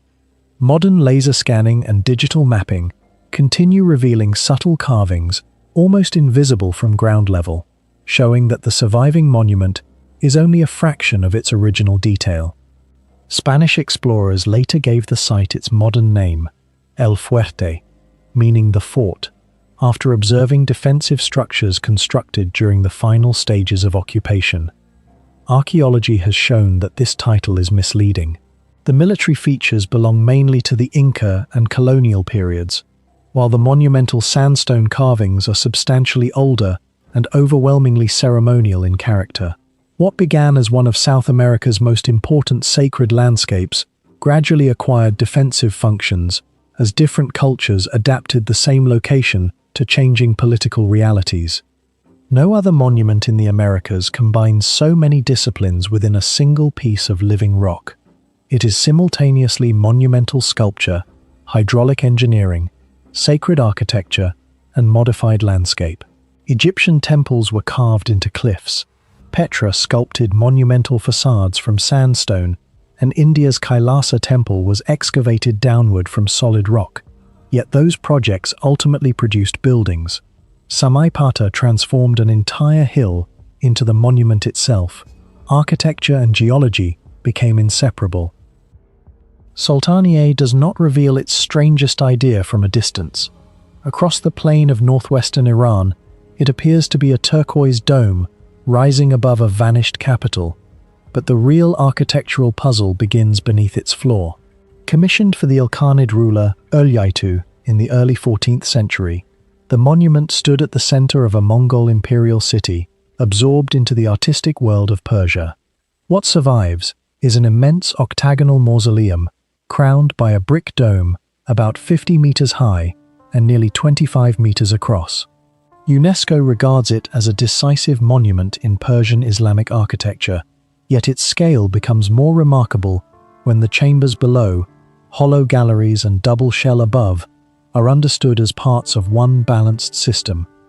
A stairway descends into the crypt, an underground burial zone composed of several spaces and heavy masonry. It is not an underground city or an endless maze. Its importance is more credible and technically more difficult. The builders placed funerary chambers beneath one of the largest brick domes ever attempted, so the supporting ground was not an uninterrupted mass. Voids, stairs, and enclosed rooms had to coexist with foundations carrying towering walls, galleries, and two masonry shells. Every opening altered the route by which compression traveled into the earth. An error in the position of an arch, wall, or subterranean chamber could have caused uneven settlement and driven cracks upward. The crypt therefore belonged to the engineering of the mausoleum, not only to its burial ritual. Above it rises an octagon, whose geometry is far more than decoration. 8 massive sides receive the thrust of the dome, while arches, piers, and galleries redirect its forces downward. The dome was built as 2 separate brick shells connected by ribs, producing a tall outer profile without filling the entire volume with masonry. This reduced dead weight while preserving stiffness, an ingenious solution to a danger that increases as a masonry dome grows wider and higher. Brick is strong in compression but weak in tension, so the structure survives only while its geometry keeps forces pressing through the material instead of pulling it apart. At Sultaniye, the transition from dome to octagonal support, the spacing of openings and the links between the shells all had to cooperate. Modern studies still model these elements because the building is a 3-dimensional mechanism in which crypt, piers, galleries, dome, and minarets affect one another. Its apex stands about 50 meters above ground, comparable to a modern building of roughly 15 stories, while the cupola approaches 25 meters in diameter. Completed around 1302 to 1312, it demonstrated that a soaring masonry dome could be built without the solid mass earlier builders might have considered necessary. Its internal void was not a weakness accidentally tolerated by the structure. Controlled emptiness made the height possible. That principle repeats throughout the building. The crypt removes material below, arches remove material from the walls, galleries hollow the upper body, and the gap between the dome's shells eliminates enormous weight from the crown. Sultaniye is an architecture of calculated absence. Instead of resisting gravity by adding brick everywhere, its designers determined where masonry was indispensable and where emptiness could safely remain. The monument looks massive, yet much of its stability depends on spaces where no material exists. Its survival shows that the builders possessed a sophisticated practical knowledge of thrust, load paths and proportion, even though they worked with geometry, templates, chords, and accumulated craft, rather than modern equations. Its endurance must not be exaggerated into the claim that it is untouched or earthquake-proof. Iran is seismically active, and the monument bears cracks, losses, and evidence of repeated repairs. Numerical analyses indicate that it performs adequately under gravity, while major earthquake scenarios can initiate serious cracking around openings and propagate damage into the supports and dome. The minarets and upper levels are especially vulnerable because lateral motion increases with height. The building has endured for more than 7 centuries, despite the weakness of unreinforced masonry under horizontal shaking. But modern research makes clear that its future survival cannot be assumed. It is a successful historical experiment, still exposed to the forces it was built to resist. The burial story adds uncertainty. The crypt is associated with Ölyaytu's interment, but the project passed through changing devotional ambitions. Historical tradition holds that he considered transferring the remains of Imam Ali and Imam Hussein to Sultaniye, a plan never realized. The mausoleum ultimately became connected with Ölyaytu himself, yet no intact, unquestionably identified burial assemblage closes the question as a sealed tomb might. The broad purpose of the subterranean zone is evident, while the exact sequence of burial, use, and later disturbance is less certain. The mystery expands when the dome is placed back inside its lost city. Sultaniye was never meant to stand alone. It formed the monumental core of an Ilkhanid capital containing religious, residential, administrative, and service buildings. Archaeological remains across the plain include ruins, mounds, and kiln areas, while the UNESCO property extends far beyond the mausoleum. The capital flourished briefly, then declined as political power shifted and later invasions damaged the settlement. Most of its urban fabric vanished above ground, leaving the dome to dominate a plain that once supported an imperial city. The structure intended to contain the dead became the most visible survivor of a place once crowded with the living. Inside, glazed tile, painted plaster, carved stucco, and inscriptions show that engineering was inseparable from spectacle. The octagonal interior pulled the eye upward through successive arches toward a dome that appears almost weightless, while directly beneath lay the crypt. Burial, ceremony, galleries, and dome formed one vertical stack in which every level depended on the one below. Sultaniye is not extraordinary because it hides an imaginary underground civilization. Its real achievement is harder to explain away. 14th century builders raised a roughly 50-meter brick monument over a multi-space crypt, hollowed its walls with arches and galleries, divided its dome into 2 connected shells, and coordinated the whole arrangement through an octagonal plan. They created height by removing weight, stability by directing compression, and grandeur by organizing voids with almost as much care as solid masonry. The capital disappeared, decoration fell away, earthquakes opened cracks, and centuries of repair altered the fabric. Yet the central idea remains visible. Beneath the turquoise dome, the underground chambers are the lowest element of an audacious experiment in making enormous mass stand around emptiness. Termessos does not look like a city placed upon a mountain. It looks as though the mountain itself had been reorganized into a city. The ruins occupy a natural platform on the southwestern face of Gülük Dağı, in the Taurus Mountains, roughly 25 kilometers northwest of Antalya and about 1,050 meters above sea level.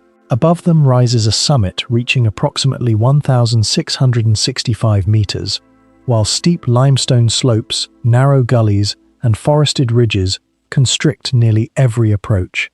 Most ancient settlements used walls to correct weaknesses in the landscape. Termessos reversed that logic. Its builders selected terrain so difficult that masonry became an extension of geology, creating a fortified urban center whose first defense was the mountain itself. The clearest proof appears in Alexander the Great's campaign of 333 BCE. Popular retellings often claim that he attacked Termessos and was defeated, but Arrian's account is more revealing. The passage was so confined that a small defending force could control it, while the city stood high above the route. Alexander assessed the position, recognized the likely cost, and moved on toward Sagalassos. No unknown weapon was needed. A commander who had crossed the Hellespont, broken Persian armies, and captured major strongholds, judged that forcing this mountain gateway was not worth the casualties or delay. Elevation, restricted movement, and superior observation had been combined into a defensive machine without moving parts. What makes the site truly improbable, however, is not that people defended it, but that they sustained a complete city there. Termessos contained an agora, colonnaded streets, temples, a bath gymnasium, houses, cemeteries, a council building, and a large theatre, where level construction space was scarce.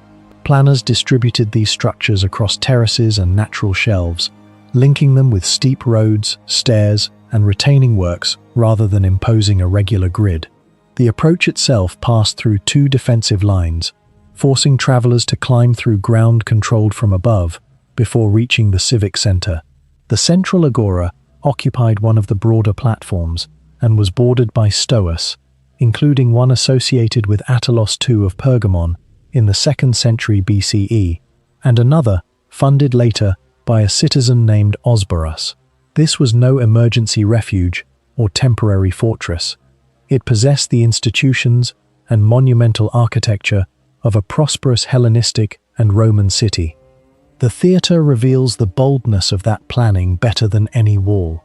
Built in the Greek tradition and modified during the Roman period, its stone auditorium held about 4,200 spectators and extended beyond a semicircle. Unlike many later Roman theatres raised on extensive vaulted substructures, it relied heavily on the natural slope. Its famous view across the Taurus Mountains hides a difficult engineering problem. Thousands of people had to enter, circulate, and leave safely on uneven terrain, while the seating, stage building, and passages remained stable under repeated loading, rainfall, and ground movement.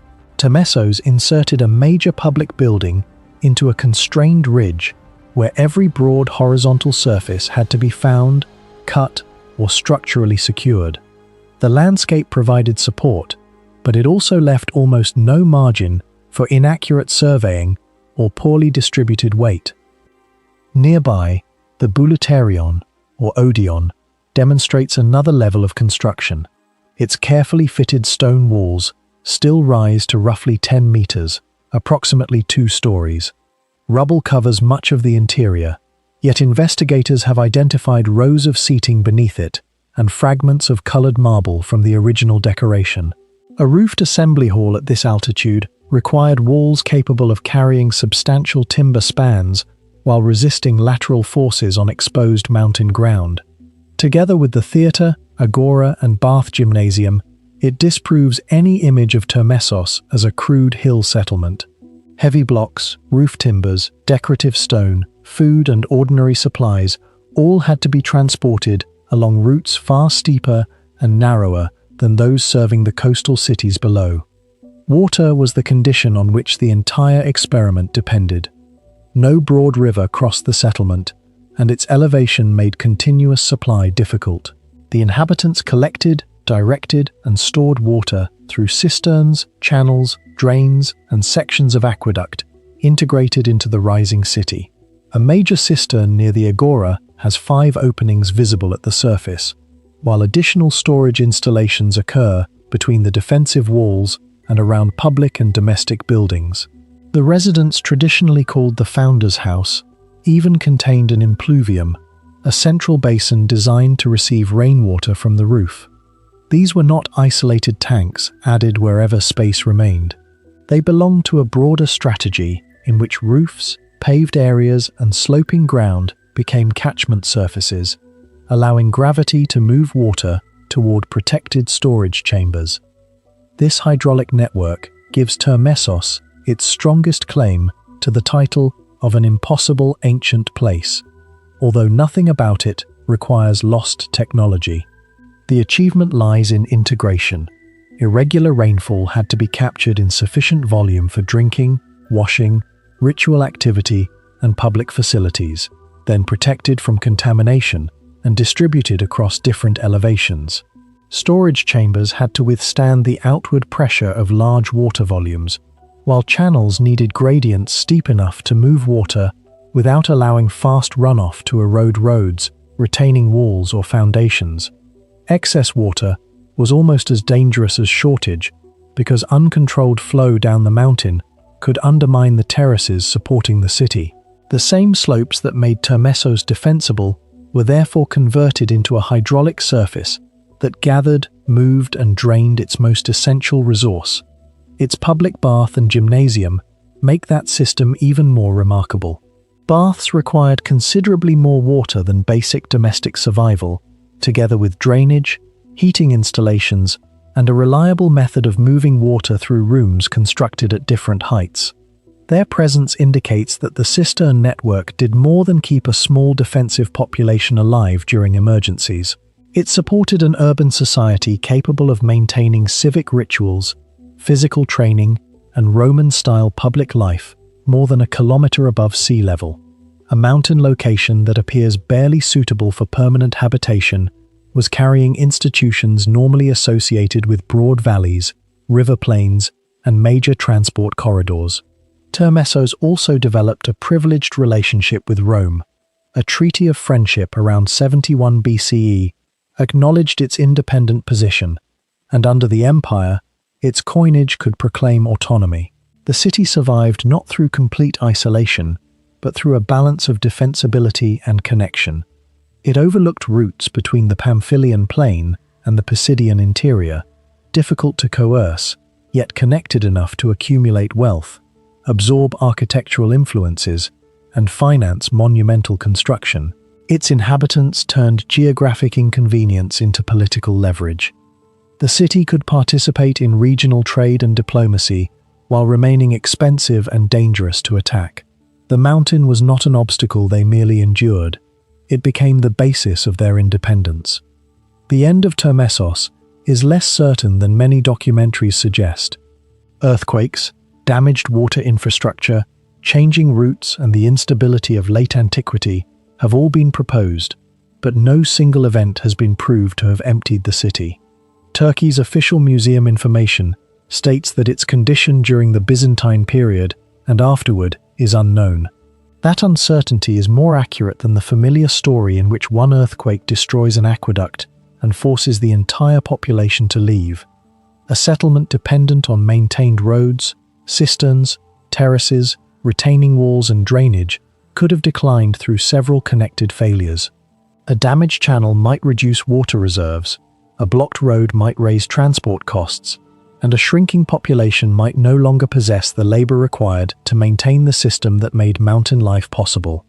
Abandonment also protected the ruins. No major modern city was constructed directly above them, and Termessos has never been excavated on the scale of Ephesus or other celebrated Anatolian sites. Forest growth, fallen masonry, and difficult access still obscure parts of its plan, leaving major questions about its population, water capacity, construction phases, and final centuries. UNESCO's tentative listing for Gölük Dağı Termessos recognizes both the archaeological remains and the surrounding natural environment, including the city walls, theatre, agora, odeon, tombs, cisterns, drainage works, and nearby canyon walls rising to approximately 600 meters. This combination matters because the site's greatest achievement was never a single monument. It was the conversion of an entire mountain landscape into urban infrastructure. Termessos was not impossible because its builders violated the laws of engineering. It was impossible because they accepted conditions most planners would have rejected and made every disadvantage perform several functions. Ridges defended the gates, slopes supported the theatre, runoff supplied reservoirs, terraces organized civic life and isolation, strengthened political autonomy. What remains above Antalya is therefore more than a dramatic collection of ruins. It is evidence that an ancient population could maintain a sophisticated city where access was hostile, water uncertain, and level ground exceptionally rare, provided that architecture followed the mountain closely enough to make geography itself part of the machinery. On a limestone ridge in western Syria, between Homs and the Mediterranean coast, Crac des Chevaliers overlooks a route that once connected inland Syria with Tripoli. Its mystery does not depend on legends or impossible technology. It comes from a more precise question.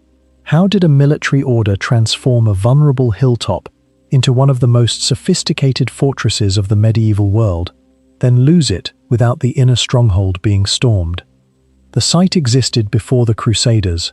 In the 11th century, Kurdish troops were stationed there, giving rise to the Arabic name Hisn al-Akrad, the Castle of the Kurds. In 1142, Raymond II of Tripoli transferred the stronghold to the Knights Hospitaller. Over the following century, they rebuilt it repeatedly, especially after earthquakes damaged earlier structures. The result was not one construction campaign but a layered fortress in which repairs, enlargements, and defensive experiments can still be read in the masonry. UNESCO identifies this sequence as evidence of the development and exchange of military architecture in the Near East. Its defining feature is the separation between the outer enceinte and the higher inner castle. An attacker who crossed the first wall did not reach the center. He entered a confined zone beneath towers and parapets from which defenders could fire downward and sideways. The inner wall was reinforced by large rounded towers, while the southern side, where siege engines could approach most easily, received the heaviest protection. Each line supported the next, so the collapse of one section did not expose the final position. The entrance was equally calculated. Instead of opening directly into the central ward, the access route climbed through a long vaulted passage that changed direction. Men, animals, and carts had to move slowly through a narrow corridor controlled from above. Doors could be closed at separate points, isolating anyone caught inside. The design turned movement into a weakness and made speed, visibility, and elevation part of the defensive system. Much of the castle was built from local limestone, faced with carefully cut ashlar blocks. Their strength came from dressed outer faces, rubble and mortar cores, heavy mass, arches, and vaults that distributed weight. Sloping stone bases reinforced exposed sections, made it harder to attack the foot of the walls, and increased the volume miners had to penetrate. Water determined whether these defenses could survive a siege. Crac des Chevaliers contained cisterns and channels that collected rainfall, while a large reservoir occupied part of the space between the inner and outer works. It is often described as a moat, but it also had a logistical role.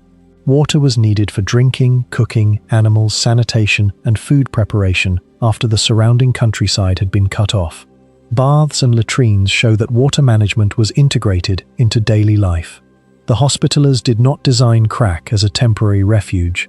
It functioned as a military base, residence, command center, and point from which the order controlled surrounding territory. Its greatest engineering achievement was the coordination of defense, supply, circulation, accommodation, and command on a restricted ridge. The clearest test came in 1271, when the Mamluk Sultan Baybars attacked. Later retellings often reduce the siege to a forged letter, but the surviving accounts describe a physical assault. Mamluk forces used siege engines, captured outer positions, and undermined a tower on the southwest side until part of it collapsed. They entered the outer ward through the breach, while the remaining Hospitallers withdrew into the stronger inner castle. Only afterward did a message, presented as an order from Hospitaller leadership, permit or persuade the defenders to surrender. The exact details of this letter remain uncertain, but the inner ward was not taken in a final direct assault. That outcome explains the fortress better than the claim that it was impregnable. Krak depended on manpower, supplies, communication, regional allies, and the political strength of the order that held it. By 1271, nearby strongholds had fallen, and outside relief was unlikely. Baibars attacked the network surrounding the castle as effectively as its walls. Once isolated, even a fortress capable of resisting assault could become strategically useless. Its fall showed that architecture could delay defeat, but could not reverse a wider military collapse. After the conquest, the Mamluks repaired and modified the castle instead of abandoning it. The chapel was converted into a mosque, new architectural features were added, and the fortress entered a different defensive system. Crusader and Mamluk work therefore survive within the same walls. Krak des Chevaliers is not simply a European castle transplanted into Syria, but a Near Eastern monument shaped by Kurdish occupation, Frankish military orders, local craftsmen, earthquakes, conquest, and centuries of reuse. The unresolved questions are practical rather than supernatural. Archaeologists can identify many building phases, but the organization of labor, the supply of timber and metal, the number and specialization of craftsmen, and the daily operation of the fortress remain only partly reconstructible. No complete medieval blueprint survives, and the building itself is the main document. What remains on the ridge is a system designed to function when movement, water access, and contact with the outside world had been severed. Its walls controlled approach, its passages controlled circulation, its towers controlled elevation, and its reservoirs controlled time. Krak des Chevaliers was formidable, not because its builders possessed a forgotten secret, but because they understood that every human need had to be anticipated before a siege began. That is the deeper mystery preserved in its ruins, not how stone became invincible, but how architecture turned isolation itself into a weapon. On a barren hill outside Yazd, the dead were once placed inside a circular stone enclosure where neither earth, fire, nor water was allowed to touch them. The structure did not preserve the body, conceal it, or mark it with a grave. It was designed to make the body disappear in the open air. Known as a dakma, and later called a Tower of Silence in English, it formed the final stage of one of the most carefully regulated funerary systems in the Iranian religious world. Its strangeness lies not in impossible stonework, but in the precision with which belief, architecture, sunlight, scavenging birds, and rules of purity were joined into a single mechanism. The practice came from a central Zoroastrian concern. A corpse was considered a powerful source of ritual pollution. Zoroastrian texts associate death with Nasu, the contaminating force believed to attack the body after life ended. Earth, water, and fire were sacred creations and could not be deliberately polluted by decaying flesh. Burial placed the corpse in soil, cremation exposed it to fire, and disposal in water contaminated another protected element. Exposure, therefore, offered a solution that avoided direct contact with all three. The dead were carried to an isolated place and surrendered to the sun, wind, and carrion birds. The custom is ancient, but the familiar towers are not as old as they are often claimed to be. Herodotus, writing in the 5th century BCE, reported that Persian religious specialists exposed bodies to dogs and birds before burial, showing that ritual exposure existed in the Achaemenid period. He did not describe circular towers. Secure evidence for enclosed dakmas belongs mainly to later centuries, and scholars note that tower-like structures are not clearly attested in Iran until the Islamic period. The Tower of Silence was therefore the architectural development of a much older rule rather than a single invention from remote antiquity. The most recognizable dakmas were raised circular enclosures built on hills beyond inhabited areas. Their walls concealed the right from ordinary view and prevented uncontrolled entry. Inside was an open platform exposed to the sky. In the Parsi tradition of India, the surface was divided into concentric zones for men, women, and children, with a central receptacle for the bones.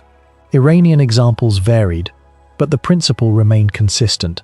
The corpse had to remain above the natural ground while decomposition took place. The body was not simply abandoned, its movement was controlled by specialists responsible for carrying the dead, whose work placed them in contact with ritual danger.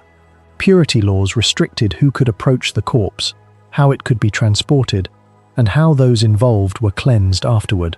Metal biers were preferred because they did not absorb pollution like wood or cloth. The dakma was one part of a larger system extending from death to the final treatment of the bones. Once the body reached the platform, vultures performed the work that burial or fire performed elsewhere.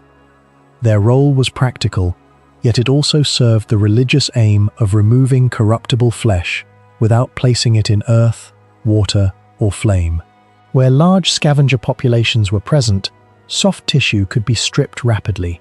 The remaining bones were exposed to intense sunlight, dry air, and weather before being moved into the central ossuary, often called the astadan, where they gradually broke down. This process is sometimes described as ancient environmental engineering, but that phrase requires caution.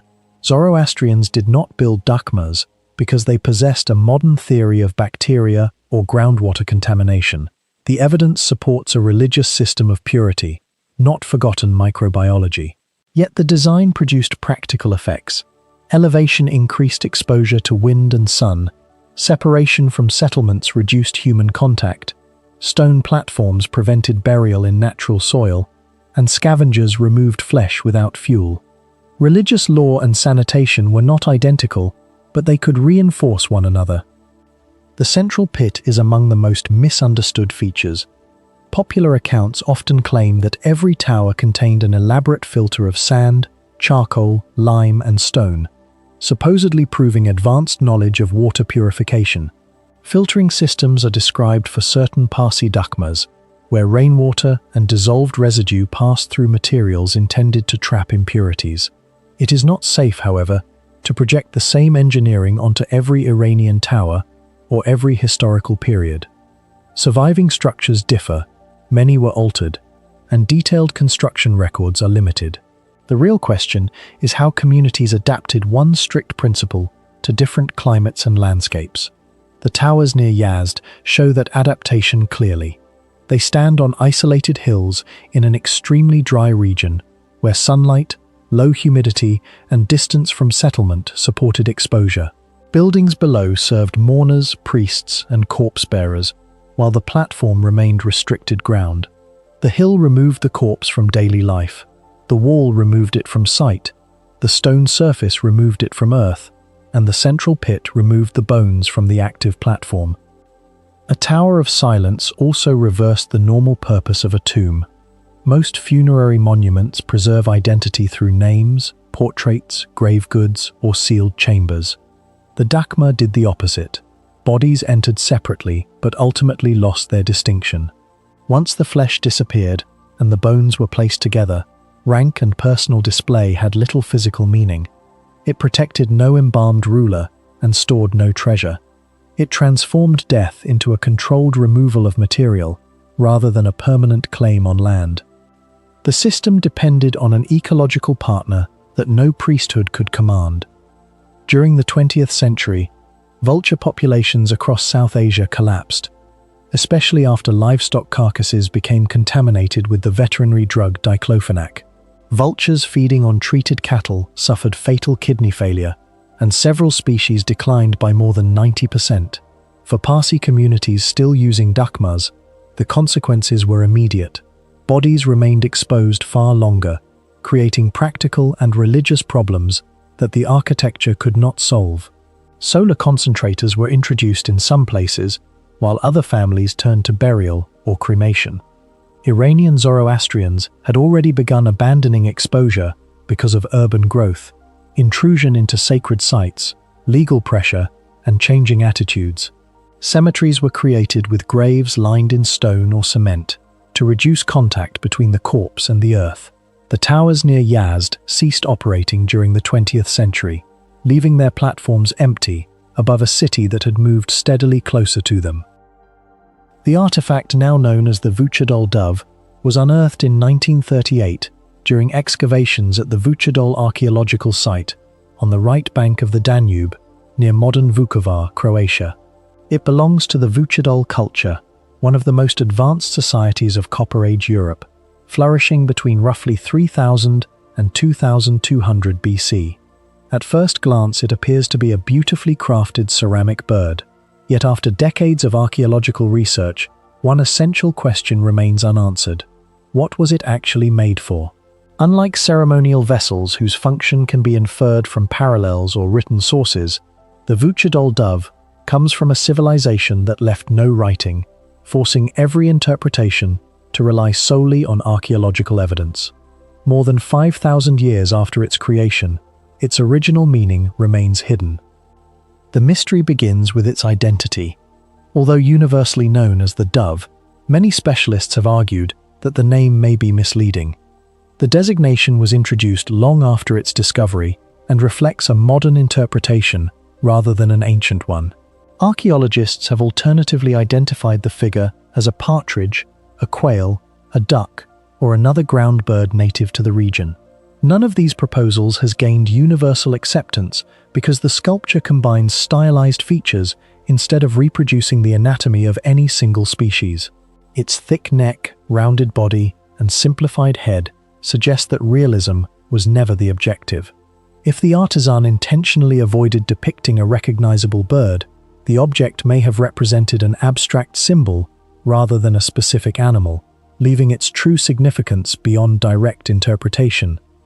Its craftsmanship immediately distinguishes it from ordinary domestic pottery.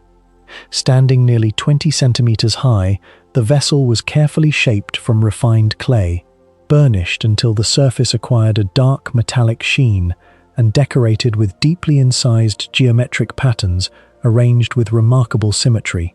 The precision of these engraved lines reveals exceptional control before firing, while the glossy black finish demonstrates mastery of firing conditions inside the kiln.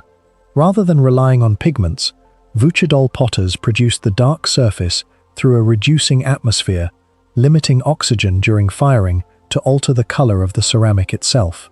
Experimental archaeology has shown that maintaining such conditions required careful regulation of temperature and airflow, indicating that these potters possessed sophisticated practical knowledge rather than relying on chance. The object's hollow interior deepens the mystery. A circular opening in its back clearly shows that it functioned as a vessel rather than a solid sculpture. Yet no consensus exists regarding what the cavity once contained. Some researchers have suggested oils or fermented beverages used during ritual ceremonies, while others have proposed that aromatic substances were burned inside, allowing smoke to escape through the opening. Neither interpretation has been confirmed because surviving chemical residues are insufficient to identify the original contents with confidence. Unlike cooking vessels, the interior does not preserve obvious evidence of prolonged exposure to fire, and unlike storage containers, its elaborate form would have made everyday use highly impractical. The vessel seems deliberately designed for a specialized purpose that disappeared together with the beliefs of the people who created it. Its archaeological context offers another clue. The Vuchedol dove was recovered from an area associated with elite occupation rather than from an ordinary household refuse deposit. This setting has encouraged the interpretation that the artifact belonged to ritual activities performed by members of the community's highest social ranks. Excavations at Vuchedol have revealed clear evidence of social hierarchy, specialized craft production, and long-distance exchange, suggesting that power was concentrated in the hands of a relatively small elite. If the vessel played a ceremonial role, it may have been reserved for rituals that reinforced political authority or religious legitimacy, but the absence of written records prevents any direct confirmation. The broader culture that produced the artifact was itself extraordinary. The Vuchedol people occupied settlements across parts of present-day Croatia, Serbia, Bosnia and Herzegovina, Hungary, and neighboring regions during the late Copper Age. They are particularly renowned for their advanced metallurgy. Archaeometallurgical studies have demonstrated that Vuchedol smiths manufactured arsenical copper, intentionally introducing arsenic into copper ores to create harder and more durable tools and weapons. This technological achievement required careful control of smelting conditions long before the widespread adoption of true bronze. Such expertise suggests that specialized craftsmen held important positions within society, leading some scholars to speculate that ritual objects like the dove may have symbolized the authority or identity of these highly skilled groups. This idea remains plausible, but cannot be proven with the evidence currently available. The geometric decoration covering the vessel has generated further debate. Instead of depicting scenes from daily life, the artisan filled the surface with repeated bands, triangles, and intersecting lines organized according to strict visual order. Some researchers have attempted to connect these motifs with cosmological beliefs or seasonal cycles, while others regard them as purely decorative conventions shared across the Vuchedol cultural tradition. Similar geometric designs appear on other high-quality ceramics from the same period, yet no universally accepted symbolic interpretation has emerged. Without texts explaining their meaning, the patterns resist definitive translation, reminding archaeologists that not every ancient design can be decoded through visual comparison alone. The Vuchedol culture has also become associated with another controversial discovery, known as the Vuchedol Orion calendar, a decorated ceramic vessel interpreted by some scholars as encoding the annual movement of the constellation Orion and other celestial bodies. Although this astronomical interpretation has attracted considerable public attention, it remains debated within the academic community and has not achieved universal acceptance. Because of this uncertainty, attempts to link the dove directly with astronomical rituals remain speculative. There is currently no archaeological evidence demonstrating that the vessel itself functioned as a calendar, an astronomical instrument, or a representation of the night sky. Perhaps the greatest mystery is not what archaeologists have found, but what they have failed to find. Across thousands of excavated artifacts from the Vuchedol culture, nothing fully comparable to the dove has been discovered. Other ceramic vessels display similar craftsmanship, yet none combines its distinctive form, elaborate decoration, and apparent ceremonial character in exactly the same way. This uniqueness makes comparison difficult and leaves researchers without close parallels that might clarify its purpose. Instead of fitting comfortably into a known category, the artifact occupies an isolated position within the archaeological record. The ruins of ancient cities often tell stories of kings, temples, and wars, but scattered across the plains of present-day Romania, Moldova, and Ukraine lies evidence of something far stranger. More than 6,000 years ago, long before the first Egyptian pyramids rose above the desert, or the earliest cities of Mesopotamia reached their height, the people of the Cucuteni Tripilia culture created some of the largest settlements on Earth. They left behind no written language, no royal tombs, no monuments celebrating powerful rulers. Yet they built communities so vast that archaeologists still debate how such a society could have functioned. Every excavation uncovers remarkable craftsmanship and sophisticated planning, but it also deepens a mystery that has remained unsolved for generations. The Cucuteni Tripilia culture flourished between approximately 5,400 and 2,700 BCE, across a region stretching from the eastern Carpathian Mountains to the Dnieper River. It was first identified in the late 19th century after excavations near the Romanian village of Cucuteni, and later connected with similar discoveries around Tripilia in central Ukraine. Modern aerial photography, magnetometry, and extensive excavations have transformed our understanding of this civilization, revealing that what were once thought to be ordinary farming villages were, in many cases, enormous planned settlements, unlike anything previously known from Neolithic Europe. Among the greatest mysteries is the extraordinary scale of these communities. Sites such as Talianki, Majdanetske, Nebelivka, and Dobrovody covered hundreds of hectares and contained thousands of buildings arranged in carefully organized concentric rings linked by radial streets. Estimates vary because only portions have been excavated, but several settlements may have housed between 10,000 and 20,000 inhabitants at their peak, with some demographic models proposing even larger populations approaching 40,000. Whether those higher estimates accurately reflect permanent populations remains debated, yet there is broad agreement that these were among the largest known settlements anywhere in the world during the 5th and 4th millennia BCE. What makes this even more astonishing is the absence of clear evidence for centralized political authority. Archaeologists have found no palaces, no monumental temples, no royal residences, and no elite burials that would indicate the existence of kings or hereditary rulers. Somehow, thousands of people appear to have coordinated construction, agriculture, craft production, and daily life without leaving obvious traces of a governing class. The settlement layouts themselves raise equally difficult questions. Magnetometer surveys reveal remarkably consistent planning, with houses organized in concentric circles surrounding large open central spaces. Some researchers believe these open areas served ceremonial or communal purposes, while others suggest they accommodated livestock, seasonal gatherings, or markets. Whatever their function, the precision of the urban design implies long-term planning carried out over generations despite the absence of writing. No architectural blueprints survive, yet the repeated geometric patterns demonstrate that sophisticated spatial knowledge was passed from one generation to the next through methods that remain unknown. Perhaps the most famous mystery surrounding the Cucuteni Tripilia people is the deliberate destruction of their own homes. Excavations repeatedly uncover houses that were not abandoned gradually, but consumed by intense fires.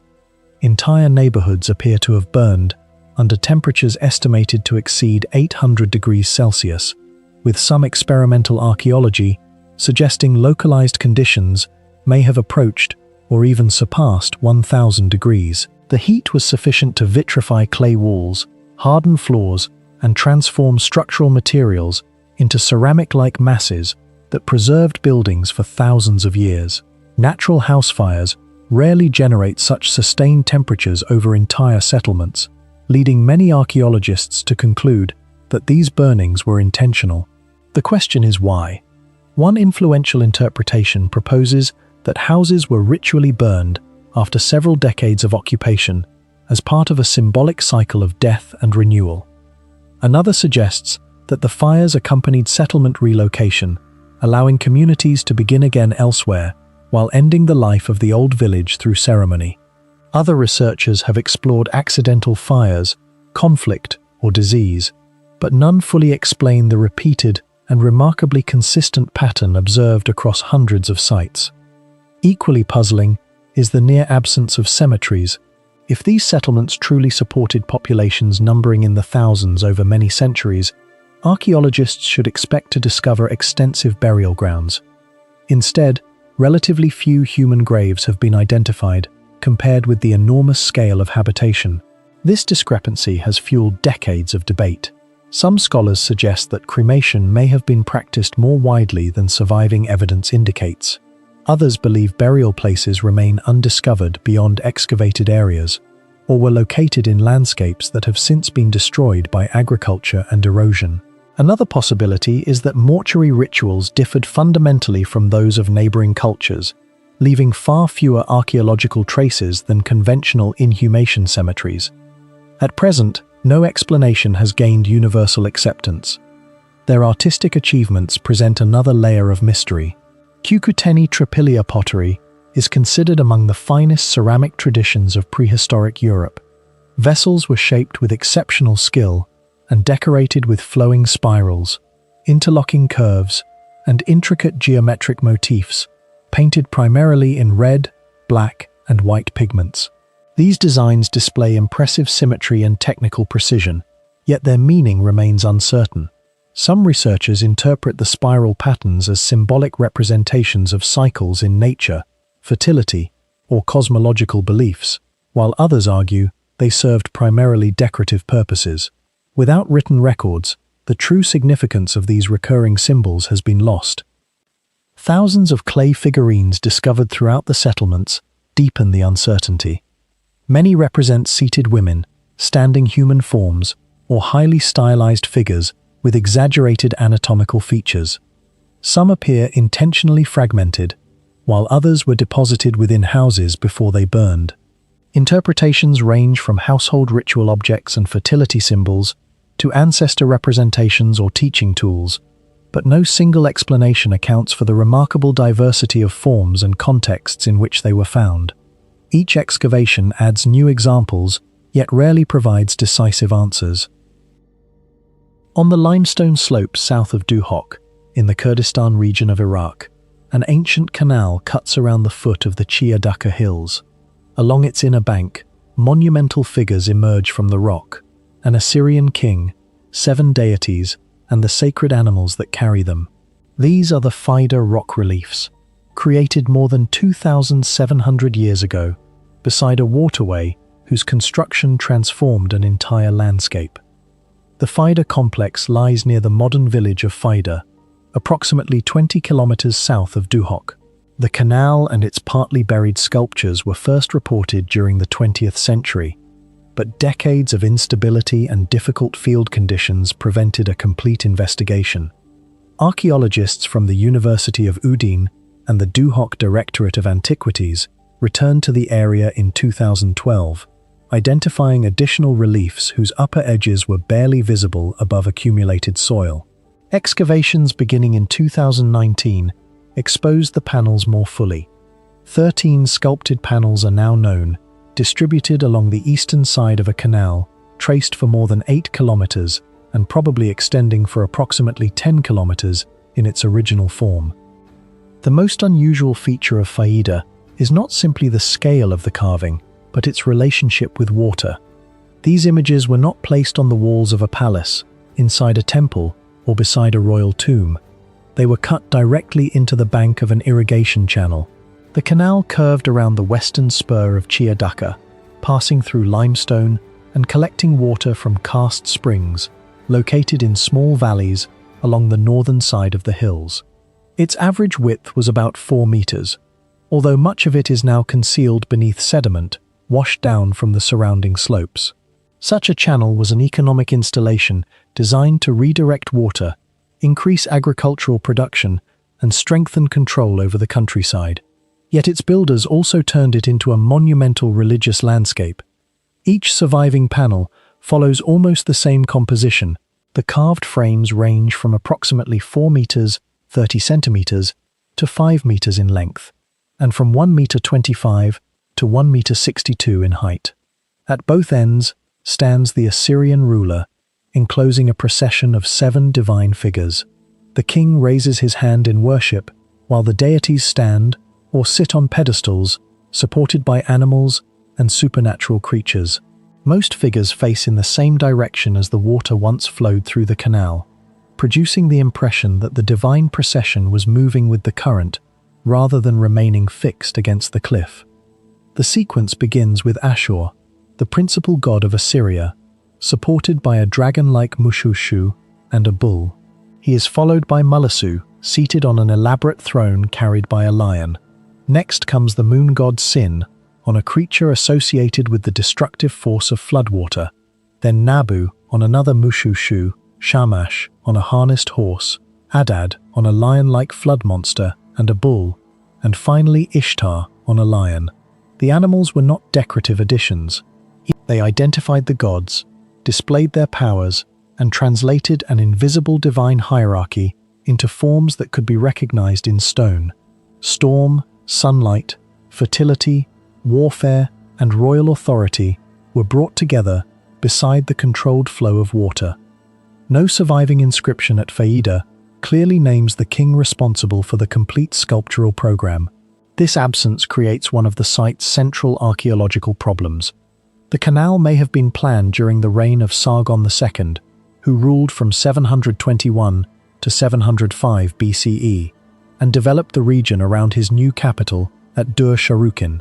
However, details within the reliefs point toward the reign of his son Sennacherib, who ruled from 705 to 681 BCE. Researchers have therefore considered several possibilities. Sargon may have initiated the canal, Sennacherib may have completed or monumentalized it, or the construction and carving may have occurred in separate phases. One of the most important clues is the way Ashur is represented on the Mushur, an animal traditionally connected with the Babylonian god Marduk. After Sennacherib destroyed Babylon in 689 BCE, Assyrian royal ideology increasingly transferred elements of Marduk's status to Ashur. The Faida imagery appears to reflect this theological change. The king also performs a hand gesture of Babylonian origin, holding a small cylindrical object near his nose. Both details suggest that at least the reliefs were produced after 689 BCE, even if the canal itself had been designed earlier.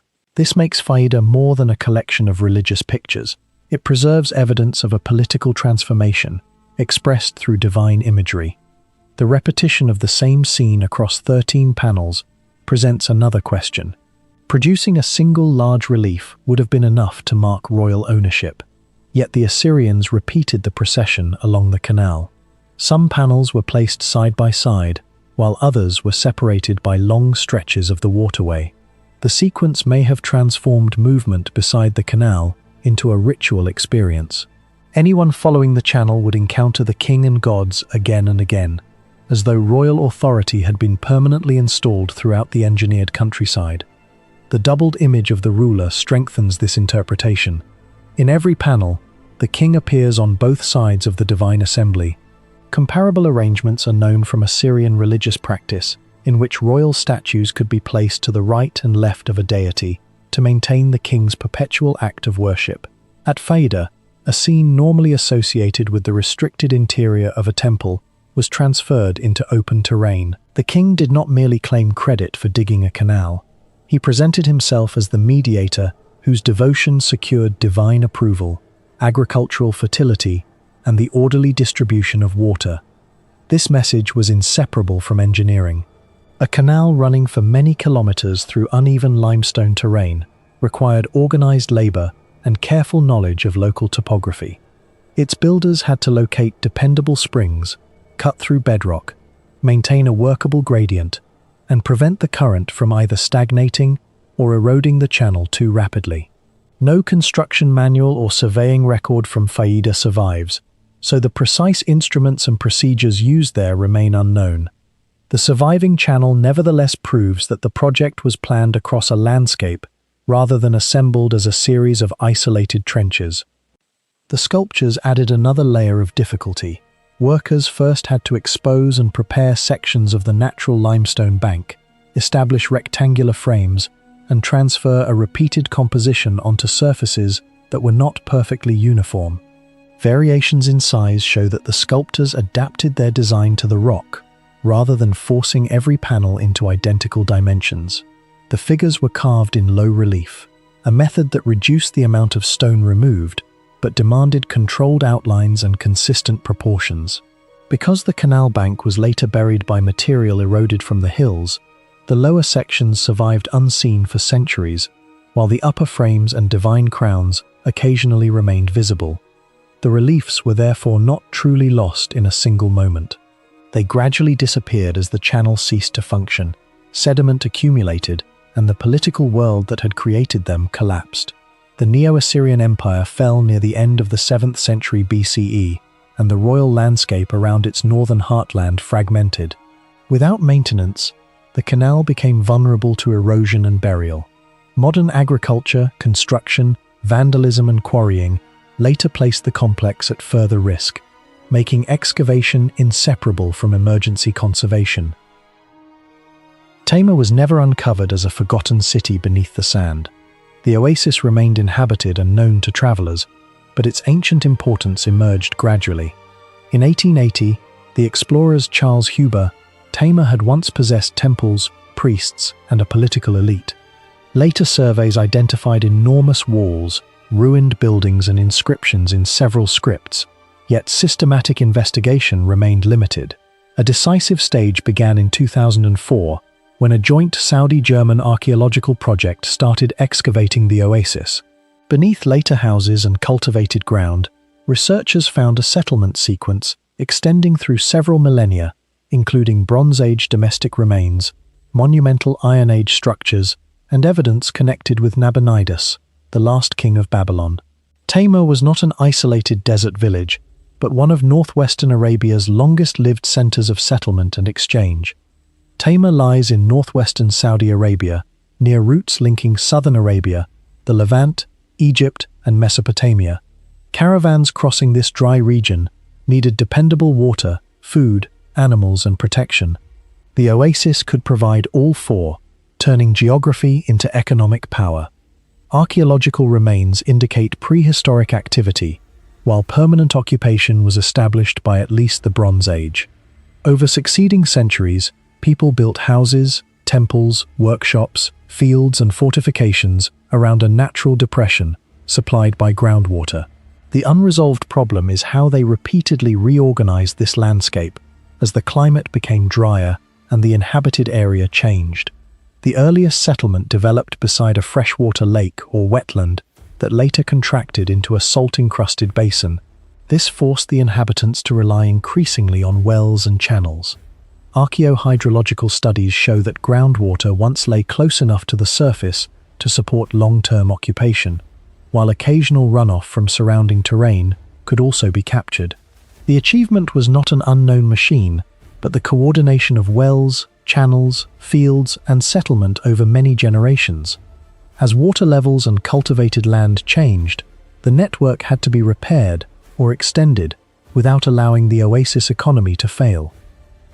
Bir Haddaj, the enormous well in modern Tayma, symbolizes this dependence on groundwater, although its present form includes later rebuilding and should not be treated as an untouched Bronze Age structure. Its broad opening allowed several animals to draw water at the same time, making it suitable for gardens and a large population. Yet it was only one part of a wider system. Surveys have documented other wells and water installations, but the chronology of every channel and the changing division between domestic and agricultural supply remain incomplete. The real question is how access to a limited aquifer was governed for centuries among farms, temples, and rulers.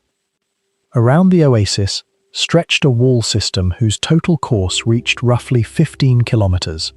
These defenses were not constructed in one operation. Dating and structural analysis indicate several phases of building, modification, and extension. Sections used sandstone, mud brick, and local sediments, enclosing not only a compact town, but parts of the cultivated landscape. Such a perimeter required organized labor far beyond that of a temporary caravan stop. It suggests that fields, wells, herds, and access routes were assets worth defending. The walls may have controlled movement and taxation as much as warfare, but their functions changed as the settlement expanded and contracted. About 60 kilometers northwest of the oasis, a hieroglyphic inscription naming the Egyptian pharaoh Ramesses III was identified in 2010. Dating to the 12th century BCE, it is the first known pharaonic hieroglyphic inscription found in Saudi Arabia. The text does not prove that Egypt ruled Tayma or reveal the purpose of the expedition that produced it. It does show that people carrying Egyptian royal symbolism reached northwestern Arabia. Combined with imported objects, the inscription places Tayma within routes connecting the Red Sea, inland Arabia, the Levant, and Mesopotamia, rather than along one simple incense road. The most dramatic foreign presence came in the 6th century BCE, when Nabonidus, the last ruler of the Neo-Babylonian Empire, spent about 10 years in Tayma. Babylonian records state that the king remained in Arabia while his son Belshazzar exercised authority in Babylon. Inscriptions and royal imagery found at Tayma confirm that Nabonidus was not merely passing through. He established himself in the oasis and campaigned through neighboring settlements. His motives remain debated. Religious conflict in Babylon, control of Arabian routes, military ambition, and devotion to the moon god Sin have all been proposed, but no surviving text gives a complete answer. Tayma's resources and position clearly made it capable of supporting a royal court and army. Nabonidus did not create Tayma. He occupied a center that already possessed walls, water systems, temples, and commercial connections. A stele bearing Babylonian royal imagery and cuneiform writing links the oasis directly with imperial ideology, while local inscriptions show Arabian traditions continuing beside it. The deeper mystery is how a local oasis absorbed an imperial household and how foreign officials obtained water, labor, and supplies without destroying the system they depended upon. The most remarkable feature of the Temple of Inshushinak is that the sacred center of one of the ancient Near East's most powerful civilizations has almost vanished, even though Elamite rulers repeatedly described rebuilding it for centuries. On the Acropolis of Susa in southwestern Iran, archaeologists uncovered fragments of walls, foundation deposits, inscribed bricks and ritual objects, yet no complete plan of the sanctuary survived. The temple was not simply destroyed once and forgotten. Successive kings repaired, enlarged, or replaced parts of it, creating layers of construction that preserved its religious importance, while gradually erasing its earlier forms. What remains is therefore not a recognizable monument, but the archaeological shadow of a building that stood at the heart of Elamite identity. Susa was already an ancient urban center, long before the rise of the great Elamite dynasties. Settlement layers at the site extend back to the late 5th millennium BCE, while the city later became one of the principal centers of Elam, a kingdom occupying parts of southwestern Iran. Inshushinak, whose name can be understood as Lord of Susa, was the city's protective deity. He was associated not only with royal authority and the security of the capital, but also with justice and the fate of the dead. This combination gave his sanctuary a role that was political, judicial, and funerary at the same time. A king who restored the temple was not merely repairing a religious building, he was renewing his relationship with the divine power believed to protect Susa and legitimize its rulers. The temple complex occupied the sacred sector of the Acropolis, where sanctuaries dedicated to Inshushinak and the Mesopotamian goddess Ninhursag stood near one another. French excavators cleared this area during the early 20th century, but the surviving remains were difficult to interpret even at the time of discovery. The walls belonged to different periods, earlier bricks had been reused in later construction, and much of the architecture had already been damaged by ancient rebuilding. The excavation records created another problem. Plans of the religious complex were published, but some were so unclear that later researchers struggled to reconstruct the precise relationship between the walls, rooms, and deposits. The disappearance of the temple was therefore caused by both ancient transformation and the limitations of early archaeological documentation. Among the most unusual discoveries were 16 concealed foundation deposits divided between the two neighboring sanctuaries. Each temple contained 8 hidden recesses. Inside every recess, excavators found a small foundation figurine and a tablet carrying the same inscription of Shulgi, king of the 3rd dynasty of Ur, who ruled around the end of the 21st century BCE. These objects were not placed where worshippers could see them. They were sealed within the structure, intended for the gods and perhaps for future builders who might uncover them during restoration. Their repetition suggests a carefully organized foundation ceremony, rather than the casual burial of offerings. The deposits also reveal that Susa's sacred landscape was shaped by powers beyond Elam. Shulgi was a Mesopotamian ruler whose kingdom controlled Susa for part of his reign. By placing identical inscribed objects beneath the sanctuaries, his administration embedded a royal statement directly into the architecture of the city's most important religious ground. The arrangement may have marked the construction or renovation of the temples under Ur's authority, but the exact position of all 16 deposits remains difficult to recover from the surviving excavation plans. Archaeologists know what was hidden and who ordered it, yet the complete ritual geometry of the deposit system can no longer be reconstructed with confidence. This is where the temple's mystery becomes more complex than the simple loss of a building. Its foundations record political control, but later, Elamite rulers continued to treat Inshushinak as the supreme divine patron of Susa. Foreign intervention did not erase the cult. Instead, the sanctuary absorbed successive regimes and architectural changes. Every reconstruction preserved the sacred location while changing the physical structure above it. The temple's continuity, therefore, depended less on the survival of a single building than on the repeated recognition of the same holy ground. Middle Elamite kings left particularly strong evidence of devotion to Inshushinak. During the 2nd millennium BCE, rulers built and restored temples, decorated sacred spaces with inscribed bricks, and presented monumental offerings. At Chogazanbil, approximately 38 kilometers southeast of Susa, King Untash-Napirisha constructed a major religious center whose enormous ziggurat was dedicated to Inshushinak and Napirisha. That surviving monument provides important evidence for Elamite temple architecture, but it cannot simply be used as a blueprint for the lost sanctuary at Susa. The sacred buildings of the capital developed over a far longer period and were repeatedly altered. Although ancient texts refer to elevated temples and multi-level sacred structures, the exact height, external form, and internal circulation of Inshushinak's principal temple at Susa remain uncertain. The surviving decorative fragments indicate that the sanctuary was far from plain. Elamite builders used molded and glazed bricks to create relief decoration on monumental facades. By the 12th century BCE, the Temple of Inshushinak included colored architectural elements produced through controlled firing and glazing. Such work required carefully prepared clay, molds capable of producing repeated forms, mineral-based surface coatings, and kilns that could heat the bricks without destroying their reliefs. The fragments demonstrate the technical skill of Elamite workshops, but they do not preserve enough of the original arrangement to reveal the complete images that once covered the building. Some reconstructions connect the fragments with large protective figures, divine beings, or processional decoration, yet the walls on which they appeared are gone. The temple can therefore be studied through isolated pieces of color and form, without knowing exactly how worshippers experienced the finished facade.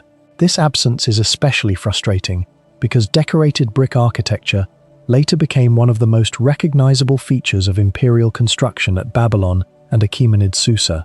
The Elamite evidence shows that sophisticated traditions of molded and glazed architectural ornament existed in southwestern Iran centuries earlier, although direct lines of technological transmission cannot always be demonstrated. A different view of Elamite ritual appears in the bronze object known as the Sit Shamshi, discovered on the Susa Acropolis, in the area identified by excavators as the Temple of Ninhursag. Created during the reign of Shilhak Inshushinak in the 12th century BCE, the model presents two nude ritual participants beside small architectural forms, basins, platforms, and objects arranged within a sacred space. Its name refers to a ceremony connected with the rising sun. The object is one of the most detailed three-dimensional representations of an Elamite ritual setting, but it should not be treated as a proven miniature of the Temple of Inshushinak. The Sit Shamshi may preserve features drawn from real sacred architecture, yet its scale, symbolic arrangement, and ritual purpose prevent a literal reading. Some elements resemble installations that could have been used for purification, offerings, or ceremonial movement, while others may represent religious concepts rather than physical structures. It offers valuable evidence for how Elamite ritual space was imagined, but it cannot restore the temple's missing floor plan. Its importance lies precisely in this tension. The most complete surviving image of an Elamite sanctuary is also too symbolic to function as an architectural document. The temple's identity was also shaped by objects brought to Susa from conquered Mesopotamian cities. During the 12th century BCE, Elamite kings carried monuments such as the victory stele of Naram Sin and the law stele of Hammurabi to Susa. These works were discovered on the Acropolis, although their precise ancient display contexts are not always known. They were not ordinary trade goods. They had once embodied the authority of foreign kings, and their removal transformed them into evidence of Elamite victory. In the sacred and royal landscape of Susa, captured monuments could be presented before local gods, re-inscribed or incorporated into a new political narrative. This practice changes the meaning of the temple district. It was not only a place where the people of Susa approached their protector, it also became a setting in which royal power, foreign conquest, and divine approval were brought together.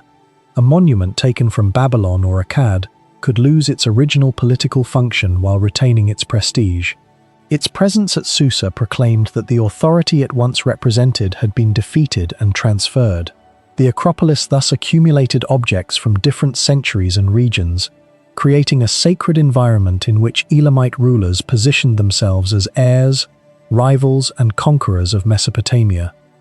Inshushinak's connection with the dead added another dimension to the sanctuary. Elamite texts associate him with judgment in the underworld, although the surviving evidence does not provide a complete description of the process. Certain funerary documents suggest that the dead faced divine powers and that judgment formed part of their passage beyond life. Inshushinak's role as both city protector and underworld judge meant that his authority extended from the political center of Susa into the unseen realm of the deceased. The temple may therefore have carried meanings that cannot be recovered from architecture alone. In 1971, Italian archaeologist and anthropologist Aya Bacca, in northern Peru, guided by local knowledge toward ruins already remembered by surrounding communities. What he documented on Ipate Mountain was not an isolated temple or fortress, but an extensive Inca provincial center built nearly 2,900 meters above sea level. His surveys introduced the site to scientific archaeology, although the mountain had never disappeared from local memory. The discovery therefore revealed the scale of a place concealed beneath vegetation and centuries of oral tradition. Ipate stands in the Piura highlands, far north of Cusco and close to the former imperial route toward present-day Ecuador. During the 15th century, this politically sensitive region was associated with the Guayacundo peoples, including the Ayahuasca. Inca control was not established in an empty landscape. The newcomers entered territory with its own communities, sacred places, and systems of power. Ipate appears to have become one of the principal instruments through which imperial authority was made visible. Its plazas, halls, storage areas, roads, residential compounds, and ceremonial structures translated the political language of Cusco into stone, yet they were placed on a mountain whose importance may have begun long before the imperial occupation. The most remarkable feature of Ipate is not a single wall, but the decision to create an organized center on a wet, uneven mountain. The archaeological remains spread across a broad area rather than forming one compact citadel. At the core lies a large artificial terrace, approximately 500 meters long and 300 meters wide, supporting the principal buildings. Constructing such a platform required builders to reshape slopes, retain large masses of soil, stabilize foundations, and direct runoff in an environment exposed to intense seasonal rain.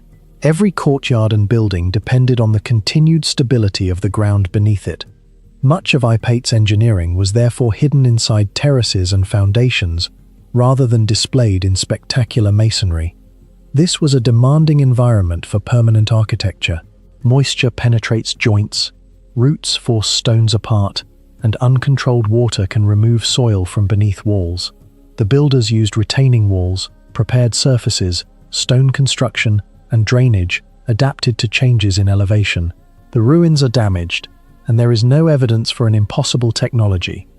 What is difficult to reconstruct is the accumulated practical knowledge needed to judge soils, slopes, rainfall, and water movement before the monumental center could function safely. At the ceremonial heart of the complex stood an ushnu, a raised platform associated throughout the Inca world with state ritual, public authority, offerings, and the symbolic organization of conquered territory. Polia first documented the Ipate ushnu in 1971, and later archaeological work investigated its construction more closely.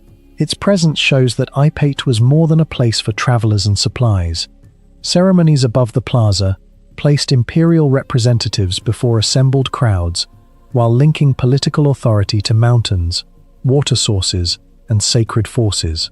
Architecture turned the landscape into a stage on which government and religion became inseparable. Research at the ushnu has also reported human remains interpreted as evidence of a Capacocha-related sacrifice connected with the Inca construction of the platform. Capacocha ceremonies involved state-sponsored offerings at moments of exceptional religious or political importance. The evidence does not support claims of repeated mass sacrifice, but it suggests that establishing the imperial ceremonial center may have included a ritual intended to bind the new architecture to sacred authority. If this interpretation is correct, Aipate was not merely built on the mountain, it was ritually inserted into it. The mountain's sacred status may explain why the Incas chose this difficult location instead of a more convenient site. Modern communities continue to associate Aipate with water, healing traditions, ancestral beings, and stories centered on the summit. Early ethnographic research recorded names such as the Elder and traditions concerning an ancestral woman or princess linked to the mountain. These accounts cannot be transferred unchanged into the 15th century, but they show that Aipate was never simply empty terrain. Imperial planners may have occupied an existing sacred landscape because controlling a revered place could be more effective than destroying it. Aipate was also connected to the Capac Yan, the Andean road system that eventually extended for more than 30,000 kilometers across 6 modern countries. It was not one continuous paved highway. It crossed deserts, valleys, high plateaus, steep passes, and humid mountain zones, often incorporating routes that existed before the Incas. Near Aipate, surviving sections include paved surfaces, steps, retaining structures, and associated sites leading north toward Ecuador and south into the Peruvian Andes. The settlement occupied a strategic point where travelers, goods, information, soldiers, and state officials could be received, supplied, supervised, and redirected. Its architecture shows how the Inca state created recognizable imperial places without reproducing Cusco exactly. Some masonry at Aipate uses carefully worked stone, but much of the site lacks the enormous polygonal blocks associated with famous monuments farther south. This was not necessarily technical decline. Provincial construction depended on local geology, available labor, intended function, and political priorities. Standard forms such as plazas, terraces, long halls, controlled doorways, and the ushnu could communicate imperial order even where the masonry was less elaborate. This raises a more important technical question. How did planners trained within a distant imperial system adapt a standardized administrative model to a northern cloud forest mountain? No surviving blueprint records their calculations. Knowledge was transmitted through experienced builders, measurement practices, organized labor, and repeated construction across the empire. Archaeologists can identify walls, fills, and building phases, but the decisions coordinating the work remain unrecorded. The labor force is equally uncertain. Aipate was probably not constructed entirely by workers brought from Cusco. Inca projects commonly depended on mita labor obligations imposed on subject populations. Local builders would have understood the stone, soils, paths, rainfall, and seasonal conditions, while imperial specialists introduced forms associated with state authority. The complex may preserve a negotiation between local skill and foreign control, determining which techniques were imported, which were inherited, and which developed through cooperation remains one of the site's most valuable unresolved problems. The chronology beneath the visible ruins is also incomplete. The principal architecture belongs to the Inca occupation, probably during the late pre-Hispanic period, but the mountain contains traditions and evidence suggesting earlier use. The Incas may have transformed an established ceremonial center rather than founding a settlement on untouched ground. Because later construction can cover or disturb earlier layers, the answer cannot be read from the surface alone. The real question is not simply who built Aipate, but what the imperial builders found when they arrived. After the Spanish invasion in the 16th century, the administrative system supporting Aipate collapsed. A center dependent on roads, labor obligations, storehouses, officials, and state ceremonies could not continue unchanged when those institutions fractured. There is no need to invent a sudden disappearance. Buildings lost their political purpose, maintenance declined, vegetation advanced, and local communities reorganized under colonial pressure. The mountain remained known, but the imperial machine that had given the settlement its scale no longer existed.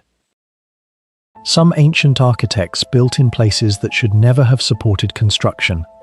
Entire complexes were carved into cliffs, balanced on razor-thin ridges, or hidden inside solid bedrock with astonishing precision. Their geometry still matches measurements that modern surveys continue to verify. The tools capable of producing such accuracy remain uncertain in many cases. Thousands of years have passed, yet the methods disappeared while the structures endured. Every surviving wall preserves a question that history still cannot answer. Rising from the lush, flood-prone plains of Bihar, the Kesaria stupa does not assert itself like a conventional temple or palace.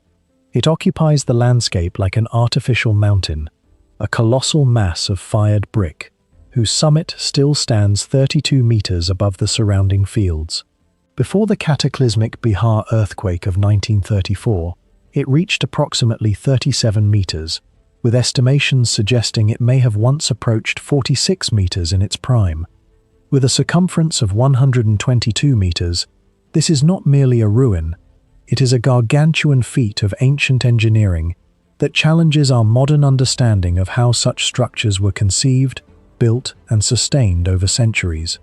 Kesaria stands in the East Champaran district, roughly 110 kilometers from Patna, situated along a route deeply ingrained in the traditional biography of the Buddha.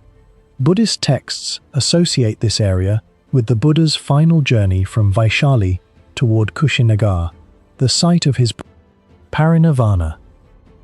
Legend dictates that the people of Vaishali, desperate to keep the Buddha from ending his earthly life, followed him for days. Near the site of the modern-day stupa, he famously persuaded them to return home, gifting them his alms bowl as a tangible relic of his presence. Whether this precise event transpired as written remains a mystery, but the site's location is no accident. It sits as a station of separation, a place where the sacred geography of Buddhism collided with the material needs of a growing faith. This narrative provided the necessary gravity to attract generations of patronage, transforming a simple memorial into a structure of unreasonable scale. Popular descriptions often simplify the stupa's origin by assigning it to Emperor Ashoka, the 3rd century BCE Mauryan ruler. However, archaeological evidence suggests a far more complex reality. Kesaria is not a static monument built in one construction season. It is a historical archive made of brick. Research by the Archaeological Survey of India, ASI, indicates that the structure evolved from the Shunga Kushan age, 1st–2nd century CE, through the late Gupta period, 5th–6th century CE. The builders faced a monumental problem: how to expand a sacred core that could not be demolished or moved. Their solution was recursive preservation. They built outward and upward, enclosing older, sacred masonry within new shells. This process created a unique architectural layering. Each enlargement required new terraces, intricate drainage systems to combat the region's intense monsoonal rains, and precise structural calculations to ensure the weight did not cause the mound to collapse. Imagine the builders, generations apart, attempting to marry their own geometry with the hidden geometry of their ancestors. Every visible wall in Kesaria likely conceals an earlier structure. Every terrace potentially covers an ancient path. It is a living record of religious architecture that refuses to be fully decoded. The surviving plan of Kesaria is uniquely complex. It is arranged as a stepped structure with 5 large terraces, populated by at least 88 known shrine cells. This layout represents a significant shift in Buddhist worship. In earlier, simpler stupa designs, the monument was a solid mass for silent circumambulation, a target for focused meditation on the relic within. At Kesaria, the monument was transformed into a vertical field of devotional encounters. Pilgrims did not walk around a blank mountain of brick. They walked through a gallery. Each of the 88 cells originally housed life-sized, stucco-modeled images of the Buddha, creating a repetitive, rhythmic interaction between the devotee and the divine. The monument effectively joined two distinct devotional systems: the ancient, inaccessible core, representing the relic, the abstract, and the outer, anthropomorphic architecture, representing the visible, human Buddha. This allowed the site to serve both the monastic elite and the lay pilgrim, making the monument a multi-sensory experience. For all its massive scale, Caesarea contains no grand interior halls. It is a solid mass, inhabited only by the sanctity of what it contains, whether those are internal relics or the layered history of the monument itself. This emptiness is the core of its mystery. Modern archaeologists face a profound ethical and technical dilemma. The quest for the earliest phase of the stupa requires cutting into the heart of the structure. Doing so would risk the stability of the entire monument, potentially destroying the very architecture we seek to understand. As a result, the origins of Caesarea remain locked within its own core. We must rely on indirect evidence, pottery shards, brick dimensions, and bonding patterns, to reconstruct a history that is literally buried beneath millions of tons of brick. It is a site that protects its own beginnings, keeping its oldest secrets safe from the invasive hands of modern science. The decline of Caesarea was not the result of a single war or disaster. It was a slow, centuries-long erosion of support as royal patronage shifted, monastic economies weakened, and the political landscape of northern India changed. As the site was abandoned, it was not looted into oblivion. Instead, it was reclaimed by the environment. Grass, trees, and soil covered the brick, transforming the monument into a natural hill. This disguise was a paradox. While it erased the monument from collective historical memory for centuries, it also saved it. The earth acted as a protective shroud, shielding the stucco Buddhas and the intricate brickwork from the weathering that would have otherwise destroyed them. It was only when systematic excavations began in 1998 that the world realized what lay beneath the hill. While travel brochures often draw comparisons between Caesarea and the Indonesian wonder of Borobudur, the two are fundamentally different manifestations of Buddhist faith. Borobudur was a singular, massive, and cohesive vision, a stone mandala built in one, albeit long, effort. Caesarea is an accumulation, a testament to the persistence of a sacred site over changing dynasties. It tells the story of human devotion as a cumulative act, where each generation, despite no longer knowing the original creators, felt the urge to enlarge, maintain, and contribute to the same sacred space. Barren Temple, known as the Throne of Bilqis, rises from the Marib oasis in central Yemen as the surviving ceremonial core of a sanctuary that remained active for roughly 15 centuries. It stood about 3 kilometers south of ancient Marib, the capital of the Sabaean kingdom, whose wealth grew from irrigated agriculture and caravan routes, carrying incense between southern Arabia and Mediterranean markets. Local tradition connected the ruins with Bilqis, the Queen of Sheba associated with King Solomon in Islamic tradition, although no inscription discovered at the temple identifies her as its builder or records her presence there. The name therefore preserves a powerful cultural memory rather than an established archaeological fact. Barren must also be distinguished from the nearby Awan Temple, commonly called Mahram Bilqis. Both sanctuaries served Almaka, Sabah's principal deity, but they were separate complexes approximately 1.5 kilometers apart. The monument visible today was not created in a single campaign. Excavation revealed at least 4 major architectural phases, beginning around the 10th century BCE, when an early sanctuary was built partly from volcanic stone. A later rectangular temple, surrounded by small rooms and arcades, operated during the opening centuries of the first millennium BCE. During the 7th century BCE, a Sabaean Mukarrib, a ruler combining political and religious authority, transformed the complex with carefully dressed limestone, alabaster paving, and a monumental podium. Another expansion around the 5th century BCE produced the large courtyard required for public ceremonies. Rather than representing one unexplained leap in engineering, Barron records centuries of rebuilding, each generation enclosing or replacing parts of the structure beneath a more ambitious design. Its final plan measured approximately 75 by 62 meters, while the principal forecourt covered about 36.5 meters from north to south and 31.5 meters from east to west. Visitors did not walk directly into a dark inner chamber.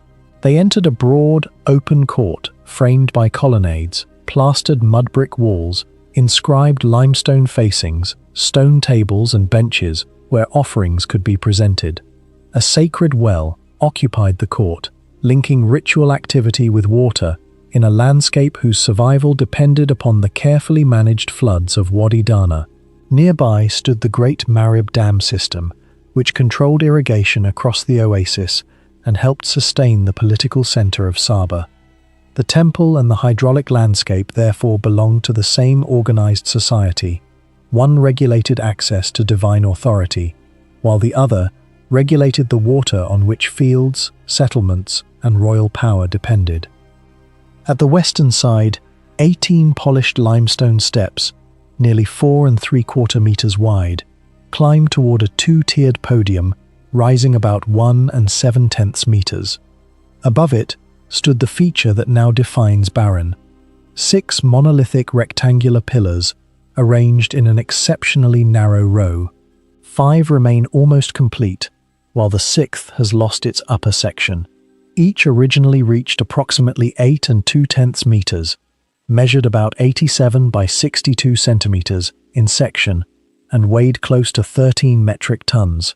The spaces between them were only about 63 centimeters wide. Their narrow profile creates a visual contradiction. From the front, they resemble a massive stone screen, yet from the side, they appear surprisingly thin for their height and weight. The achievement was not simply lifting 13-ton blocks, but quarrying 6 pieces of similar dimensions, transporting them across the oasis, raising them onto the podium, and controlling their alignment closely enough for the entrance to function as a single architectural composition. No surviving Sabaean manual explains the lifting operation. Builders could have combined earthen ramps, timber frameworks, ropes, levers, and large work crews, methods entirely possible within ancient engineering. But the exact sequence remains unrecovered. The surrounding mountains supplied limestone and alabaster blocks, some approaching 2 meters in length, which were cut into regular courses with polished faces and tight joints. Barron was therefore not constructed from mysterious materials or impossible technology. Its unanswered problem is logistical. Archaeologists can measure the finished pillars, study tool marks, and identify stone sources, yet those traces do not reveal how labor was recruited, how ramps were positioned inside the restricted courtyard, or how the blocks were stabilized during the most dangerous stage of erection. The pillars once formed only the front of a more elaborate gateway. Behind them lay the central cult area, where a representation of Almaka probably occupied the podium, and where worshippers deposited offerings. Stone slabs with sockets and surviving bronze traces indicate that statues or metal fixtures once stood there, while empty footprints on bases show that numerous sculptures were later removed, recycled, or looted. Cubic marble seats and offering tables carried geometric designs, musnad inscriptions, and the names of donors. These texts turn the building into more than a place of worship. They record individuals, dedications, and relationships with the deity, preserving fragments of Sabaean society in a script that could be read across ancient South Arabia. The mystery of Barron is therefore not a missing civilization, but an incomplete institution. Who was permitted to climb the podium? Which ceremonies were performed beside the well? How were offerings arranged? And did the inscriptions also preserve legal or political announcements? The surviving architecture separates movement into distinct zones, suggesting that access was controlled, but the precise hierarchy of priests, rulers, pilgrims, and ordinary worshippers remains uncertain. Barron's carefully staged entrance implies that ceremony began before anyone reached the sanctuary. The climb, the constricted passage between the pillars, and the sudden arrival in the cult area were probably designed to transform approach into ritual.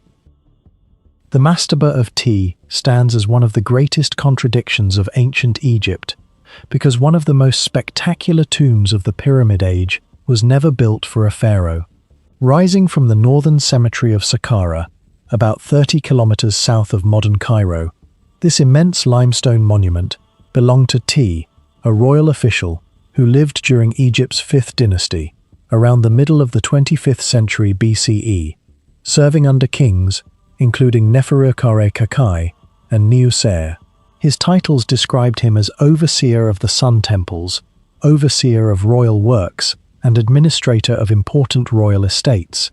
Yet none of those positions should have entitled him to a funerary monument whose artistic quality still rivals many royal tombs. More than 4,400 years later, the greatest mystery surrounding the mastaba of Ti is not hidden treasure or supernatural legends, but how an official who never wore a crown managed to immortalize himself with one of the finest visual records of the ancient world.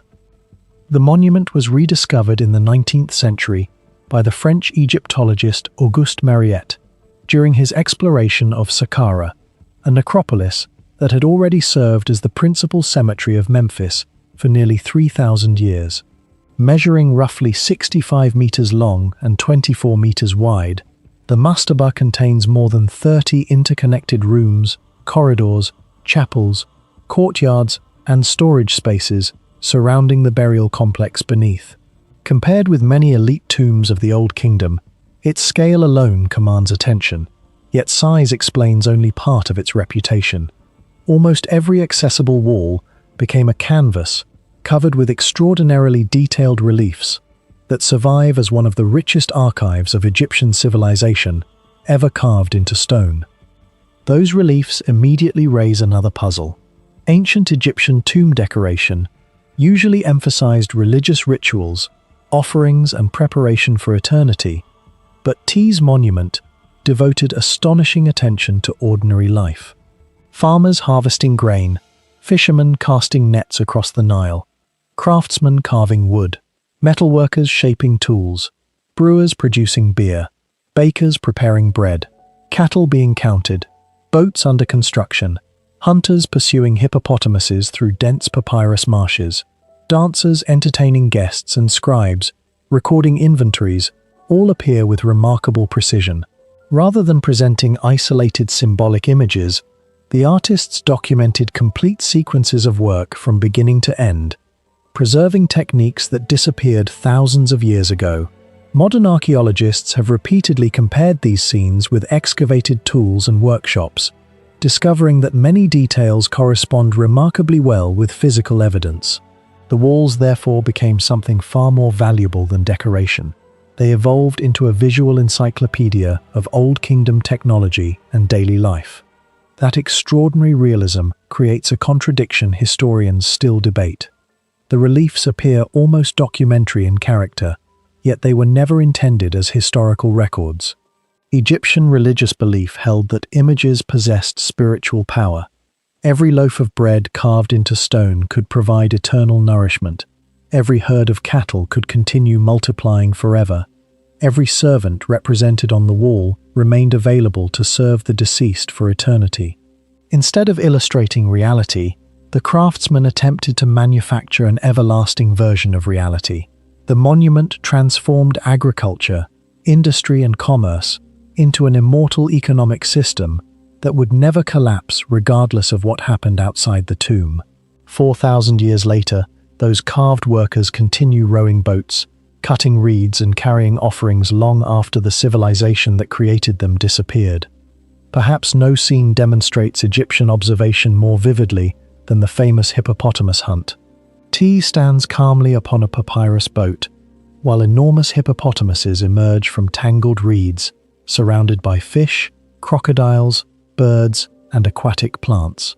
The composition appears almost chaotic, until closer examination reveals that every species occupies its correct ecological position within the Nile marsh.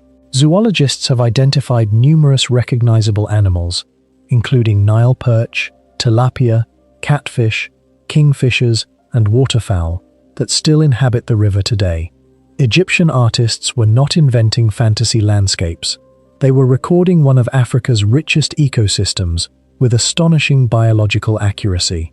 At the same time, T towers above everyone else, his oversized figure reminding viewers that the scene represented not nature itself, but nature brought completely under elite control. Nearby, another series of reliefs preserves one of the oldest surviving visual records of shipbuilding. Workers carry timber, align planks, tighten ropes, and assemble hulls through carefully organized stages. Egypt possessed relatively little native hardwood, forcing builders to maximize every piece of imported cedar and local acacia. The reliefs suggest an advanced understanding of construction long before surviving wooden vessels became common archaeological discoveries. Experimental archaeologists attempting to reconstruct Egyptian boats have repeatedly relied upon scenes from T's tomb because they preserve manufacturing stages that cannot be observed from completed vessels alone. What initially appears to be artistic decoration has therefore become an engineering manual separated from its builders by more than 40 centuries. The precision of the carving itself remains equally impressive. Egyptian craftsmen first smoothed the limestone walls, covered them with fine plaster where necessary, drew preliminary grids, outlined every figure in red pigment, and corrected proportions before master sculptors carved the final relief. Many incisions measure only a few millimeters deep, yet feathers, woven baskets, fishing nets, muscles, and facial expressions remain surprisingly clear despite thousands of years of erosion. Traces of original pigment survive across several chambers, revealing that today's pale limestone interior was once filled with vivid reds, blacks, yellows, blues, and greens, created from mineral-based pigments. Egypt's dry climate contributed enormously to their survival, but modern conservation has shown that even slight changes in humidity, salts, and human visitation can accelerate deterioration. Ironically, the greatest threat to the reliefs today comes not from time itself, but from exposure after excavation. Among the monument's most mysterious architectural elements lies the serdab, a sealed chamber inaccessible to ordinary visitors. Hidden behind thick masonry walls, it originally housed statues of T that served a purpose far beyond portraiture. According to Egyptian belief, the spiritual essence known as the Ka could inhabit the statue whenever the physical body became damaged. Tiny openings connected the chamber with the offering chapel, allowing incense, prayers, and ritual offerings to symbolically reach the hidden figure while preventing disturbance of the sacred space itself. The arrangement effectively created a second body for T, protected from thieves and decay, while remaining permanently connected to the ceremonies performed outside. Long before ideas of virtual identity or symbolic representation entered modern philosophy, Egyptian funerary architecture had already divided one individual into multiple physical and spiritual forms. The most extraordinary feature of the Palace of Apries is not what survives, but the engineering decision beneath it. An entire royal residence was raised on a mud brick platform roughly 13 meters above the northern quarter of Memphis, placing the pharaoh's halls almost as high as a modern 4-story building, while the surrounding city remained close to the Nile floodplain. From this artificial summit, the ruler could overlook Egypt's old capital, approach the palace through a monumental gateway, and receive officials inside courts supported by limestone columns. Yet most of that elevated world has now vanished. Only broken walls, buried foundations, and the eroding mass of Tuman remain, turning a structure designed to dominate the landscape into one of the hardest royal buildings in Egypt to reconstruct. Apries, known in Egyptian inscriptions as Wahibre Haibre and in the Hebrew Bible as Hofra, ruled during the 26th dynasty from approximately 589 to 570 BCE. His reign belonged to the final century before Egypt was absorbed into the Persian Empire, when the Site kings were attempting to restore the political scale, artistic language, and international influence of earlier pharaonic periods. Memphis was ideal for that purpose. Although the royal dynasty was associated with Sais in the western Nile Delta, Memphis controlled the strategic junction between Upper and Lower Egypt, stood near the principal routes into the delta, and remained the home of the great temple of Ptah. A palace placed above this city was therefore more than a residence. It was a visible statement that the monarchy still commanded the country's military, administrative, and religious center. The palace was built primarily from mud brick, a material that could be produced in enormous quantities from Nile silt, sand, and plant matter, but was vulnerable to rain, groundwater, later construction, and deliberate dismantling. Important surfaces were protected or embellished with limestone, and Petrie's excavation recorded a great court, a second columned hall and column capitals bearing the name of Apries. The second hall was labeled the Mandara on the excavation plan, and has sometimes been interpreted as a throne room, although the loss of its upper architecture prevents certainty. Petrie estimated that the Great Court walls may originally have reached about 49 or 50 feet, roughly 15 meters, a height that would have intensified the effect of the already elevated platform. A visitor approaching from the low city would not merely have entered a large building, the visitor would have climbed into a controlled royal environment whose floors, walls, and columns rose far above the ordinary urban horizon. That elevation is usually explained as protection from Nile flooding, but flood defense alone may not account for its scale. Egyptian builders could raise floors, reinforce foundations, and construct enclosure walls without lifting an entire palace 13 meters into the air. The platform also separated the king physically from Memphis, transformed the palace into a defensible compound, and made royal movement visible from a distance. Its enormous mud brick body had to bear halls containing heavy limestone columns while standing on alluvial ground shaped by centuries of changing river channels and sediment. The surviving ruins prove that the builders understood how to distribute weight through thick masses of brickwork, but the precise sequence of construction remains uncertain because earlier walls appear to have been incorporated into later phases. Petrie himself recognized that the site preserved more than one architectural episode, meaning the monument commonly called the Palace of Apries may have absorbed parts of older royal or administrative buildings, rather than being created as a completely independent structure. This complication explains why the palace cannot be read like a single frozen floor plan. Memphis was occupied for millennia, and every major political change brought alteration, reuse, or destruction. Apries ruled only 19 years before his authority collapsed during a military crisis.